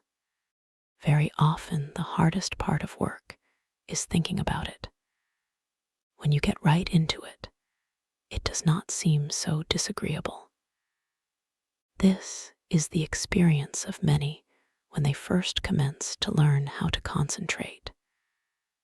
So never think it a difficult task, but undertake it with the "I will" spirit, and you will find that its acquirement will be as easy as its application will be useful. Read the life of any great man, and you will generally find that the dominant quality that made him successful was the ability to concentrate. Study those that have been failures, and you will often find that lack of concentration was the cause. One thing at a time, and that done will, is a good rule as I can tell. All men are not born with equal powers, but it is the way they are used that counts. Opportunity knocks at every man's door. Those that are successful hear the knock and grasp the chance. The failures believe that luck and circumstances are against them. They always blame someone else instead of themselves for their lack of success. We get what is coming to us, nothing more or less. Anything within the universe is within your grasp. Just use your latent powers, and it is yours. You are aided by both visible and invisible forces when you concentrate on either to do or to be.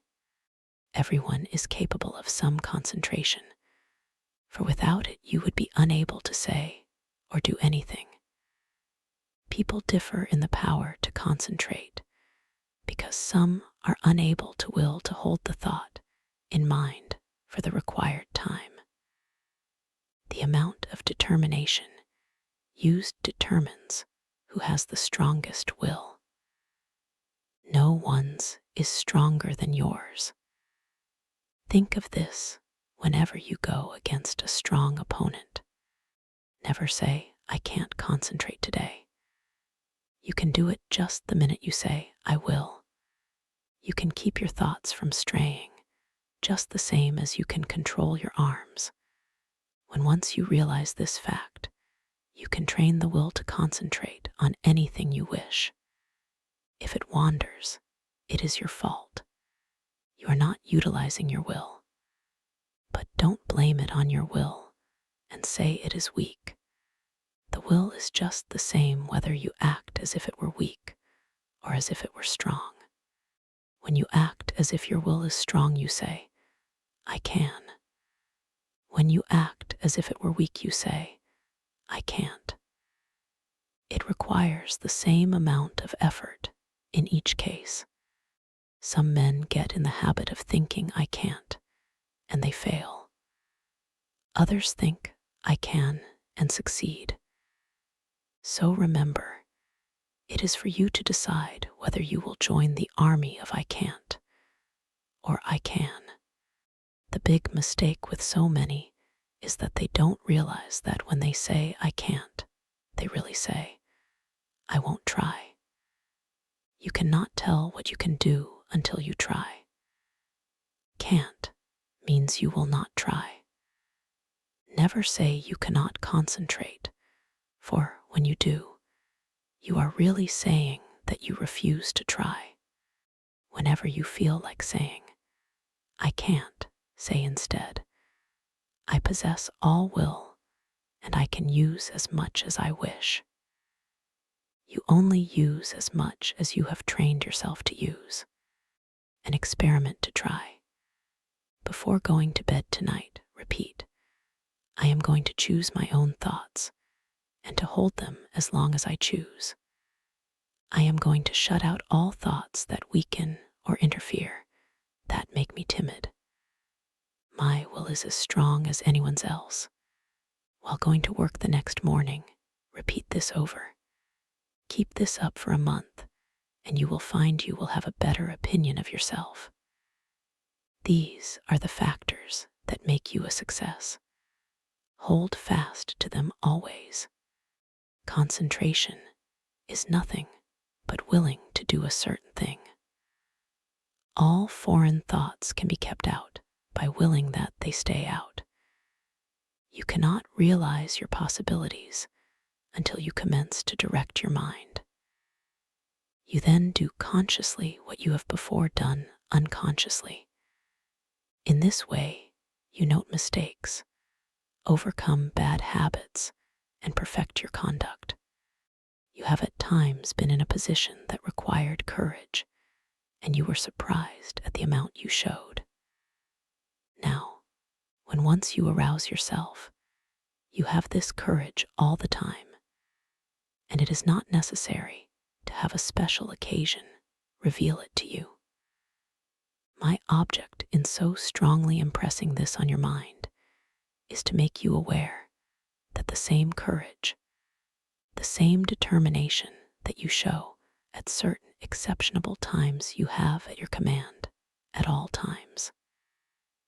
It is a part of your vast resources. Use it often and well in working out the highest destiny of which you are capable. Final concentration instruction. You now realize that in order to make your life worthy, useful, and happy, you must concentrate. A number of exercises and all the needed instruction has been given. It now remains for you to form the highest ideal that you can in the present and live up to that ideal and try to raise it. Don't waste your time in foolish reading. Select something that is inspiring, that you may become en rapport with those that think thoughts that are worthwhile. Their enthusiasm will inspire and enlighten you. Read slowly and concentrate on what you are reading. Let your spirit and the spirit of the author commune, and you will then sense what is between the lines, those great things which words cannot express. Pay constant attention to one and one thing only for a given time, and you will soon be able to concentrate. Hang on to that thought ceaselessly until you have attained your object. When you work, let your mind dwell steadily on your task. Think before you speak and direct your conversation to the subject under discussion. Do not ramble. Talk slowly, steadily, and connectedly. Never form the hurry habit, but be deliberate in all you do.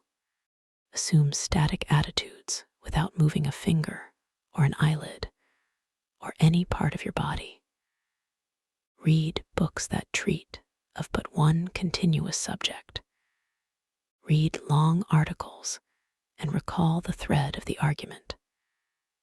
Associate yourself with people who are steady, patient, and tireless in their thought, action, and work. See how long you can sit still and think on one subject without interruption, concentrating on the higher self. Father Time keeps going on and on. Every day he rolls around means one less day for you on this planet. Most of us only try to master the external conditions of this world. We think our success and happiness depends on us doing so. These are of course important, and I don't want you to think they are not. But I want you to realize that when death comes, only those inherent and acquired qualities and conditions within the mentality or character, conduct, and soul growth will go with you. If these are what they should be, you need not be afraid of not being successful and happy. For with these qualities, you can mold external materials and conditions. Study yourself. Find your strong points and make them stronger as well as your weak ones and strengthen them. Study yourself carefully, and you will see yourself as you really are.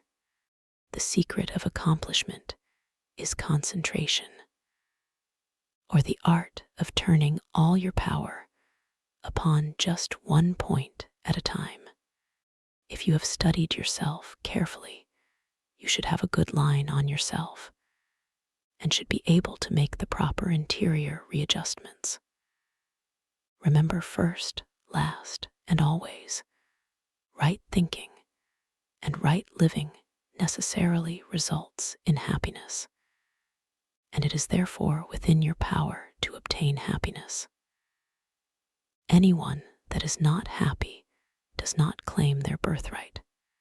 Keep in mind that someday you are going to leave this world, and think of what you will take with you. This will assist you to concentrate on the higher forces.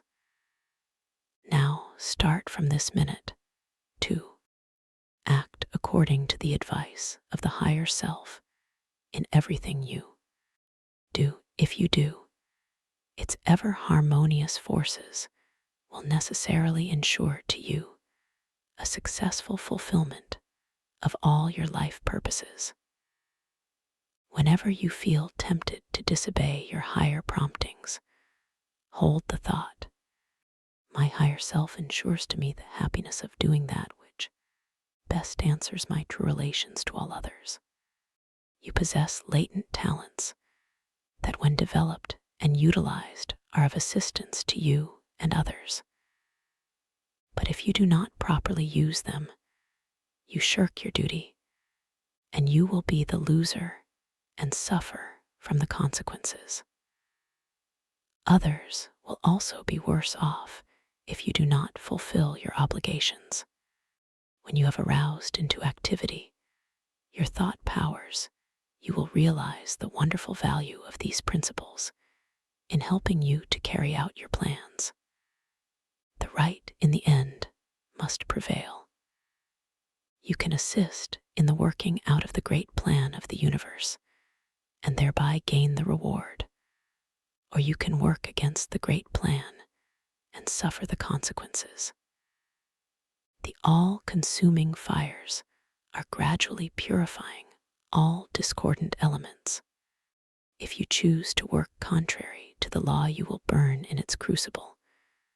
So I want you to learn to concentrate intelligently on becoming in harmony with your higher self.